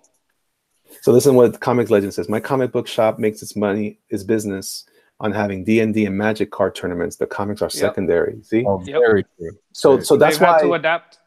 Right. So but the comic form, don't get it twisted. The comic art form is still a viable form. In fact, it seems, this is just based on my very meager observations, but it seems like this is like the farm for what they want to produce in Hollywood, and rightly so. That's why we have to produce these things. People complain about too many Marvel movies. Well, it's because not enough new content is making it out there. Okay, fine. So this is what Doug was saying the other night when he was saying that this is a noble endeavor to produce the books and also for the customers to invest in the books through these campaigns, because now we're finally getting these products out there and into the hands of a producer or whoever that wants to take it to that other level to continue to advance in pop culture. Yeah. And that's why I like the idea of digital, because what's great about digital is that you may not even need to have a storefront, a brick and mortar, in order to present that concept out to the masses. Is that good for the brick and mortar? I'm not disagreeing. I just think Zach deserves his chance to fail like everybody else. Was that no? That he deserves his chance to fail. I think he got more popular because they tried to bar him. I don't think he would fail. Zach, Richard C. Myers. Oh yeah, but Richard, that goes back to your state principle. I know that you don't believe that market is important, but he did. I mean, it was in his heart. So I felt for the guy. And I was like, important. It is. He deserves his chance. It was important for him to get in there. So I'm gonna back him. And if you say, you know what, I'm gonna skip it, I'm gonna go down with digital, then I think it's important for you to have that chance to go the digital route if that's what you prefer. I like options. I like it when you all have options. I don't like it when y'all are like barred for options for like stupid stuff like politics or who you backed or who you followed or who you didn't No, follow. no, no. Yeah, we're in the total agreement on that. But I'm also adding that it's really a business decision about where Yeah, do I have the best chance of getting my product out. It's yeah, probably not. I'm saying within the next 5 to 10 years, it's probably not going to be a comic shop, and it's because the business. You've heard the statistic how many shops I are agree. closing, but and before you know it, like what who was it that determined? I think Tug did the work. He said that Yeah, he figured out that if or Zach did, if you get to under 1,500 stores, then literally the whole thing is collapsing. Hmm. That market will fall apart because there's not enough places for distribution to get to. That's why if you go to a lot of stores now, it's a lot of statues, there's a lot of toys, yeah. They have to which diversify it. they They have to have to, yeah. diversify that. So same, but you see the same thing happening in GameStops now. They sell a bunch of stuff the same way. They're kind of taking that kind of Oh, idea. they're about to sell Marvel. Uh, I heard about some sure. kind of deal being worked in the background. I don't know, Cridious, you're Mr. Research. You ever heard of anything like that? No, I haven't, not yet. Well, I heard and it was like I think EBS covered it. It's like GameStop's already dying and getting into bed with Marvel. It's like I don't know, but they're trying to do what DC did because DC made a deal with Walmart if I'm not mistaken, right? Yeah. That's a smart deal, by the way. Yeah, That's a that smart is a deal. smart deal. Yeah, but they You plan know, to and sell Marvel and and comics. yeah, because now you have, first of all the comics, those have probably the highest brand recognition next Yeah. to Spider-Man, Superman, Batman, right? So right there, you're a winner because kids do go to Walmart with their parents. Oh yeah. Kids never go to 7-Eleven. When I go for gas, stay in the car, kids. I'll be right back. I'm saying Marvel should have gone like as I understand it, they were going for GameStop, but they should have gone for like Walgreens or something like that, CVS. I don't know, something a little more popular Well, than no, GameStop. actually, but think about what you just said, though. Who was the main customer at these GameStop stores? Young, Adults young, yeah. and kids. That's I don't know. No. All these kids are playing console games today. Yeah, no, All GameStop is of them. perfect. It's a perfect target. Yeah. They went Especially- broke here, especially man. They went games. totally broke here. Well, Because you know what happens, right? So when they release a new game, right, and people go reserve it, the people gonna like. I used to work in GameStop, and I seen the lines go outside and around the corner. So that's a lot of potential customers to sell comics to. Okay.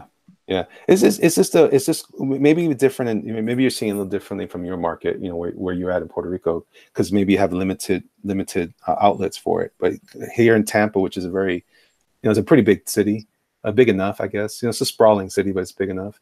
They have GameStops, like at least 3 or 4 of them, and just around close to me, and they all they have is kids going in there with their parents. They go to GameStops like we used to go to comic shops. I used to drag my mom to the comic shop, and she'd be like, "Oh, this is so stupid."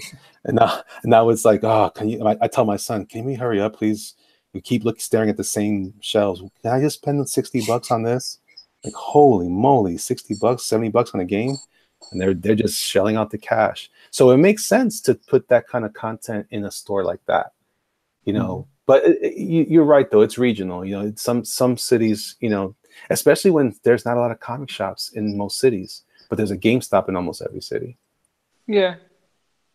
So if Mike Kelly in the side said you guys need to collect the website full of independent comic creators. Each have your page, and it's talking a little bit of that kind of thing. Each have your page on the site, like a I don't know, Facebook or something like that. I think that's a cool idea, but until the one day that the whole Comicsgate thing happens again, when everybody's mad because you could go just went SJW. Oh, forget it. No, but I get what he's saying. But I would put a twist on it. You should go from when you have the campaign to in demand, and then when you're ordering, then you could go to digital. Yeah, that's if you order enough stock. Let's say you go in, look, I'm about to go to print, so I have to cut now, right? But all of y'all that like, man, I really wanted it and I'm too late, and you're already going to print, so you're not gonna make any more of these. okay, so y'all can get it digital, and you just keep on buying like forever there. Yeah, I mean that's what I'm assuming, but I don't. Again, then you got to also think about fulfillment of a store thing. You know, that's why I Yeah. mean I have a store. Big Bridge Designs is my store. Yeah. So, by the way, that's a little plug there. If you guys want to come buy stuff from me, help a brother out. But I think Uncanny Cody, I can throw it in there. yeah, he could. But yeah. So this is just it's just overall. I know this kind of talk, especially because of where I came from and in the business I used to work at, and there was a lot of that kind of stuff going on. GameStop's business is falling. There's some huge mismanagement going on with them. Most people order their games online nowadays. That may be true. That may be true, but remember, this is not about solid. There's nothing solid anymore. We're living in a very unique time where the businesses have been kind of up. There's a lot of upheaval in brick and mortar business anyway. It makes sense though that while there may be an issue with the way GameStops make their money, I'm saying that Marvel making a deal with GameStop is a smart move for Marvel. Maybe not necessarily for GameStop. I'm just saying it's a smart move for Marvel because they get to put their stuff into hands of consumers who might buy their stuff. Look, the last 3 games that I bought, I downloaded digitally. I didn't go to a store. Yeah, I don't buy most games. Well, I don't even have a PS4 yet. But the point I'm making though is that this is what I'm saying. There's no this sometimes the context of what we say is almost. Ain't got time for that. No, sometimes the context almost comes across like we're thinking of it the way it was like 10 years ago. No, you're right. But it's not. We're not. We're in 2018 and people are not sure. You know, look, most of my business is online. I don't have a storefront. I do everything through social media. So I think that's what you're going to see more of. And I think it's a smart move, if nothing else, to try to figure out how to make that work for you as a business. You ever seen that Steven Crowder thing, Change My Mind? No. You never seen it? Oh, it's good. Well, you kind of changed my mind. You kind of got me on board with what you're saying. But sometimes these discussions are good to have anyway. Yeah. Just to brainstorm a little bit, throw everything against the wall, see what sticks, you know? Yeah, because to your point, Sketch, even a comic shop could be useful, especially like a Midtown comic, so it has a big presence in New York City. And New York City, but that's what I think is going to happen. You're going to end up with these big stores in these giant urban centers, and the smaller ones are going to continue to evaporate. I think there's a couple of towns, I think states rather, coming up from us, I think towards like Tennessee, that there's hardly anything in those there's like no comic shops in those areas anywhere. So yeah, it's just a very interesting time. That's what I'm saying. It's not as robust as it used to be. If there was a lot of comic shops, then it'd be even more deadly what Mark Waid is doing. And it's bad enough because he's trying to get that stuff distributed in regular stores. So what did he do? He went over to crowdfunding, because there, at least to Lafayette's point, it goes straight to the customer, and that customer is not worrying about, you know, is there going to be enough of them left at the store? Is there some guy going to buy up all the copies so they can sell it on eBay? Like, this is you want it, you buy it from me direct. And I think a lot of commerce is moving that direction, you know. So I think you're going to still need food places. Like I'm not comfortable buying food online ever. No. I need to look at my groceries before I buy them. I still want to see does that bread have mold on it or not. But that's exactly right. Need a legit online comic store. Again, and then let me tell you something about that, Mike Kelly. I'm going to mute myself for 1 second. Y'all keep talking. Go ahead. I'll be right back. To your point, Mike Kelly, another thing you got to think about is, even if you take an online comic store, what's happening to the cost of mail and shipping, and the cost of products that you need to ship? I mean, look at what we're going through now, right, Crid? Trying to figure out, like, it cost me $25 to send something out to someone that only spent $20 for the product. I lost $5. I paid for someone to have it for free. Right. You see what I'm saying? Idiot. Because I know. That's how I feel. That's why people are like, hey man, you're missing an international market. I'm like, yeah, I'm trying to keep my money. I'm not trying to get rid of it. You know, it's like and that's what I'm like, man, I wish I could. And that's what I did hear. I think one of us said something in the recent chat that maybe there's some negotiations going on at the post office about reformatting but who knows how long that's going to take, you know, before. So, you know, it's just something to think about. Those are the I'm not saying there's any one answer. I'm just saying that those are the different types of things I think about when I'm making a decision about where do I want my product to be. Shipping is a big cost, I think. Yeah, I mean, really, for you right now, you just got to stick to the Indiegogo, and that's it. Yeah, because digital's free. You can put it on digital all you want. Hopefully, if people go to it, you know, you make all the money off of it, so that's not a problem. But physical copies, look, in my opinion, comic books will never be just digital. Just no. It's I mean, I've tried it. I put them on my iPad. I just couldn't do it. It's like, nope, not the same. Can't do it. It's not the same feel. Like, I treat mine like magazines. I just pick them up, flip through them. Oh, this is cool. Throw it to the side. I don't put them in boards and bags anymore. All that bullshit. How old are you, Lafayette? Oh, shit, really? Are you in your 20s? No. In your 30s? 40. In your 40s. All right.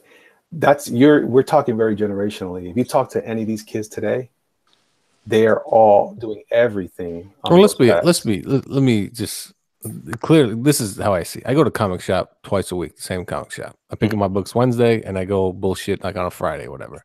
There are no kids in there. No one. Everyone's probably late 20s and older. Kids don't buy comics. They just don't.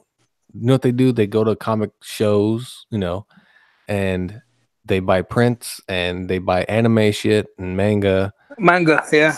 But kids do not buy comics. That's so true. I never see kids ever in comic shops. Kids don't walk in, Dad, I want the new Spider-Man. They don't give two shits because Spider-Man's for free on the Disney Channel. You know what I mean? Spider-Man's on a DVD. They want to see Spider-Man in real life. They don't want to read a comic book. You know, they don't, you know, Miles Morales coming out. Every kid that's going to go see that movie has no idea who that character is. But guess what? He's Spider-Man. You know what I mean? Yeah. And that's it. Oh, Peter Parker's in it. I'm going to go see it. Oh, who the hell's Spider-Ham? That looks hilarious. I'm going to go see it.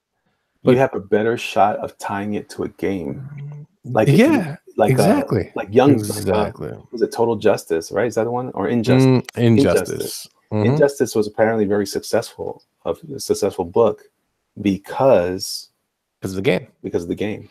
Yeah, it's true. Because of the game. That's what Mike drew. You know, he drew tons of Injustice. That's what he was known for. Injustice. I'm cracking up. Vane just said the same thing. Need comics in corner stores, drugstores again. I'm telling you, the only people I see in drugstores are old people. The only people I see at corner stores are angry drivers who need to get gas. It's crazy how people think people buy comics in random places. They don't. They only buy them. Comics have turned into, you know, a novelty in a sense of, if you want comics, you better look for a comic shop. Yeah. Don't think you're gonna go to even like Target to buy a comic book. It's just not gonna be there. It's not. It's not part of everyday shopping. It's just not. I mean, and comics are. I mean, you can't walk into a shop and just buy one comic and think you're gonna get into it, because no comics nowadays. To Eric Larson's point, comics are not one-off stories. They're connected to some spin-off over here and that book over there and this book over there, and you're stuck going, okay, why is there 5 Spider-Mans? And wait, Doc Ock is Spider-Man? What's going on here? And then you got the comic shop guy going, oh, dude, you got to buy that book. You got to buy that. You got to get that. And you're like, what the fuck? Like, I'm just going to watch the movie. Like, you know what I mean? It's just, dude, yeah. I mean, one thing you're right about when it comes to the medium of comics, at least right now, until people hit, you know, their 20s, 30s, and they want to get into it, kids that are especially into video games don't give two shits about buying comic books. No. You're like a couple of years away from like buying your comics books and then going to the park and feed the pigeons. maybe. I mean, man. I mean, I'm just. Dude, I mean, I only buy comics based on art. That's it. I've always bought comics based on art. I don't give. I mean, let me respond to this. So Vane says, I want to read these guys. These are good. This is a good conversation. Listen, this is not a negative or anything. This is great to have the conversation. Vane says, Archie books still are bought and read because they are at the cash at the supermarkets, and my niece reads them. Yes, they are. But guess how much they cost? They're like $7 for those digests. $7. That's a little high for an impulse purchase. It is. It is a very high price. I'm talking about just retail. I come from a business background, so I'm saying things like that. And so, yeah. Now think about this. Imagine now you have 3 or 4 or 6 or 10 different options, just for at that $7 price point. That's insane. Yep. That's insane. You can't buy all those books. So again, we're back at another problem. I mean, that's just good for Archie. God bless them. I love Archie. I hope they continue to make those. I buy them myself from time to time, but I know that every time. But you were up in there though, right? What's that? Didn't you make a few? I did. No, I worked on Archie, a couple of Archie things, but nothing crazy. That wasn't a career of mine necessarily. I just worked in some stuff there. So okay. Yeah, I'm just saying I've always been a fan of Archie. But I've always been a fan of Archie. Are they growing their business? Because they're still an up and coming thing. You know what's saving Archie right now? Those crazy TV shows. That Sabrina show is nuts. It's nuts. But again, it's just hard to find them. And going back to your point, Lafayette, you look at the one that you were looking at that came from Archie at a comic shop, didn't do very well. And then I certainly didn't see those Crusaders at Publix at the supermarket. So it's going to be a challenge. Comics Legend says people would rather buy the graphic novel online from Amazon and get the whole story at cheaper price. No more LCS. Do they still got Winn-Dixie's in Florida? Yeah. Okay. Yeah, and I remember when I lived over there, my mom used to have this card, and they would put stamps on it, and once you would fill it, they would give you like a big discount or something. That's way back in the day. Yeah, they do. They have different programs now. Yeah, let's see what else here. Wade is ruining Archie too. I bet. Wait, Doc Ock is Spider-Man? What? Yeah. Kenny Kodiak. Yeah, that's when I stopped reading comic books. Rodwell says buying comics is like buying records these days. It's mostly nostalgia for people with disposable income. But you know what though? I think Lafayette, you made a good point. I think as an art, when people say print is dead, I don't agree with that. It's just going to become specialized. Exactly. So it's going to look like hardcovers and trade paperbacks. I'm telling you, if you guys ever get a chance to, there's a book near me at all. It's not there. Anyway, it's a great book called How to Make Web Comics. It's by 4 authors that used to run a podcast called Web Comics Weekly, and they talk about this. They were working on comic strips, like newspaper strips, and their whole model was to build it for they went to digital, and people are like, no way, man, you guys are ruining the industry. There's no way you're going to be successful. This is the newspaper telling them. Meanwhile, the newspapers, where are they now? They're not anywhere. Not anywhere. So they're like, well, we sell our stuff online. Oh, you're going to ruin. Like, no, you can't look at it that way. We have to think about, like, pretty soon, people won't even have driver's licenses anymore because cars will be driving us everywhere. In Puerto Rico, the newspaper is free. They give it to you at the light. You get up in the morning. You drive, and a couple of lights down, sooner or later you're gonna find someone giving away newspapers. Nuevo Dia, Vocero, all the old newspapers, they got free. They make the money off of the advertising, and they got the articles in there. Let's see. It says here, Sean Tillman says, good comment, Sean. Disney and Marvel aren't really concerned about selling actual comic books. If they were, they'd promote them more more so than what they are now. They're more concerned about farming that IP, movies, TV. Exactly right. Absolutely. There's more money in farming IP than making actual comic books. Yeah, did you know? So the guy, I think we talked about this before. So owner of a comic shop told me that DC puts out like 55 titles a month, something to that effect, and only 15 actually make money, and the other like 40 are just there just in case it's an idea that they get. And they either break even or they lose money on those $40. But the other 15, the Batman, Supermans, they make money. But if you want to buy from them, you gotta buy all 40. What do you mean? Yeah, what do you mean? No, I'm talking about how does Diamond and Marvel treat the LCS? I think it's a problem. It's a bigger problem between them and Diamond. Diamond forces them to order so many of certain things, but then Marvel keeps shipping more stuff. They keep inflating their numbers or whatever. It's a kooky system what they got going on right now. No, I heard they found like not the landfill, but like a warehouse with pallets of comics that weren't sold, and they're just like fluffing numbers. So Mickey Mouse. I'm coming here and I'm That was firing actually all of you. recently. What book Yeah. was it that they said they sold out? They didn't have any more, and they ended up finding like a warehouse full of them. And they did that. They did that because they said they try to build up demand for that particular book. I heard this story like I forgot what book. yesterday. I think it was yesterday or the day before. I forgot what This is book it was. Well, you know that. Remember that book that came out, Batman's Dong? oh Yeah. no, the Battlewang. Yeah, yeah, shit. yeah. Yeah, Yeah, yeah, so yeah. even that book, they're saying how Diamond purposely didn't ship out thousands of copies to build up the price of that book because the following week the price jacked up to like $50 a copy. Yeah, yeah.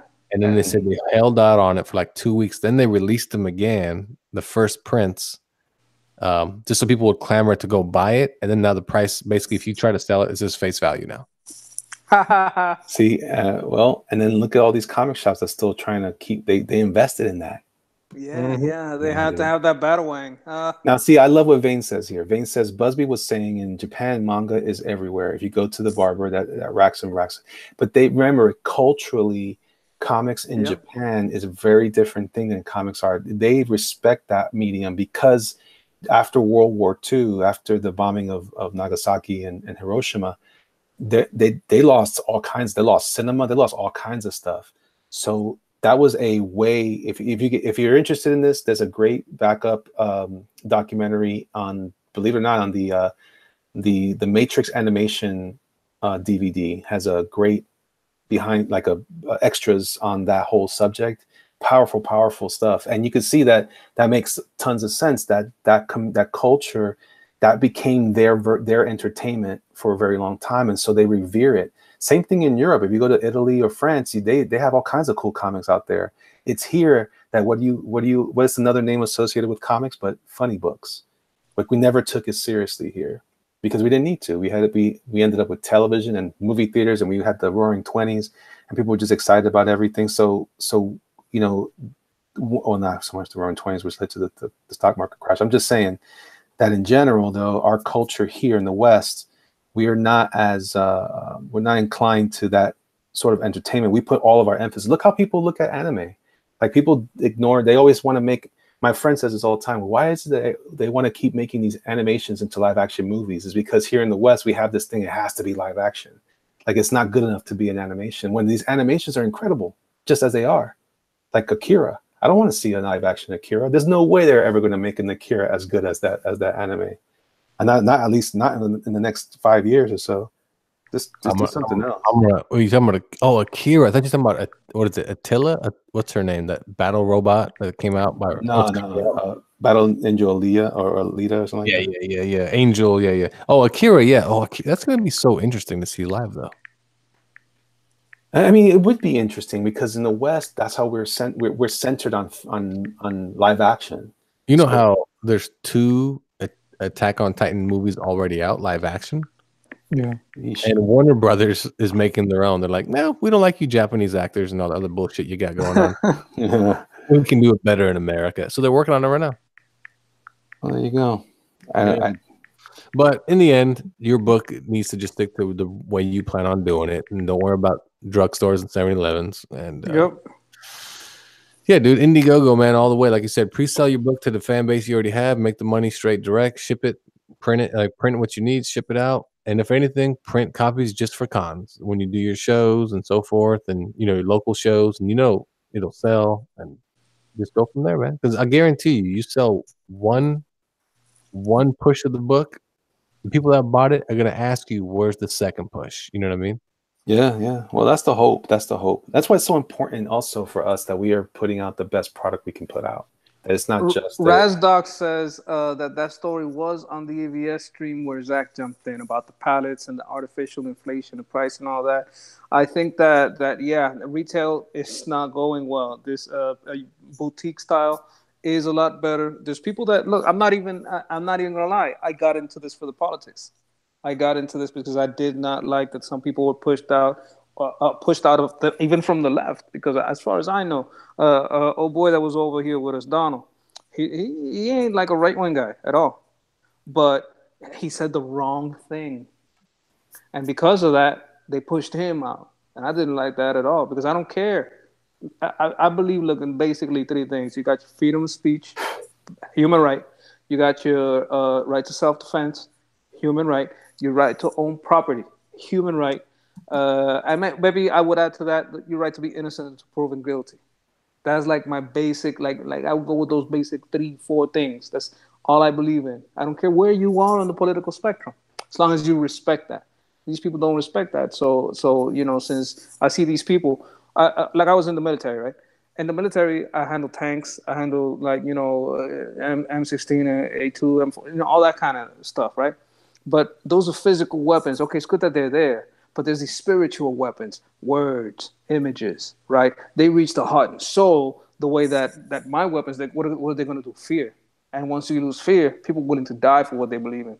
So I'm not about that. I'm more about, the people that can tell the story that gave you hope, the people that can set the example that says, I can do something.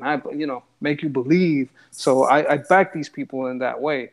And I don't like it when they get blocked. And I don't like any of that. And I also appreciate the content because I believe these conversations are important. Being able to speak your mind the way EVS does, the way that Mike does about religion and that kind of thing. I believe in that. And I believe that is also a product that's overlooked in all this. The content being produced also has a value because a lot of people, they pay for the Netflix, they pay for the Hulu, and they watch this more than they watch their Hulu and their Netflix. And in the end, they want to give something back. And you know what? Yeah, cool, comic. But you know what? My connection is to you because I've been listening to you for like 10 hours, 20 hours, 40 hours. Yeah. You understand what I'm saying? Yeah. Well, that's the thing. That's the new product, though. That's what you're describing. That's where business is going.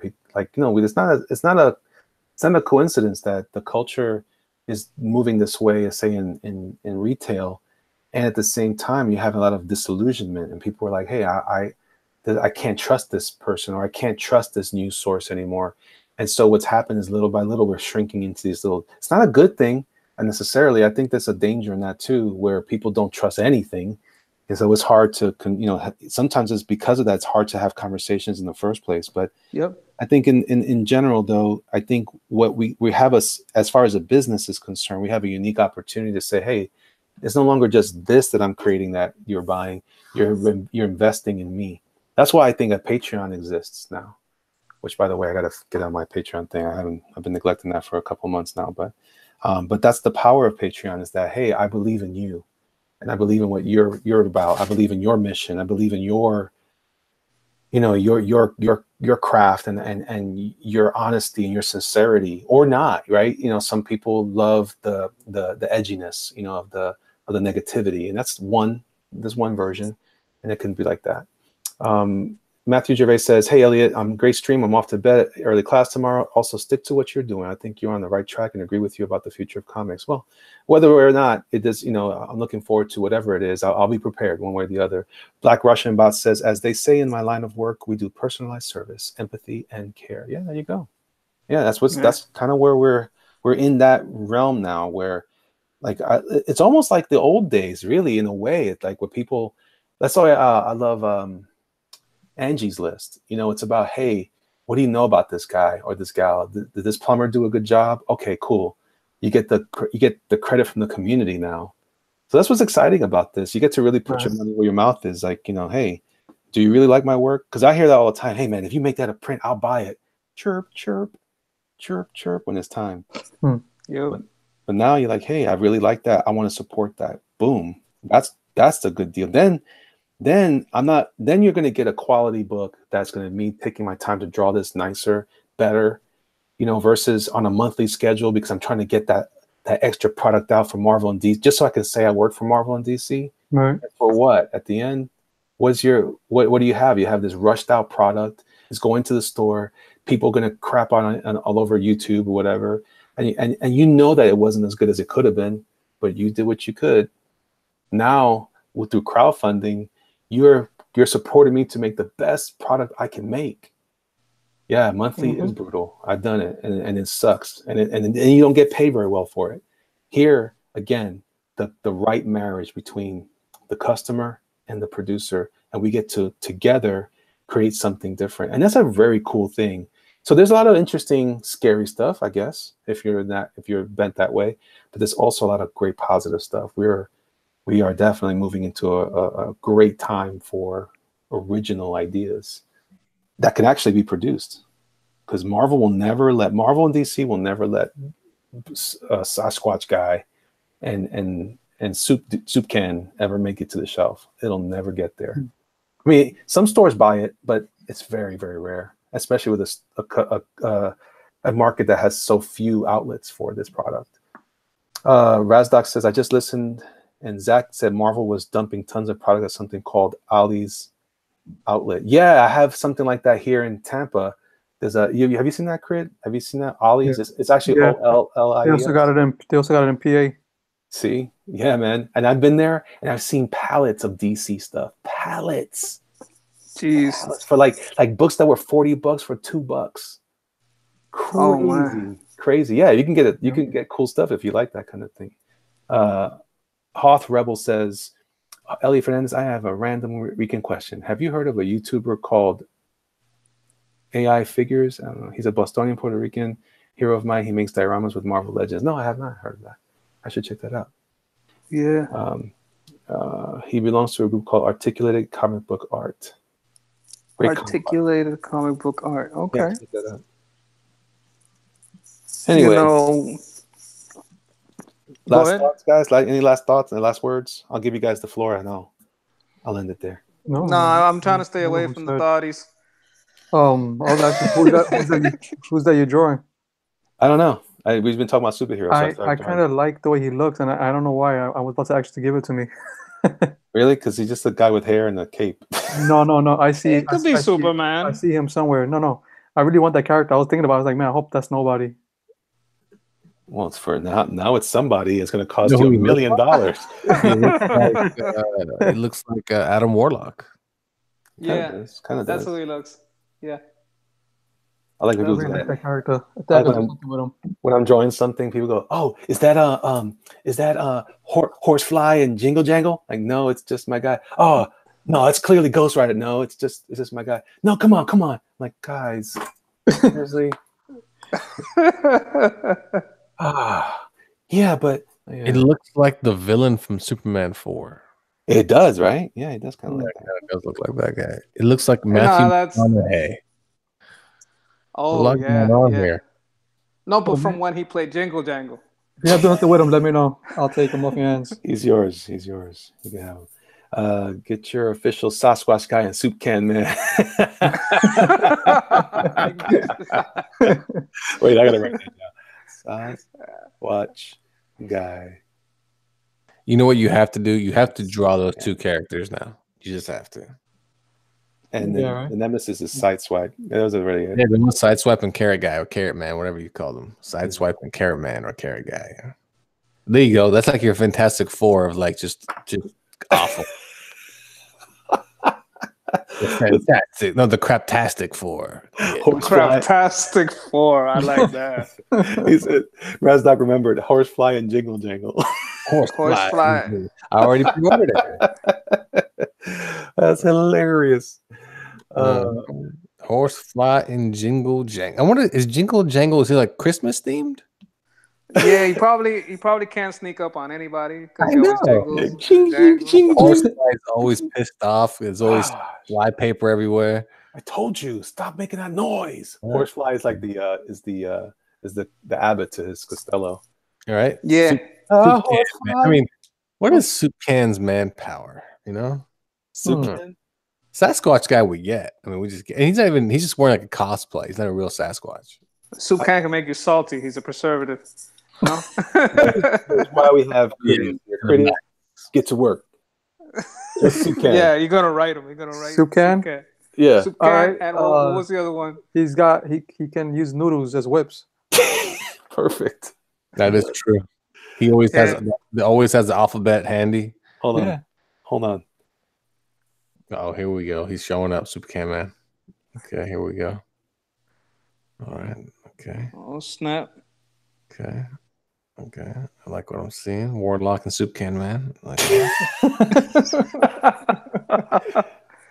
Yeah, match made in heaven, man. Could also be Quasar. You want to play it? Oh, Soup Can Man. Okay.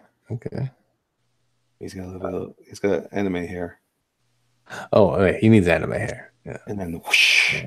Oh, his noodles. He got his noodles. Whips. Noodle whips. Yeah. So he's definitely chicken noodle soup. All right. Yeah. Well, that's the best one. Soup. He needs legs, man. What's up? What's legs? I haven't got that far yet.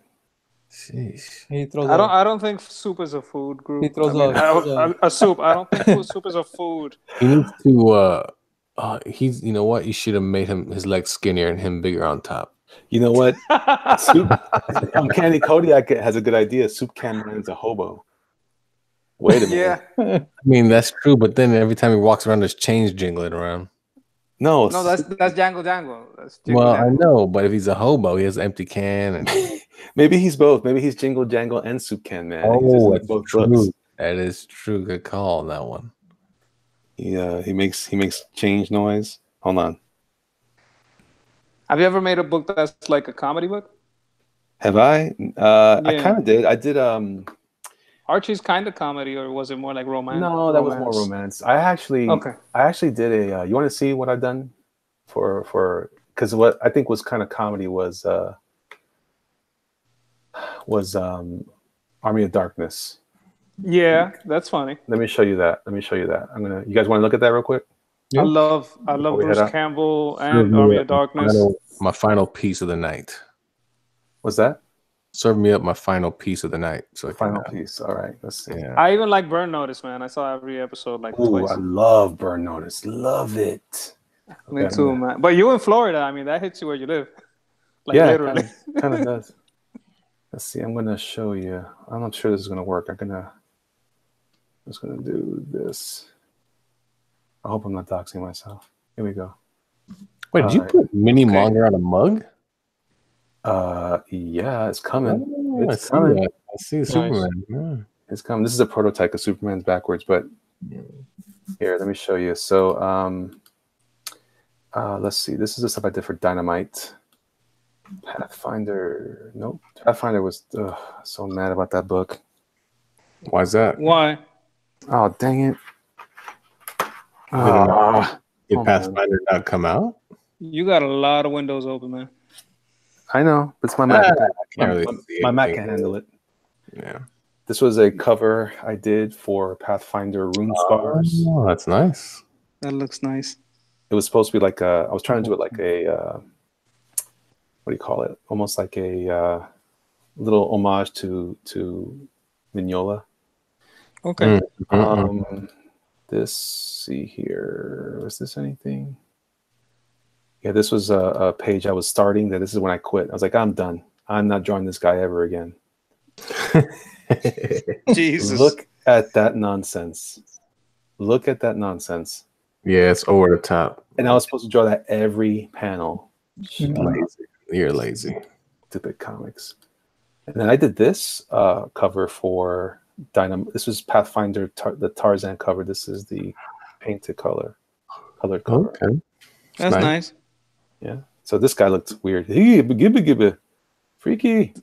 Why does he have that's a weird looking cape? Like, it's not that the cape is weird. It's that, I mean, you don't got no clothes on though.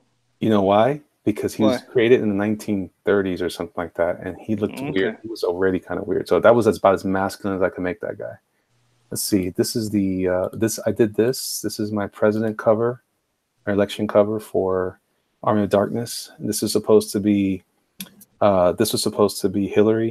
Oh, nice, zombie Hillary. And this was supposed to be this is Trump. Yes. And this was Bernie. Orange Man zombie. Well, was it used? Yeah. Oh, This is the cover. This is the election issue, and this is a zombie elephant and a zombie donkey. And I'm a libertarian, so I'm not offended. That one's cool. And Ash wants to kill your kids. I put that in there. All right, let's see. I like this. I love this cover. Is this it? What is this? I don't know what this is. All right, and then, oh no, that's not it. So then Ash Xenon. So this is what I did for, I wish I had this in, well, no, not the thumb's not going to help you guys. So this was my cover to Army of Darkness Xena. Oh, there's a fun crossover. I forget the name of the whole title, but anyway. And over here, you'll notice I have Mo, Larry, and Curly zombies. So that was fun. Oh, that's nice. This was the inked cover. Oh, wow. This is the first page. I still own this original art for this. That's a partner, Xena's partner, that blonde girl. Yeah, Xena. I thought that was her girlfriend. Yeah, it was, but so partner works. Oh, you did the interiors on that one? Yeah. Nice. This is the Nice. This is page 2, 3. Oh, I love her face. Let's see. I mean, I 4, like them both, but Cena's, the emotion looks. 4, 5. I kind of choose that over here. I messed up on this. This is terrible. Let's see, page 6. And then he shows up. For a good time, call 555-5555. I like the post-it note. I quit, and I'd rather be dead than working. Did you ink this too, or just draw it? Yeah, I inked them also. Oh, okay. You don't like the ink? It does look like him, too. No, I could tell. That's why I was asking. You can tell because it sucks, right? Shut up. So he's like, "Hey, look at me! I'm doing my thing. All right, hey, honey, how you doing?" And then he's like, he moves in, and she's like, "What? I don't have my glasses on." It. Oh no, what's going? What? And then, oh man, he was just getting to the good part, you know. And he's moving back in time. Forever and a Day is the name of the book. Forever and a Day. And was this? They made this a graphic novel? It was. I only did the first issue and second issue, and that's when I had to stop because this was the summer that I was doing comics. They paid net 30, so I didn't get paid for 30 days after the book was finished. Yeah. And it was a bad. Jesus. Yeah, it was hard, man. Comics. I'm telling you, it's true what they say. You do it if you love it, or if you're sadistic or masochist. Masochist, yeah. So he falls down. Like, oh my god, what happened? And what had happened? And then he ends up getting captured, and he's moving through here. Now, normally this would be like, hey, you cheesed out. It's too much black, but it actually works really well, in my opinion, because you get to frame Ash very easily in this whole thing. But it's also because of time. My editor was like, can you just do this? I'm like, yeah, okay. So that's cool. And he gets ding, ding, and he snatches the dude with his mechanical hand, and then haha, I gotcha. He breaks out of his shackles. And she shows up. And am I going to get in trouble for showing this stuff? I don't think so. Why? Yeah. So then Xena's like, back up, mister. Back up. Look at my breastplate. He's like, oh, dang. I got to shave. It's a good shot, though. Yeah. And then this is my favorite page right here. This is the big money shot. This is the damn. Big battle time.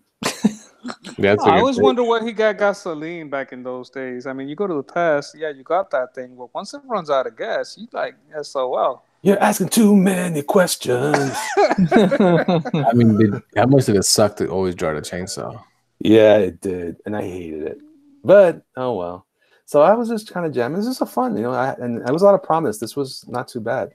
John Malin said, "Well, it's okay." Shut up, man. I like it. But you see the style you're using, like very not super detailed. That's what definitely how you got to stick to the book. Yeah, I like that. I like that look too. I want to tell the story. I don't want to get bogged down in drawing, every single bolt. But again, that's what the purpose of the Indiegogos are. They can take care of that part. So here he's telling the story. Go nuts on the Indiegogo. Yeah, I can. Hopefully. And she's like, "You did what? I'm gonna cut your face. I'm gonna cut you." And, wow, she's South Puerto Rican. I know. And then he's like, hold on, Xena. Blah blah blah, something, SJW. Hey, that's what I said. And then he's like, look, I'm singing to you. And she's like, trust me, you got problems. Rip. What? Gots to go.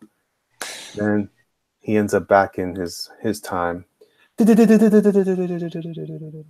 don't know who this guy is, but I had a lot of fun drawing this mustache. And she's like, You probably seen him somewhere in the supermarket in I Florida. think I made him like my dad. He looked like my dad at the time. And then he's like, Okay. oh my God, I got my tie back on. Oh, snap. And he's like, I'll never go away again. Let me see. I'll never go away again, baby. And then that's supposed to be the beginning of this next story. And I don't even know who this guy was. They just told me to draw some mysterious guy. So I drew this mysterious guy. And Xena and whatever her name is, a Lollipop, were over there getting attacked. And she's taking control. See, this is not misogyny. Look at her. She's a complete feminist. I love it. Yeah, then- she's taking charge. Yeah, she is. So then in number 2, do you want to see number 2? Sure. You're going to see it anyway. So number 2, the first page is almost exactly the same, but her expression is different. Like she notices something's happening. This is like a Groundhog's Day story. So she keeps like, wait a minute, I've been here before. And then, okay, so this was page. Okay, so now the same thing's happening, but it looks a little different. And it's in front of a battlefield in front of a city. And she's like, oh my gosh, what's going on? And she's still holding Lollipop there. And she's like, I don't know. I'm hurt. And then she, let's see what happens here. Same thing. Oh, and then meanwhile, haha, look at me and my 6-pack of justice. And, let's see here. Wait a minute. How do you get his pants off without taking off his boots? I think you're asking the wrong questions here, Mister. I don't know if you've ever seen. He's read it. You've seen the wrong movies. You were talking about Superman in a particular film. Oh, I'm just saying. So, That's a little nitpicky. I see what you're saying. so he's like, haha. You're not even commenting on his happy face boxers, and she's like, oh my gosh, you look so hot. I'm so happy to see you. So yeah, baby. And just as he's about to jump into the bed, which I didn't like this scene because I didn't know how to draw this based on how you described it. I would like to have seen somebody else do it. It would have been interesting. No, he put him back on for traction because he likes to have traction for when he. Yeah. Right. So the portals always bring back his clothes too. It's like, I'm falling. I can't get up. And then this is what happens. This is Xena's parents. He ends up landing when Xena is born. Okay. And this is the and then I missed something here. So that happens. There's another page here I think I lost. Maybe I think somebody took it over for me because it was too long. And he's supposed to be sneaking in and he sees the baby. Oh, look at the baby playing with my mechanical hand full of rust and microbes. And then he's like, well, I'm going to teach you something, honey. You're going to be, and she's like, and he says, yeah, I got to go. And then, bam, dun, dun, dun, dun, dun, dun, he's back in wherever he showed up from. So again, I missed a couple of pages here because I needed to, this is where I was running out of gas. I was trying to take on some freelance work and trying to get this project completed and blah, blah, blah. And that's where I ended. Issue number 3, all I did was the first page. And now she look at her face. She's like, wait a minute. Something right here. Lollipop is still dead. I don't like what's going on. So that was that. Let's see. I wish they would have paid you in advance. Yeah, well, that's comics for you. Let's see. Inks. This is what I did for Harley Quinn Power Girl. That's the first page. This is issue number 2. Page number 19. This was 20, 21. I like this page. I really like this page. You could tell this was my first. I was like all into this. I was like, yeah, look at this guy. He's cool. I like this guy. And his eyes are getting. Side. Yeah, he looks just like Darkseid. That's what everyone was saying. This isn't a Darkseid guy.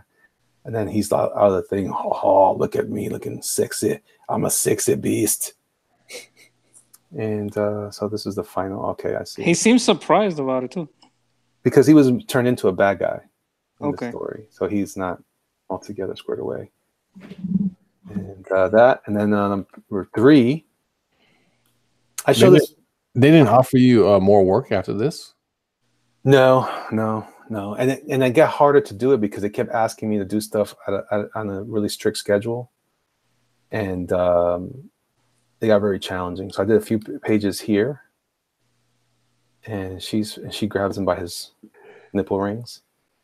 And so there's a little bit of comedy in this too. I like to think that I can do a little bit of that. Then I did an alternate version of that same first page. And I did this page. There's some activity going on down there, which this is not right, but that's what it is. And then she shows up on some weird thing. You did all this. It's like a ram lion You chimera. did this all digitally, or did you do it all pencils? All digital. Oh, okay, that's what I thought. Yeah. And then number 6, there's more to that issue, but number 6 is where this is the last pages I did for them. The inks for that, the inks. I like that top. See, look at her face. She's like, "Oh snap! I'm very upset. I'm eating popcorn." This is the beginning of what I think would be considered the SJW comics, because there was a lot of like what Zach calls the cutesy wootsy. Yeah. So this happens and she's running. But it's comedy too. I saw it as a cartoon in my head, so I didn't mind doing it. And then he's like, "Look at me, I look very Latino." And then I changed something here. Then this one, and then I had to stop after this. I was no more drawing because I got to this last thing. I was like, "Oh, this is what I was planning on doing," but I ran out of time, and I had a day job back then too, so I was doing this at night or on an airplane or something like that. So I took it on, I did it, and then I stopped. Oh. Let me show you this is what I turned into the DC Comics Academy thing. As my samples.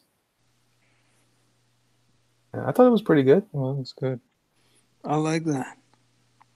It's like he looks like a crusader. What was your feedback you got? So, a lot of people got rejections. I got rejected. Whoa. Is that me? What was that? I don't know.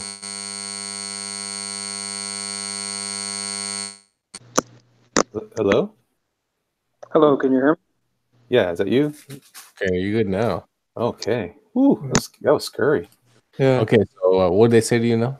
So the criticism I got on this actually was pretty positive, despite being rejected. It was the overall commentary wasn't negative about any of it. They just said that, to be honest, I don't remember what they said. I just turned in pencils. I didn't do the inks because they only wanted to see pencils from pencilers and inks from inkers. Wait a minute, they burned this guy's nose off? Where's his nose? Yeah, he got it seared as part of a branding. Jesus. Yeah, this is actually from a book that Guillaume March worked on. It's a good looking page. Yeah, it is. Yeah, it is. Thanks. Yeah, I think I did a pretty good job with it. Wasn't the greatest, but it was certainly not the worst. And basically, they said that it was very challenging, very difficult. They had to pick someone, and they decided to go with someone else. But they really were excited about my pages, and that I should certainly submit again the following year.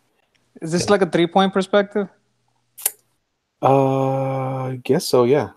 Are those the only 2 pages you did, or 3 pages? There were 4 pages. There's an earlier page.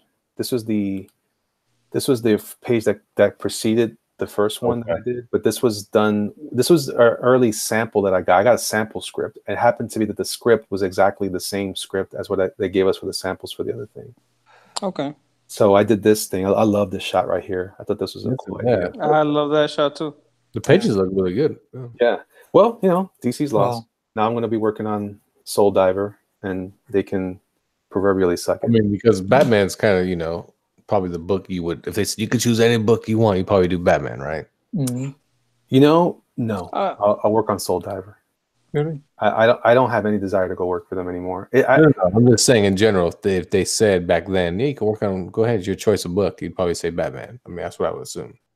Maybe. I think Batman was a little intimidating though for me. If I looking back at that, it was intimidating to draw Batman here. I've drawn Batman 1,000 times, 1,000,000 times maybe. I don't know. But it was very was a very freaky experience to be judged on my Batman against somebody else's. That said, I don't think this is necessarily any worse than than some of the guys who've been drawing Batman recently.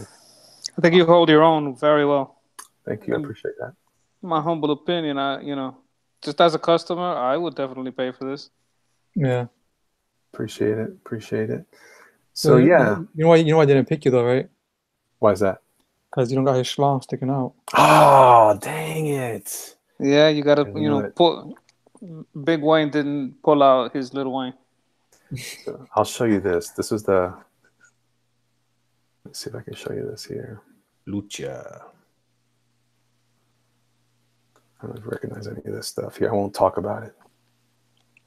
Y'all probably don't remember El Santo and Blue Demon, right? Yeah, I do now because they're on that show. That's a nice one there. Yeah. Mm-hmm. Well, that's one. Then there was this cover. Wait, this cover. Wait, this cover. Mm. I think that was the first cover. Was that one? But then I changed it to this one where he's looking up. It looks animated. It looks animated. You go back and forth. Oh. Yeah, a little bit. He's like, "Oh my gooseneck! I look down and then I look up." Wait a minute, hold up. El Santo and Blue Demon are back on a show? Blue Demon was on this show, Lucha Underground. Oh man, that's like they used to make movies back in the day. Like I'm talking like 60s, 70s. Yeah, they wanted me to do the comic, and this is when I backed off from because they were like, "Yeah, we want you to draw," and he needs all the tattoos. I'm like, "Dude, you are out of your damn mind. Can he just be like flesh color?" Oh, maybe the colorist can put it in, but no, you got to draw it in. Like, okay, well, guess what? I quit. No, come on. I'm like, no, I can't, man. That's crazy. So this is all I had. These are my thumbnails, digital. Like, yeah, he's gonna be awesome. I love the show too. It's a good show. Silly, it's good. So yeah, this was that was my reference for what was gonna happen back there. And this guy was it's American dude, or I think he's Canadian. He gets beat up a lot. Of course. And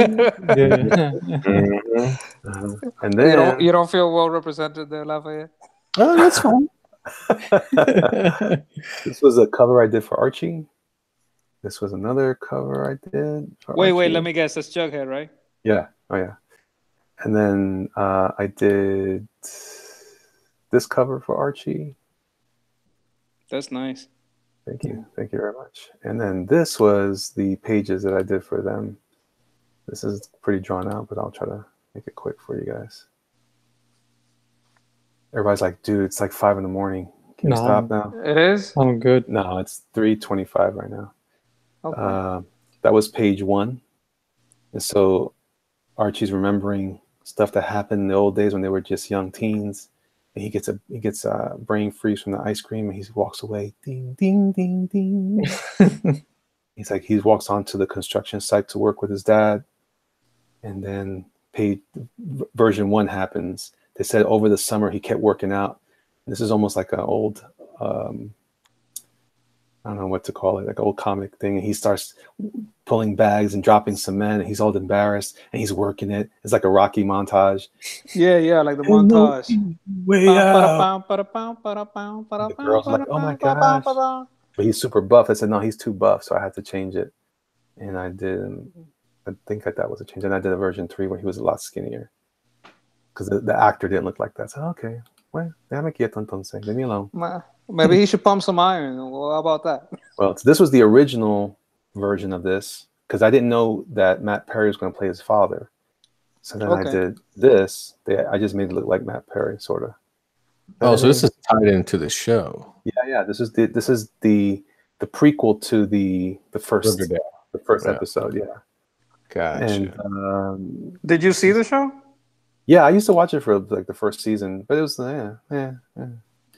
I like the comics better. Let's see them. Wait, page 4. Gee whiz, I got all these extra versions. So this is when I first learned that in the comic, the old lady teacher is Weatherby's the principal, whatever the teacher's name was, Miss something. They made her a young woman, and he falls in love with her. She's like, "Oh, hey, baby, how you doing? Aren't you a teacher?" Wah, wah, wah, wah, wah, wah.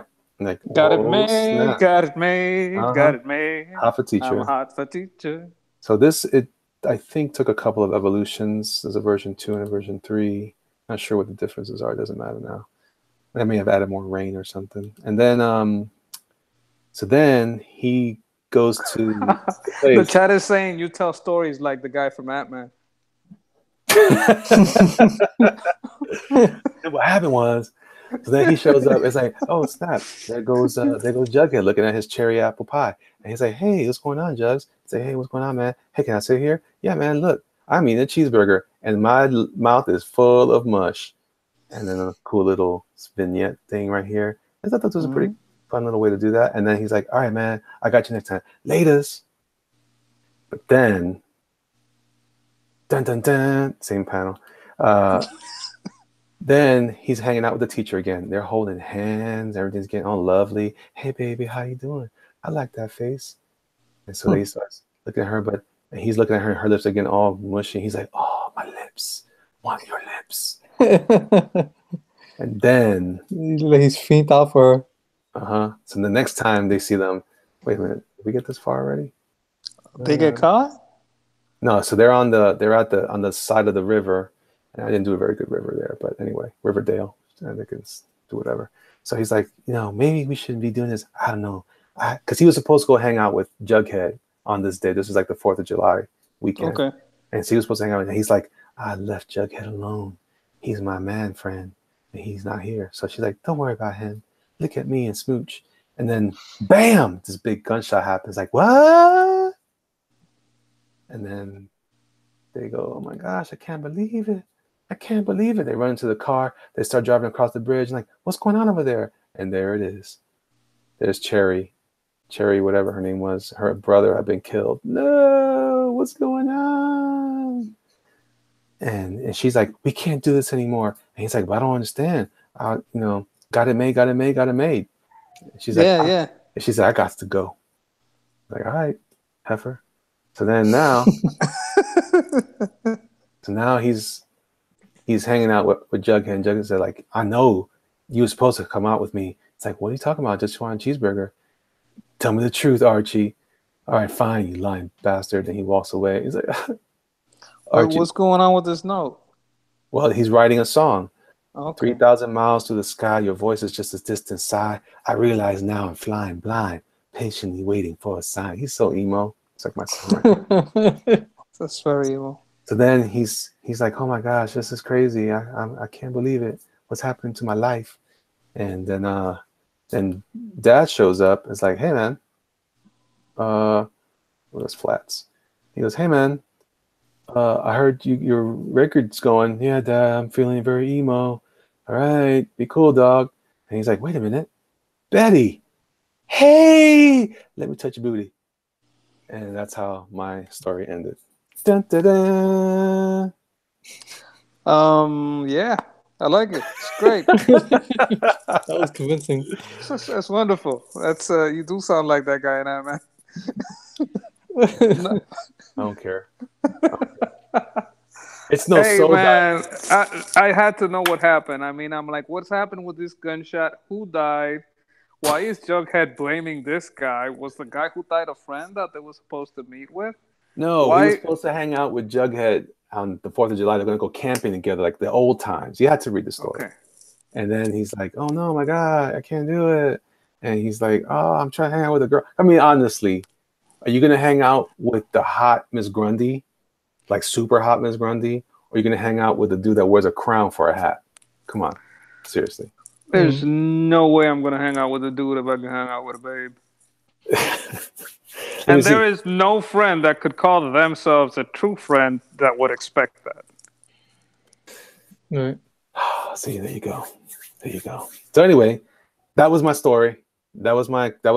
I did some other things here and there, but pretty much that was the highlight. So this is why, because people keep saying, "What have you worked on? You're not even really an artist." You know what?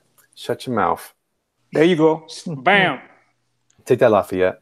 Hey, you worked on Soup Can and Jingle Jangle. Soup Can and Jingle Jangle. Let me write. Let's see. Wait, who's the other one? No, it was Horsefly. Horsefly. I'm gonna make these guys up. Oh, there's 4 of them. They're the Craptastic 4. Well, there's more. Craptastic No, Four. it's the Subsonic 6 Oh, Okay, there we go. Subsonic 6. Nice. because it's Sasquatch guy and Soup Can. Mhm. It was Then this carrot guy, Sideswipe and Carrot Man, carrot man. Horsefly, Okay, and Jingle Jangle. that's right. Just dropped the mic on you right there. Subsonic 6. Subsonic, boom. Mhm. Carrot Man, listen, look at Razdoc. He's like, yes, yes, should- Carrot Man and Sideswipe. You should seriously do a pin-up of those 6 characters. I'm gonna do it. I'm gonna do the hobo version versus Sonic. this alternate universe version. Soup Can. Nice. Carrot Man Sideswipe. But they better look cool, okay? Well, how do you make a hobo look cool? Give him a shotgun. Shotgun. I don't know. It's very interesting. I think He that's needs a already shopping been cart. copyrighted. I think that's copyrighted. I think Cridious is gonna help me write it. No, I think Oh, that's look. already a movie. I love what Sean Tillman said. The Junkyard 6. There you go. Yeah, but they're not all from the junkyard. That's just I don't know. carrot- Sasquatch carrot, guy and Soup junkyard. Can. I mean, Sideswipe and Carrot Man. Sideswipe. They sound like their own team, Sideswipe and Carrot Man. Yeah, I think you're right. Bum Fight Bill. That's a good one right there.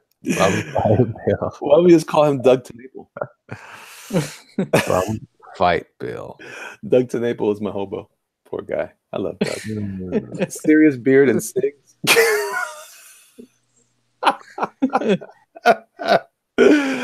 Oh my gosh. we're Okay, hilarious. so Hobo with a Shotgun was made in 2012. It's already a movie, man. Yeah, it cast Rutger Hauer, Molly Dunsworth, Nick Are you Bateman. serious? I don't know any of these people. It was actually a movie, yeah. Oh gee whiz. Rutger Hauer's from Not only that, it got a 65 on Rotten Tomatoes, which makes it actually kind of fresh. Oh my goodness. Well then, so it's not going to be Hobo Man with a shotgun then. has anybody see Blind Fury from the 80s? Blind Fury? That sounds like a So- ninja movie. So Rutger Hauer, yeah, no, you're not wrong. Rutger Hauer plays a blind man. Yeah. Who's basically like a samurai master with a sword. Oh yeah. But he dresses in regular clothing, he's not like, doesn't stand out, Why would So he? imagine Daredevil, but just in plain daylight. Yeah. It was like the Stick story then. Yeah, kind Yeah. of. Yep. Yeah, the story of Stick. Mhm. The Ballad of Stick. Doug Tenaple as Soup Can Man. See? Well, That's what dude, I'm saying. you got to get on it. We got lots to do, guys. You are Lots You of are really wasting time. Jerkmonger Comics is going to be cray. I'm letting you know right now. The You might next- have more success with Subpar 6. the subpar 6. That's it. Yeah. Subpar 6. I like that. Subpar 6. Dun. That's the logo right there too. Just a hand drawn pencil. You know how they all got together? A bowling league. Oh. Yeah. Now I was gonna say nobody would partner them. That's why they're subpar because no one would partner. I mean, they're in a bowling league and nobody picked them, so they're put on a team together, and they're like, "Who are you guys?" So maybe that's what they are. Maybe in the end, this is a comedy about these 6 guys on a bowling team, and they're not even superheroes. But they talk like they are, and they just bowl. Yeah, they're telling stories between frames. Yeah. What they would do if they were superheroes, and all you're seeing is their tales play out. Yeah. That's So pretty cool. Soup It's Can. like you're crossing Kingpin and Sucker Punch. Like basically, all their stories really tied to they're only doing this to get away from their wives. Yes. But they Yeah. have little labels on their bowling shirts. They've got Sasquatch guy. Yeah, Soup as their Can. nicknames. Yeah, as their nicknames. Yeah. Why do they call Jingle you Jangle. Yeah, Jingle Jangle? Why do they call you that? Oh man, I always have keys in my pocket and change. And No, he's a janitor. You know, janitors got lots yeah, of he's keys. a janitor. Yeah, they got a lot of No. He's Kevin Hart's dad. He's like, all right. And he's swinging. Yeah. I mean, he works at an arcade and he always has cool. Them guys got lots of keys too. Works at the last arcade in town. No, because Soup people Can. used to make fun of me because I had too many keys, and they say, "Well, you're a janitor." Soup Can Man, maybe he runs a grocery store, all that type of stuff. Yeah. All ties in, man. All ties in. I like So what they- Basak says. Show them as kids pick last in gym, lifelong losers. The subpar 6 is actually He drives a Campbell truck. it's a Kevin James and Adam Sandler movie. Adam Sandler movie. Yeah. Oh yeah, definitely. Yeah. Adam Sandler. Even the movie. best part too. It's a pick me. It's like a uplifting story because at the end they do win the bowling league. Yes. By like the last frame. You know what I mean? Yes. Yeah. No, but they win because the other team gets disqualified. No, the other team has to be that really snooty. You know, oh, we're better than you. Yeah. I like what You know. Sean Tillman says. Jingle Jangle's an older black man that's smooth and jazzy. I like Yeah, that. I like that actually. And you know, I like that. he has to have that jazzy look too. Yeah, he can be played by or he can be played by who was that dude from In Living Color that did the kung fu thing? Sammy Davidson. Tommy Davidson. Yep. Wait a minute. He called himself Sammy Davidson. Tommy Davidson. Tommy Davidson. That was his name. Okay. Yeah. I mean, like I said, Sasquatch man is just, dude. You got to make it to where he's just like I said. He No, wears. that's gotta be. You gotta put Doug TenNapel in here. He's just tall. No, Dutch Naple is soup can Why soup can though? because it's like a hobo. Okay. The hardest guy to do is gonna be the carrot guy. Carrot man, that guy can see. Oh, he's got a pawn shop. He sells gold. You know, depends on how many carats. Oh, I like that. Yeah, you know what? Yeah, you should make him wears tons of chains, like he's old school rapper or something. Yeah, like that guy. You ever heard of Aqua Team Hunger Force, the neighbor? Yeah, like Carl. Carl, yeah, that guy, but with chains. Like seriously, he should have a lot of gold chains. He should always be eating a carrot. Wait, what was soup can man? Does he work at a grocery store? Grocery store. Yeah. What's Sideswipe? That's a good one right there, though. That's Sideswipe. Window washer. The piece of toilet paper, a roll of toilet paper. Sideswipe. Let's see. No, sideswipe could be a pickpocket. A career criminal. Yeah. It could be that, or maybe he's part of a roller derby. You know what I mean? It is. He goes by you, he sideswipes your ass every time. I haven't seen roller derbies, but I'm gonna go with it. You can even make him a hockey player, that type of thing, you know? All right, Yeah. roller derby hockey player. All right, roller derby's good though. how about horsefly? That's a tough one. Horsefly. I think hockey players could be great at roller derby. I think he does both. Horsefly. You just mix it up, you mash it together, yeah. Horsefly works at he's a butcher, or he works at the butcher, the meat section in a grocery store. And the same place Cam works. That's how they know each other. He's the meat guy, butcher. He's the meat guy. Oh man. So all we got left is Sasquatch guy. That's gonna be. You know what? He should be the tall, dangly guy. He's just a tall guy. Yeah, he's a doctor.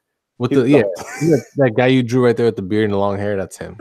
He's a doctor or a lawyer. He's the only professional guy in the whole group. You know what? And what he does, he specializes in like joints. You know. Wait. What about joints? Like he runs a dispensary? Like why people's bones grow so long and joints. Oh, okay. I was thinking like roll up joints. Everything. He's a podiatrist. Okay. Dude. And his whole Sasquatch thing is he just wears a scarf. No, he's just tall. He's just really tall. And they call him, yo, what's up, Squatch? Yeah. But he wears a furry scarf. That's all. If you're gonna go podiatrist, you could go with the guy who married with children because married. Yeah, I think he was married with children. Oh, he was married with the neighbor. Yeah. Oh no, the dad, right? Oh no, the neighbor. Yeah. No, I would say the dad because he got to deal with feet all day. No, the dad is gonna be he's Horsefly. He's the butcher. Okay. Okay, I could see you. All I know is tomorrow when you rev up your YouTube and get ready to draw, this better be what you're drawing. It better be subpar 6. Don't have anybody on it, just you, nice and quiet. And all right, guys. This morning we're doing. Yeah. Hello, everybody. Welcome to the Jerkmonger Show. Today, I'll be drawing Horsefly. That's right.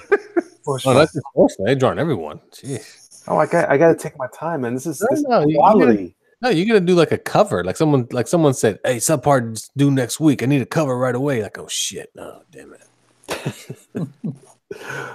Oh, So, I mean, just mock it all up. Fake cover like title, subpar 6. Like, It's probably easier to sell a one-off comedy to Hollywood than a superhero series.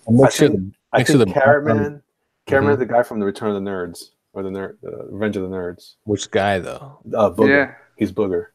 Oh, that's what I'm saying. Yeah, that's what I'm saying. He should be Booger. Like, he should look like a homeless Beastie Boy. You know? With a fat gold chain. Yeah, just a big fat gold chain, 1982. Has a couple gold teeth. Like I said, he's always eating a carrot. It's a sabotage. Yeah, wears his hat backwards like he's too cool. Oh, the subpar 6, yes. And then make sure the background of just mock-up cover is a bowling alley. So people are like, what the hell's up with the bowling alley? Yeah. Actually, they're trying to make Sasquatch a little attractive. I think there's onto something here. Kodiak is onto them. One of them should be a little attractive. How about this? How about Sasquatch is Doug TenNapel because he is very tall. Yeah, he's Doug TenNapel, and we'll pick somebody else for Soup Can. Soup Can is a grocer. I think who's the guy that played he was on No, you know what? Cast Comicsgate people. No, like artists. Yeah. What would you make Ethan? Which one? No, you gotta do the Butcher. You gotta do actors. It'd be much funnier. No, I'd rather do the actors. Who's the guy that was on Seinfeld? The guy that was the nemesis to. Yeah. He was in Jurassic Park too. Yeah, the mailman. Newman. He's Soup Can. He's the grocer. Okay. Dude, I can already see it. The first page is shot is like outside the bowling alley, and there's like cars pulling up, and this is them. And then side swipe is Alec Baldwin. Oh, that'd be a good one. And then there's like kind of like get out of their car, and you see them like waving to each other, and they all go in together, and there it goes. It all starts up. Yeah. Do they bring their own balls? Like shoes on the counter, and then next shots them all tying their shoes, sitting at the like, oh, okay. Yeah. Like you see the dumbasses beside them, the better players talking shit to them, Like they know they're coming. They got their own. The nachos are already out because they know they always come. They're like, oh, look, the Sasquatch is here, and you see big old lumbering doctor coming in. What's up, Squatch? That's Carrot Man. Hey, what's up, Squatchy? Hey, that's Carrot Man. Yeah, that's how he talks. My people. My people. Like I said, the whole thing is them just daydreaming away or just telling tales of what they'd be like if they're superheroes. That's it. So, Crid, are you happy with the art? Yes. After all this. No, he's writing. He's going to write the script for this. I hope he does. We need it. It needs to happen. No, because you could do, if you ever did anything like seriously like this, it has a whole Sucker Punch element to it. Yeah, you ever see Sucker Punch? Yes, I have. So you know that it goes from being like a story about one thing to completely another thing. Oh my gosh, it's a great idea. They can go on like this crazy adventures.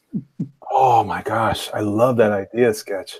You know what's really cool too? As the ball rolls down and you see it zoom into it, when it goes into the back, it's actually a whole different world. Yeah. Yes. Like a portal. The ball's like a portal, and it shows them like in their adventure.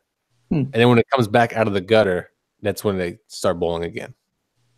Yeah, because that's what Sucker Punch was about. It's like this little girl, she has a schizophrenic break because they're gonna like make her a prostitute, and then they're gonna lobotomize her, and she doesn't even know how to deal, and she doesn't even know how to dance, and it's an incredibly sad story. But since she doesn't know how to dance, she does some kind of like artsy fights, and they say like, yeah, I pay to see that, and and you know what? This just got real sad. I'm gonna go back to the bowling story. I know this is not supposed to be serious. This is crazy times. And listen, I tell you what. So this is what happens. They keep going and at the end, their nemesis is the other team. Yeah. Okay. Yeah. Maybe it's a bunch of women. It's a women's team. Make them a women's team and make them like all vampires or something like that. Well, it depends. I mean, like every day in the competition, or every square or whatever, because they could like have a different adventure, like a Sucker Punch. Because hot female vampires, they wouldn't even be turned off to be like, oh. It could be vampires, and then it could be like Vietnam, and then it could be like like a future robot, like Cable but with feet. Well, whatever happens, I think that the climax of the film is the actual set, the bowling set, and they're like, "We'll make you a bet," and blah blah blah blah. And then at the end, it's like an '80s a nerd movie where if you win, you get to go on a date with us, Okay. and if you lose, you get to kiss our shoes or lick our shoes. And of course, Caravan's like, "Yo, what's up, girl?" And he's like ready to go, but actually, oh yeah. Between like the actual like real world dialogue is straight 80s. yeah. Oh yeah, and it takes place in the '80s. How about that? Yeah. There you go. But then the actual like action adventure stuff, which is just all bullshit, just is over the top. Completely over the top. Oh yeah. Oh my gosh. Well, now that this whole book's planned out, cancel your other book. This is what we're doing. Good. This might be an awesome This comedy. one might be more entertaining. This would be great. We'd sell it. It's $1 million idea. I gotta tell you. Isn't like par a bowling term? I think there's. Wait a minute. No, par is a golf term, but Okay. Yeah, we should also probably find a guy named Stanley and just attach him to it. Now his name isn't two No, names. we know a guy His first named name is Mike. just- We know a guy. His first name is named just Stanley. That's it. No. We know a guy named Stanley. Perfect. It somehow Okay. attach him to it. Make him No, like Mike S. Miller. The S is for Stanley. no, it doesn't work. That doesn't because we know his first and last name. We need a guy actually named Stanley. Oh, we don't have to he doesn't have. He could just do the cover for the VHS. this is Or a the really guy DVD. come out, he goes Excelsior. He just says it out loud. But it's Mike. Excelsior. Like it's just this whole book's a complete just fire dumpster. Everything's All a right, rip. guys. The campaign goes live tomorrow. Okay, I'm all in. Subpart 6. The And boat. No, hey, I've seen like some bad movies on Netflix, man. This is not a bad movie. This is way better than this what is I've an seen. Oscar-winning performances here. This is gonna be pretty damn good. We're gonna bring in. We'll make. What's his name? Who's the dad in Roseanne? I bet you $100. John Goodman. John Yeah. Good. I bet you we can get Nick Cage on board. Oh, wait, Gary Busey. Who would Nick Cage be though? Nick Cage. He'd be Sideswipe. He'd be Yeah, Sideswipe. he'd be good at Sideswipe. Yeah, good call. You want to get all the reject actors into one movie, like Oh Nick yeah. Nick Nolte. You need to like write the actors down too. No, Judd Nelson could be. Oh, Jed Nelson. Yeah, that'd be good too. He ain't doing nothing these days. You need a specific actor to play the guy that runs the bowling alley. Bruce Willis. Sean Tillman says, "Dude, seriously, make this." I think it's a good idea. Would be I think it's a hilarious. good idea. Just do a mock cover and like Yeah, you know what you do like me and Donald did. He made a mock cover, and then we threw it on Twitter to see what kind of feedback we got back. Huh. What kind of feedback you get back? We got a lot of good feedback for Blackout. Oh snap! Look at Razdoc. Bruce Campbell, soup can. That could be kind of cool. remember when you draw, you have to basically pull an ultimates. You have to draw real actors in these. Yeah, roles. I know. That's the danger. So who's gonna be Jingle Jangle? Who's playing Jingle Jangle? Oh, what's The Tommy smooth Davis? black guy. Tommy Davidson. It's Tommy Davis. That's gonna be horrible. Oh, He's the janitor. We gotta give him a better job than janitor. No, he's not a janitor. Jingle Jangle runs the arcade in the bowling alley. okay. Oh, okay, I yeah, like that idea. Yeah. But then he doesn't play though. Yeah, he plays. That's his day off. He plays on his day off. Okay. Yeah. That's how he knows all the guys too. I love this. This is getting good. Yeah. This turned into a goofy thing and turned into that. Oh, wait till you actually design the costumes too. They look much cooler than that. Yeah. They're just gonna be wearing suits, bowling No, but shirts. in the other world. Oh no, wait. Here's how you do it. They're in bowling shirts, but around them are all these other things. Like they're surrounded by, dinosaurs and aliens and whatever. Okay. You know what I'm saying? Okay. So, but it's really kind of like a twist because like it's the mundane in the middle of all this nonsense. I mean, it works, but you kind of, if you name a soup can, you better have a cool costume. That's that. Yeah. It's just I that's don't just know. his name. He's not a superhero. It's just his name. I know that's his nickname. He got it because he works Yeah. at the grocery store. Yeah, I get Now, it. okay. So one of the adventures could be superheroic stuff. Yeah, sure. But we can. Yeah, exactly. At least one of them. Yeah, but I'm not. You can That's have a only guest one appearance by story. Condiment Man. That's only one story. Yeah, Well, how come we don't have a security guard in here? We need a security guard. that's a good point. But see, he can be a villain too, though. Well, get Paul Blart. Who was that guy? Kevin James. Yeah, he's not doing You much. can't just cast the guy that played the guy already. No, but he has experience in that role. Experience. He's done it before, you know. Oh, I love it. Mike Kelly says the Big Lebowski runs the Jeff Bridges runs the bowling alley. Yeah. I love that. I love that. And the cowboy is always sitting at the bar in the bowling alley, just looking at everything. Oh, I like what Hoff Rebel says. Cosmic bowling. That's when you introduce the space adventure. Is that the name? Is that the name of the bowling alley? Cosmic Bowling? No, when it goes, we know when the bowling alley goes neon and it goes like a neon show, whatever. And it's like that night. Yeah. Is that in the night? So then that's what happens. Oh, did they have that back then in the 80s? I guess they did. No, not so much. No. Oh, that's a new thing. Maybe not there. Well, then maybe it's a bunch of guys who think they're from the 80s. They just stuck in an 80s mentality. Yeah. Their age range, whatever their age range is. So if they're 40s and up, they clearly got that 80s mentality. Yeah. One of them has to have a Beastie Boys Trans Am. One of them has to have a Trans Am, an IROC 7. Yeah, you know, like Cameron as the IROC. Yeah. He plays loud music. He plays Pantera when the way in. Oh yeah. Yeah, no, Carrot rocks jean jackets and shit. Yeah. No, he plays Rat. He plays Rat when he comes in. He only plays Oh Rat. my god. He's the corniest white dude. Like Alice Cooper. Yeah. corny. Or which one was the one? Dr. Feelgood. Who sings that one? That's Alice Cooper. Okay, yeah, that one.